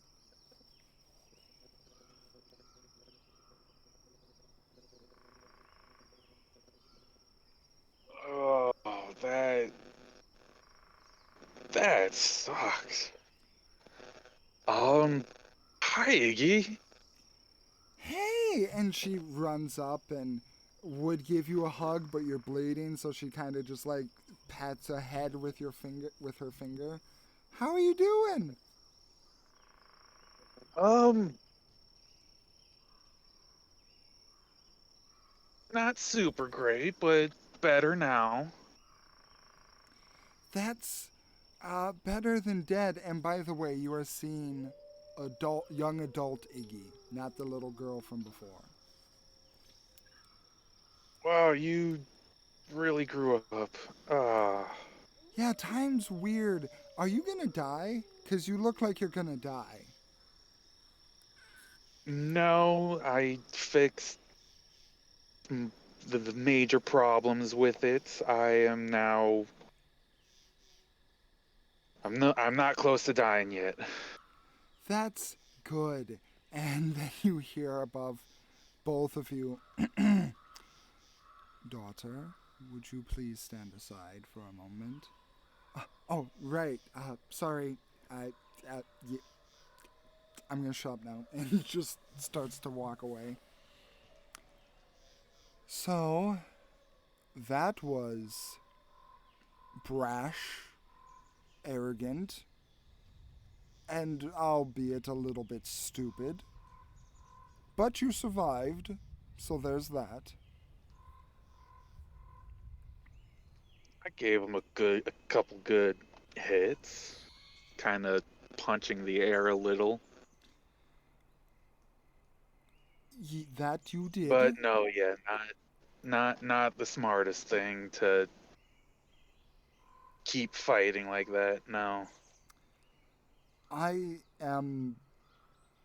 And on the one hand, you did grant me a victory over one of my sisters, which is, albeit a very interesting boon, but I was not expecting any of this. I believe I just talked to you.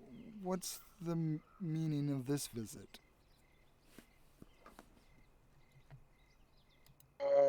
Wasn't expecting that kind of reaction from her, so I am sorry. And it kind of came to a decision about the thing I wanted to talk to you about. Oh, That I wasn't sure if it was a good time or not, and and you have decided.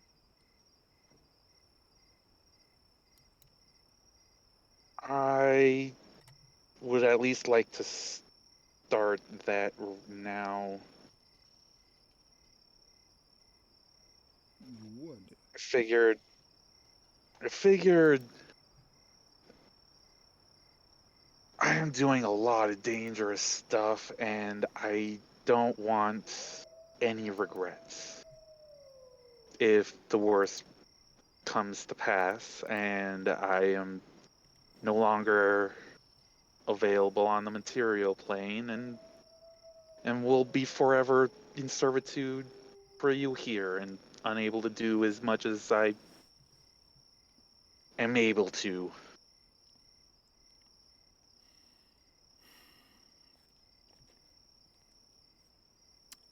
I understand. So I've come with an apology and gift.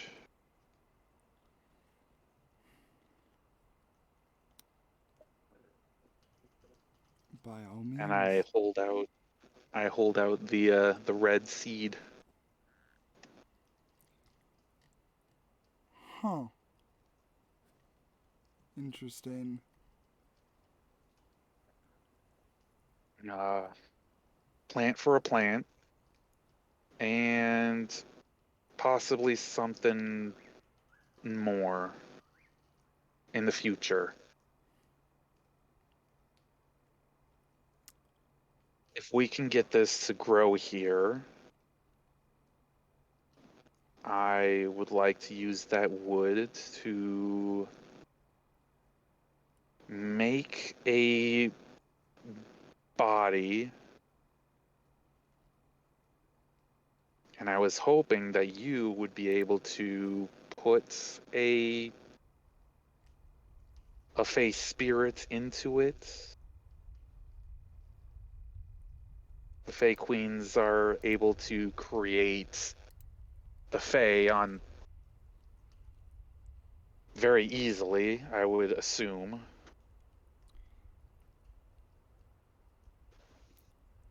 Paseth, are you trying to court me via plants? I know it's not. I can't put this any other way, but I kinda am.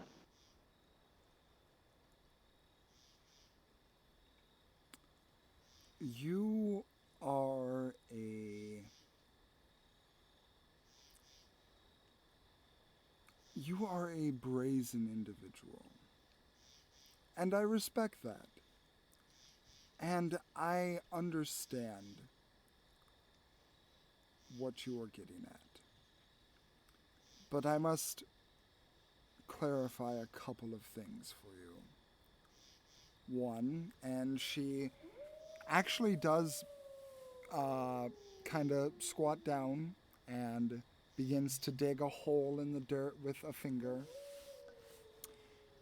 You did not steal a plant from me, so this is not a one-to-one apology. And she puts the seed in the ground and begins burying it with one finger. Two, the apology is not necessary, as you have taken up a cause that I've asked you for, and it has costed you a good deal.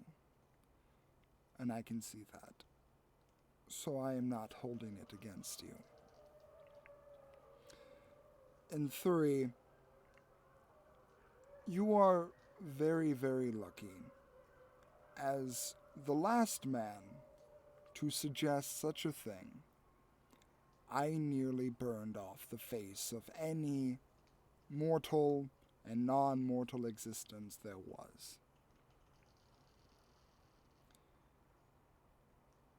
You are, without a doubt, the luckiest individual to exist, bar none. Be proud of that.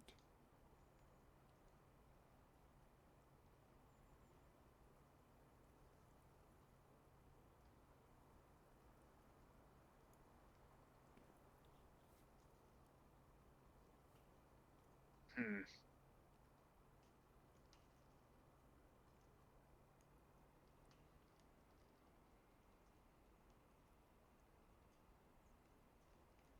Yeah, a lot of stuff makes me feel a little unlucky.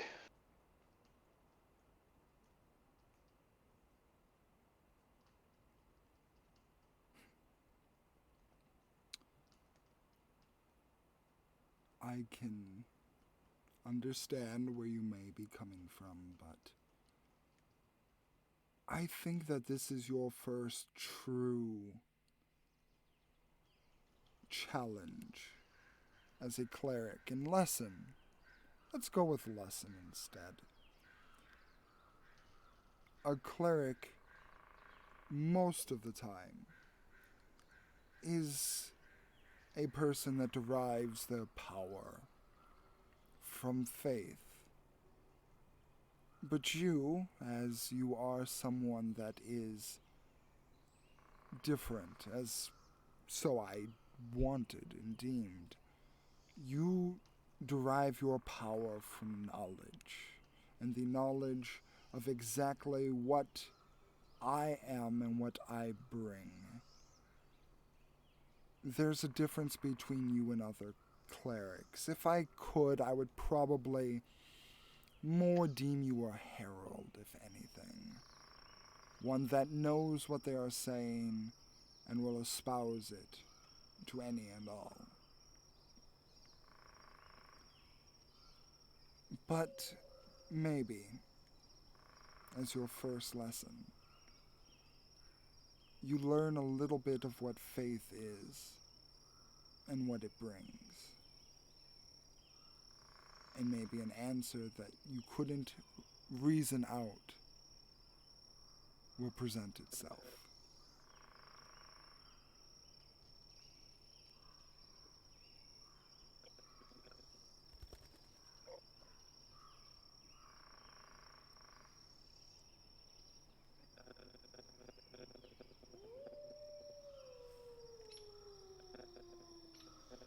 Passeth, if you're talking, I cannot hear you. I'm not talking. Okay. Takes a little bit to think of what to say next. No problem. I just Um, saw your light go on. I'm like, oh crap, I hope he's not talking. I was also distracted by someone, outside forces. No problem. Um,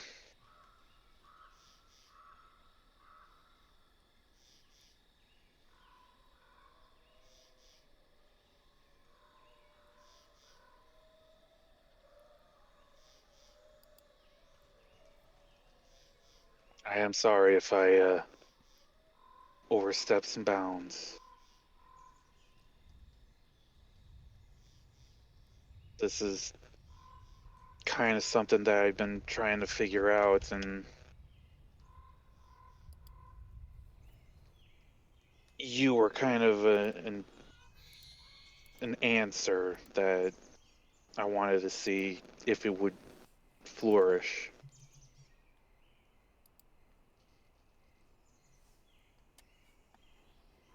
Probably the first thing that I've come to know as a possible answer.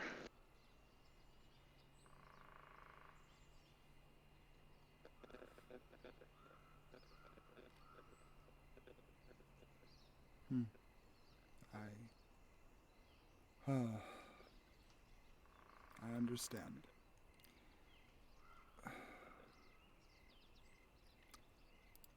Passeth, what is it now at this point in your life that you want out of anything?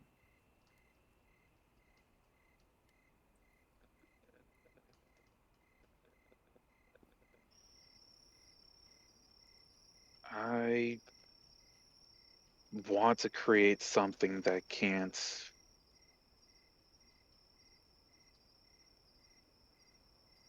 be shut down or dies when I pass away.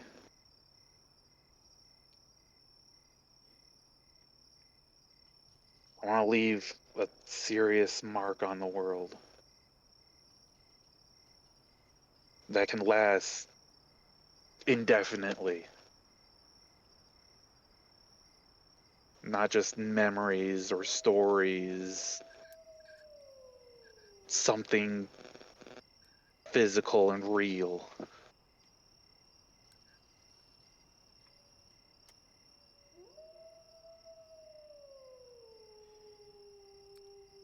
If if legend is what you are looking for, and she looks out to the land before her and back down to you, I see exactly that. So close within your grasp. There just needs there just needs to be a few more steps. In that I know, and in that you should take comfort.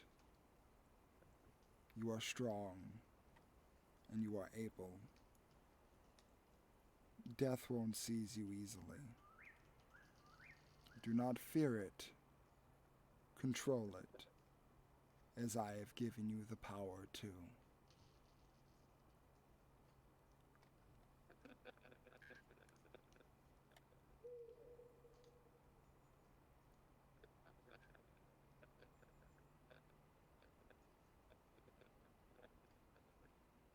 I give her a solemn bow.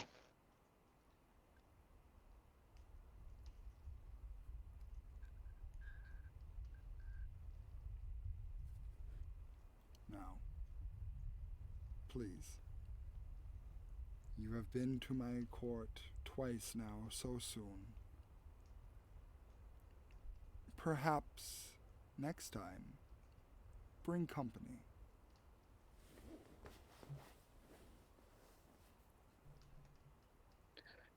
She might come on her own. I'm being very truthful with her and not manipulating her choices, so it's on her own decision to come here. It's her life, her choices, her destiny. At that, there is a little bit of a locking of the jaw that you can see from the Unseelie Queen as she looks down at you.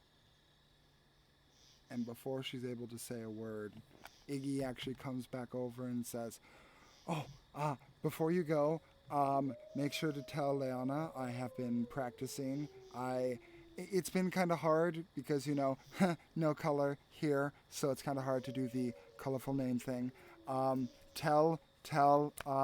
And she starts slapping the both sides of her face a little bit as she's trying to think really fast.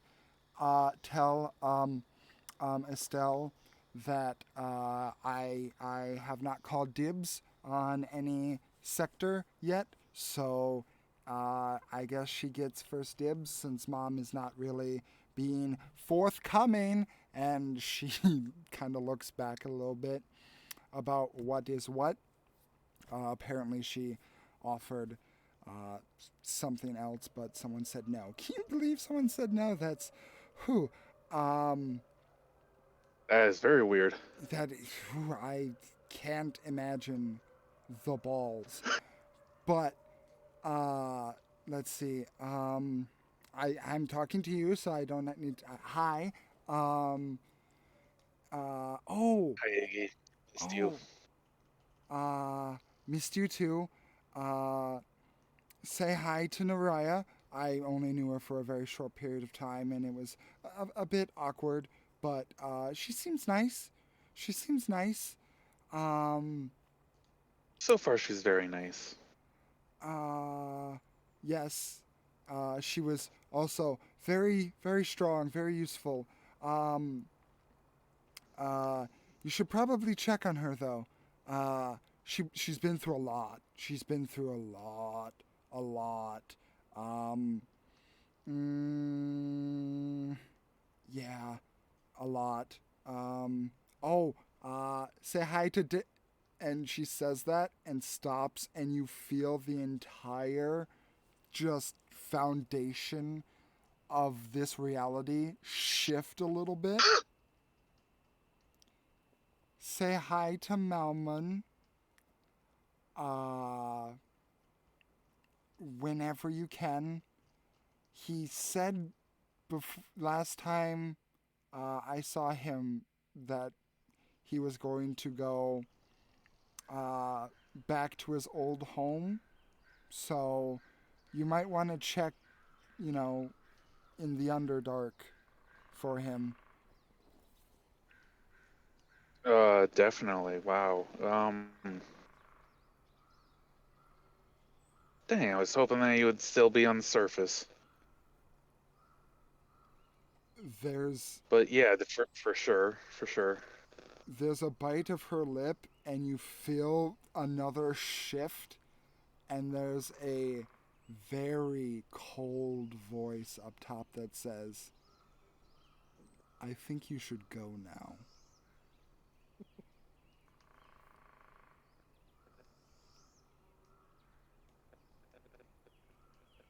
Yes, ma'am. Right away, ma'am. In an instant, you are out of the Unseelie court once more, and you are placed in front of the portal that you have entered, or you used to enter. It's cold.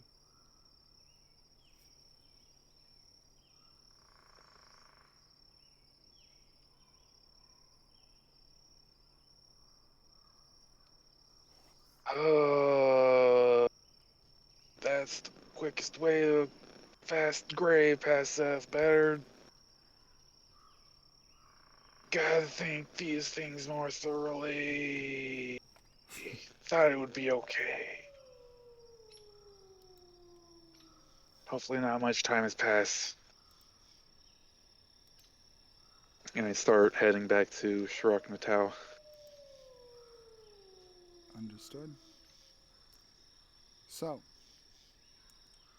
as you guys have taken the time for day one of your downtime to get a hold of yourselves and figure out a few things on your own, to fast forward a little bit, the evening goes by without issue, and you guys are all able to find rest of your own accord, whether it be at Laurel's or in a more secluded area of Shirok Natal. It is easy enough. The surroundings are safe, and the resources are plentiful. And after a rest, well, I guess I shouldn't skip that far ahead. Is there anything that you guys wanted to do or where you wanted to be as you rest for the night? If it's okay with you, Liana will probably go ahead. But after that sparring session, Naraya's just gonna train by herself for a while because that spar kind of put into perspective, like, oh, she's probably not as well prepared as she thought, and that kind of makes her nervous. Understood. Lana would go back to her meditation and try and focus on what has changed.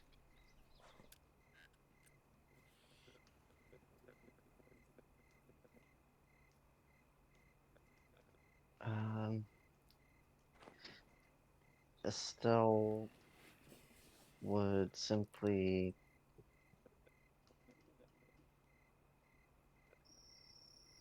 try to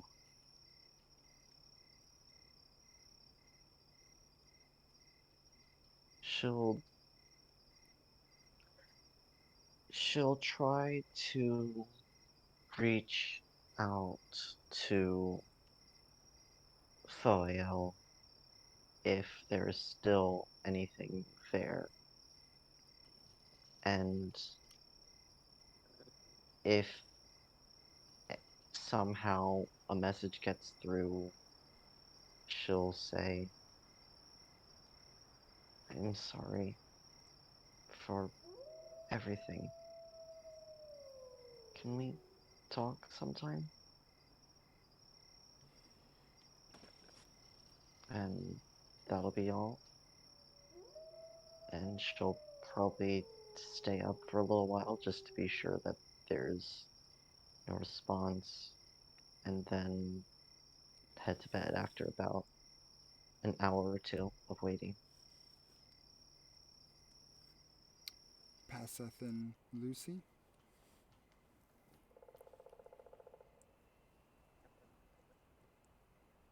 Other than keep working on the same projects. No, I don't have anything. Okay.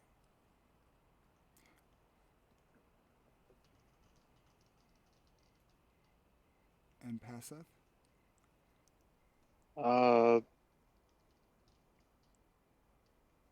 After all of that, probably take like an hour of just sitting there, looking visibly cut up in Laurel's house.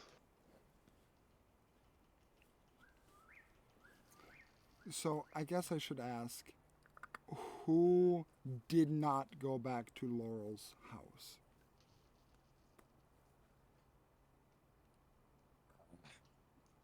Well, since nowhere out in the wilderness is actually outside the city, Drager's going to find a grass-free spot, maybe in a training zone, and he's going to sleep there. Okay.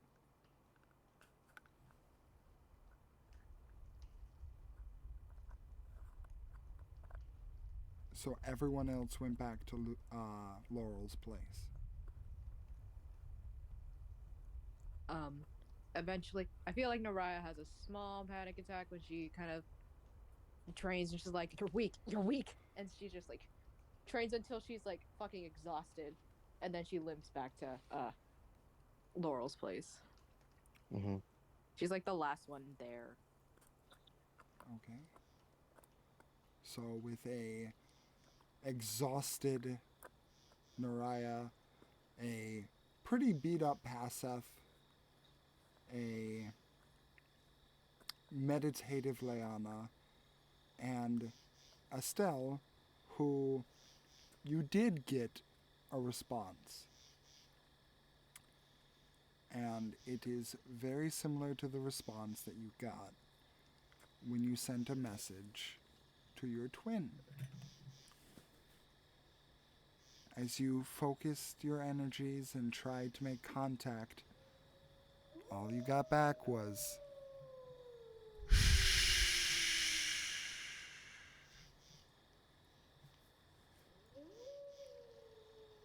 I hope my mic picked Uh, that up. Unfortunately, your mic did not get Damn it! I heard like a Yeah, it was just a shh noise. Yeah, it was just a shush. Oh. Oh. Like someone would put their finger in front of their lip and go shh. Now that's creepy. Probably. What is going on with them?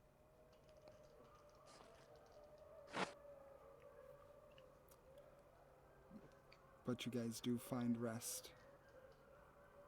And you are able to all get a long rest. So, anyone who is injured or missing any resources, you do replenish. And Lucy. Yes. We will end the night on you. As you wake up and you find yourself well rested. Despite not sleeping on any bunk, your body is well acclimated to dealing with any kind of rugged terrain, and this terrain is not even close to the worst you've had to deal with. But there are two new additions to your person.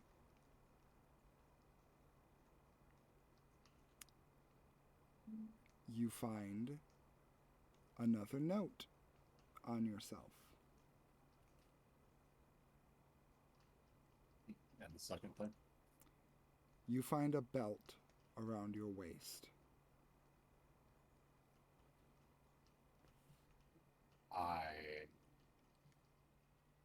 What does the belt look like? The belt looks like. Give me a second.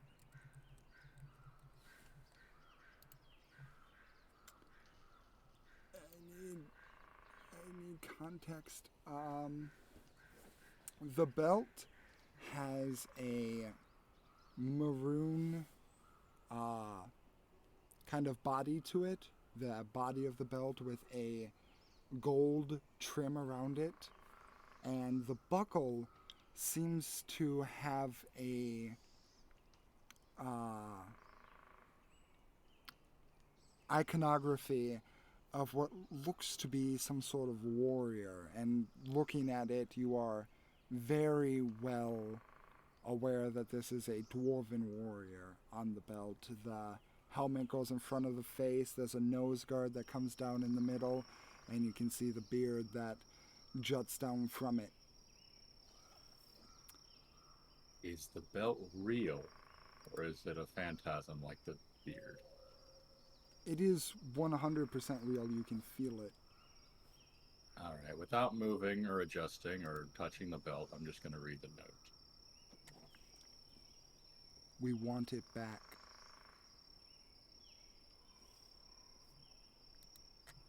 Do I know what the belt is?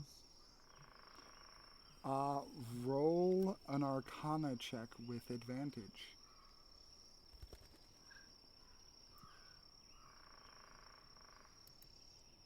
16. 16. You've heard of this item. It's not a one-of-a-kind kind of item. It's not like, oh, this is the legendary sword of Gryffindor or something like that. It's a magical item that has been produced a number of times by your people, specifically the dwarves of the mountain. You would recognize this as a belt of dwarven kind. I would like to carefully get up and scan my surroundings and see if anybody's around. Roll a perception check.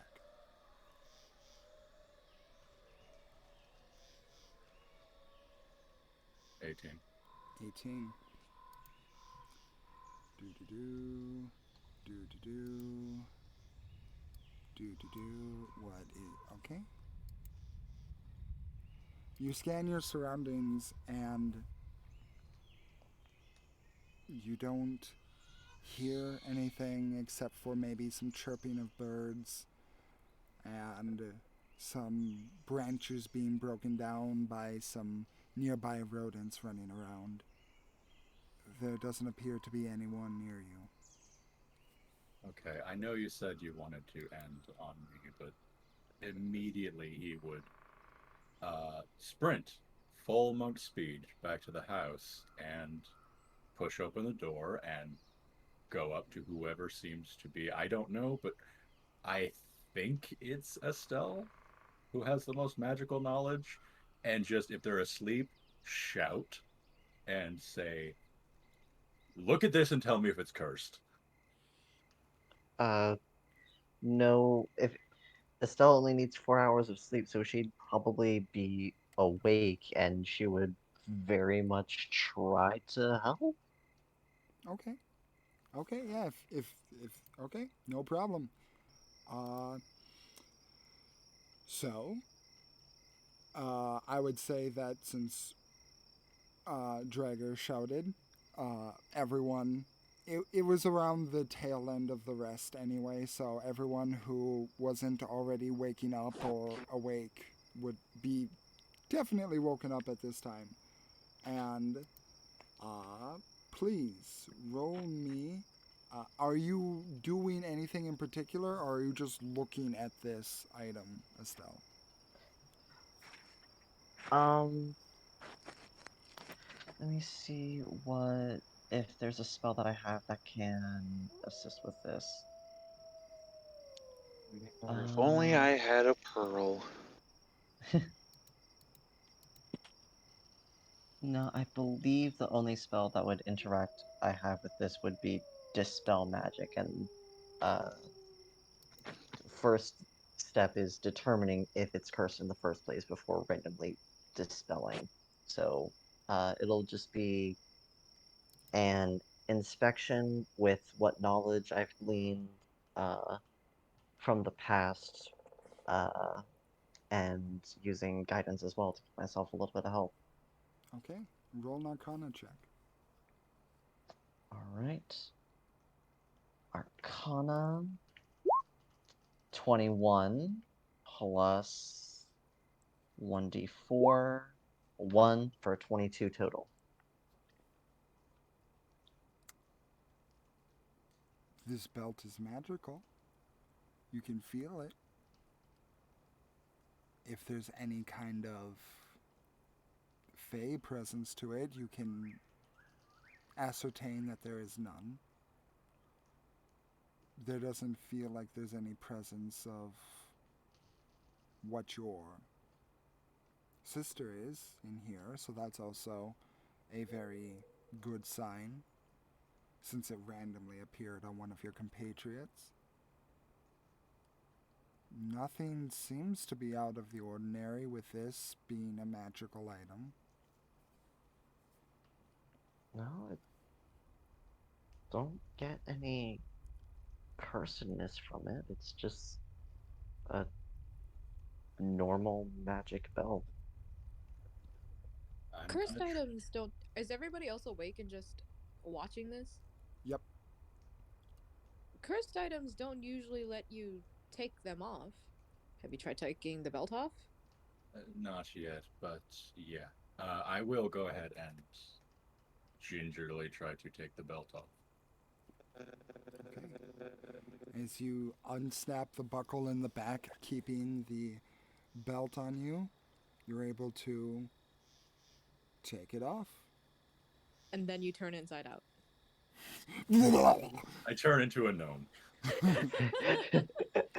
Last time somebody turned into a gnome, that was a good thing. Voila, you are now a grung. Hey, that's a good thing. Congratulations. I wouldn't hate that. But just to be safe, are you able to dispel any hidden effects that might have been laced on top of this? Anything hidden by the belt's enchantment? I Give it can to me. try. Give it to me. Yeah, the first person who seems confident, I'll hand it to them. I will take it and put it in my chest cavity for later. My bag of the chest of holding. Literally. Oh, so you just straight up take it, and that's it. You don't do anything with it, you just stow it. Yep. I love it. It's like, yeah, I can do it. Yeah. There's just a long. He does that thing where his bottom teeth are clearly like pressed behind his bottom lip, so like it really stretches out the cleft chin, like a tight. It's like, you know what? I'm okay with that. That's perfectly fine with me. Wait. if you're just going to stuff it away somewhere, I want to see it. I could use something like that. Do we even know what it is? Assuming that I do, like, I'll tell him what it's supposed to be. That I don't believe that it is, but I will tell him what it's supposed to be. You know, the belt of Dwarfenkind increases your. I guess there is no needed way for an in-world version because it's a legitimate word, but it increases your constitution. Mhm. Oh, I thought this was a belt of. No, I'm thinking of the belt of giant kind. Yes. That would be a harder parting. But either way, it would have been parted with because this is not getting too out of character. But Oh, yeah, no, it's suspect as fuck right now. This thing. Mhm. Hold on. I'd have to look up the item. This thing makes you grow a beard too, huh? Yes. Oh Yes. yeah. Yeah. Never mind. Hard pass. He knows this, but he's not really concerned about that right now. I'm concerned that it appeared with a note. I'll mention that too. I'll show them the note, but it's the same thing as before, just more as another one appeared on me while I was sleeping. Do you know who would be doing this and why? I wouldn't be able to know who specifically put it here. Do you think the note is referring to is a beard? I doubt it. What would the it be? It could only be my key, as far as I know. I've taken nothing else from them. And that's a part of you. How it could is a part of me.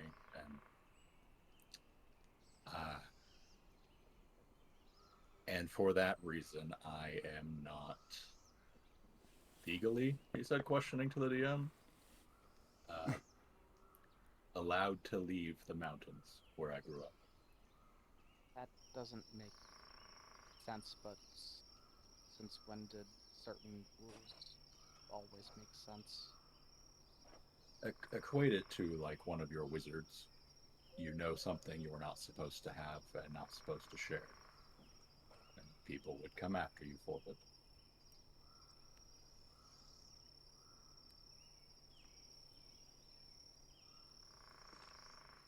Why they would give me a magical belt for any other reason than a trap, I couldn't say. Wait, you said that this grows a beard? It does, but I doubt they would give me that much of an enchantment just for an insult. And when we were at the inn, there was markings on your face to resemble a beard. I have since seen my reflection, yes. That seems to come off. So, Did his knight with the belt at all give him a little bit of stubble? You would have to attune for that to work. Ah, okay. So it was on for less than an hour. No. Or it wasn't a conscious attempt. It wasn't a conscious attempt. Never mind. Yeah.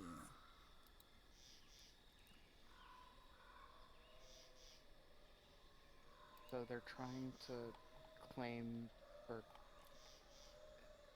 Forgive me if I'm just projecting and or making a way too completely wild guess, but they're saying you're not dwarf enough, and they want you to be a proper dwarf with a beard, and saying return to the mountains as a proper dwarf. That could be the message. But I'm fairly certain they would know that I'm not going to accept that message. So all they would be doing is giving me more power.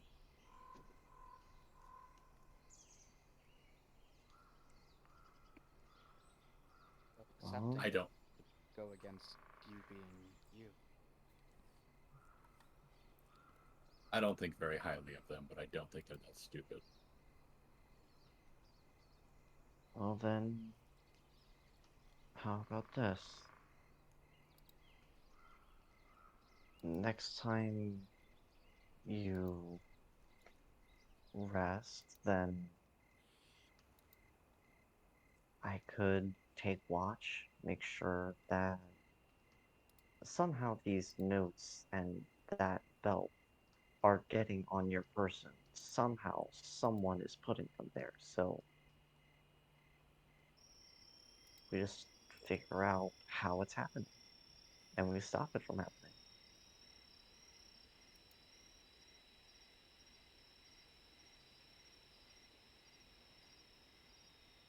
Yeah.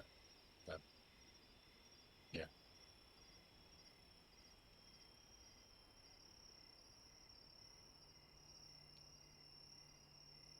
Oh no.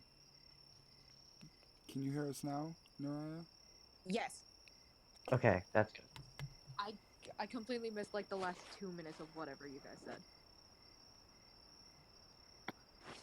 Or maybe 3 minutes. Basically, just watch out for Lucy next time they go to sleep and try and find out who's doing this. Yeah, okay. Speaking Set up of, a wash rotation. speaking of which, because the roll's a 9, and everyone in the party has a passive perception above 9,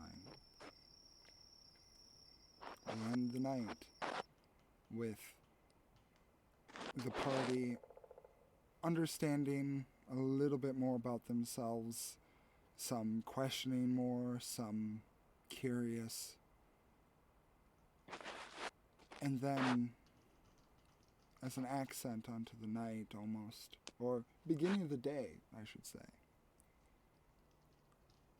a whisper crawls across the room as even Laurel looks confused hearing it, almost instinctively looking at Estelle, but the confusion remains as you all hear simply, "Mommy?" Not again! Not again! And that is where we will end the session.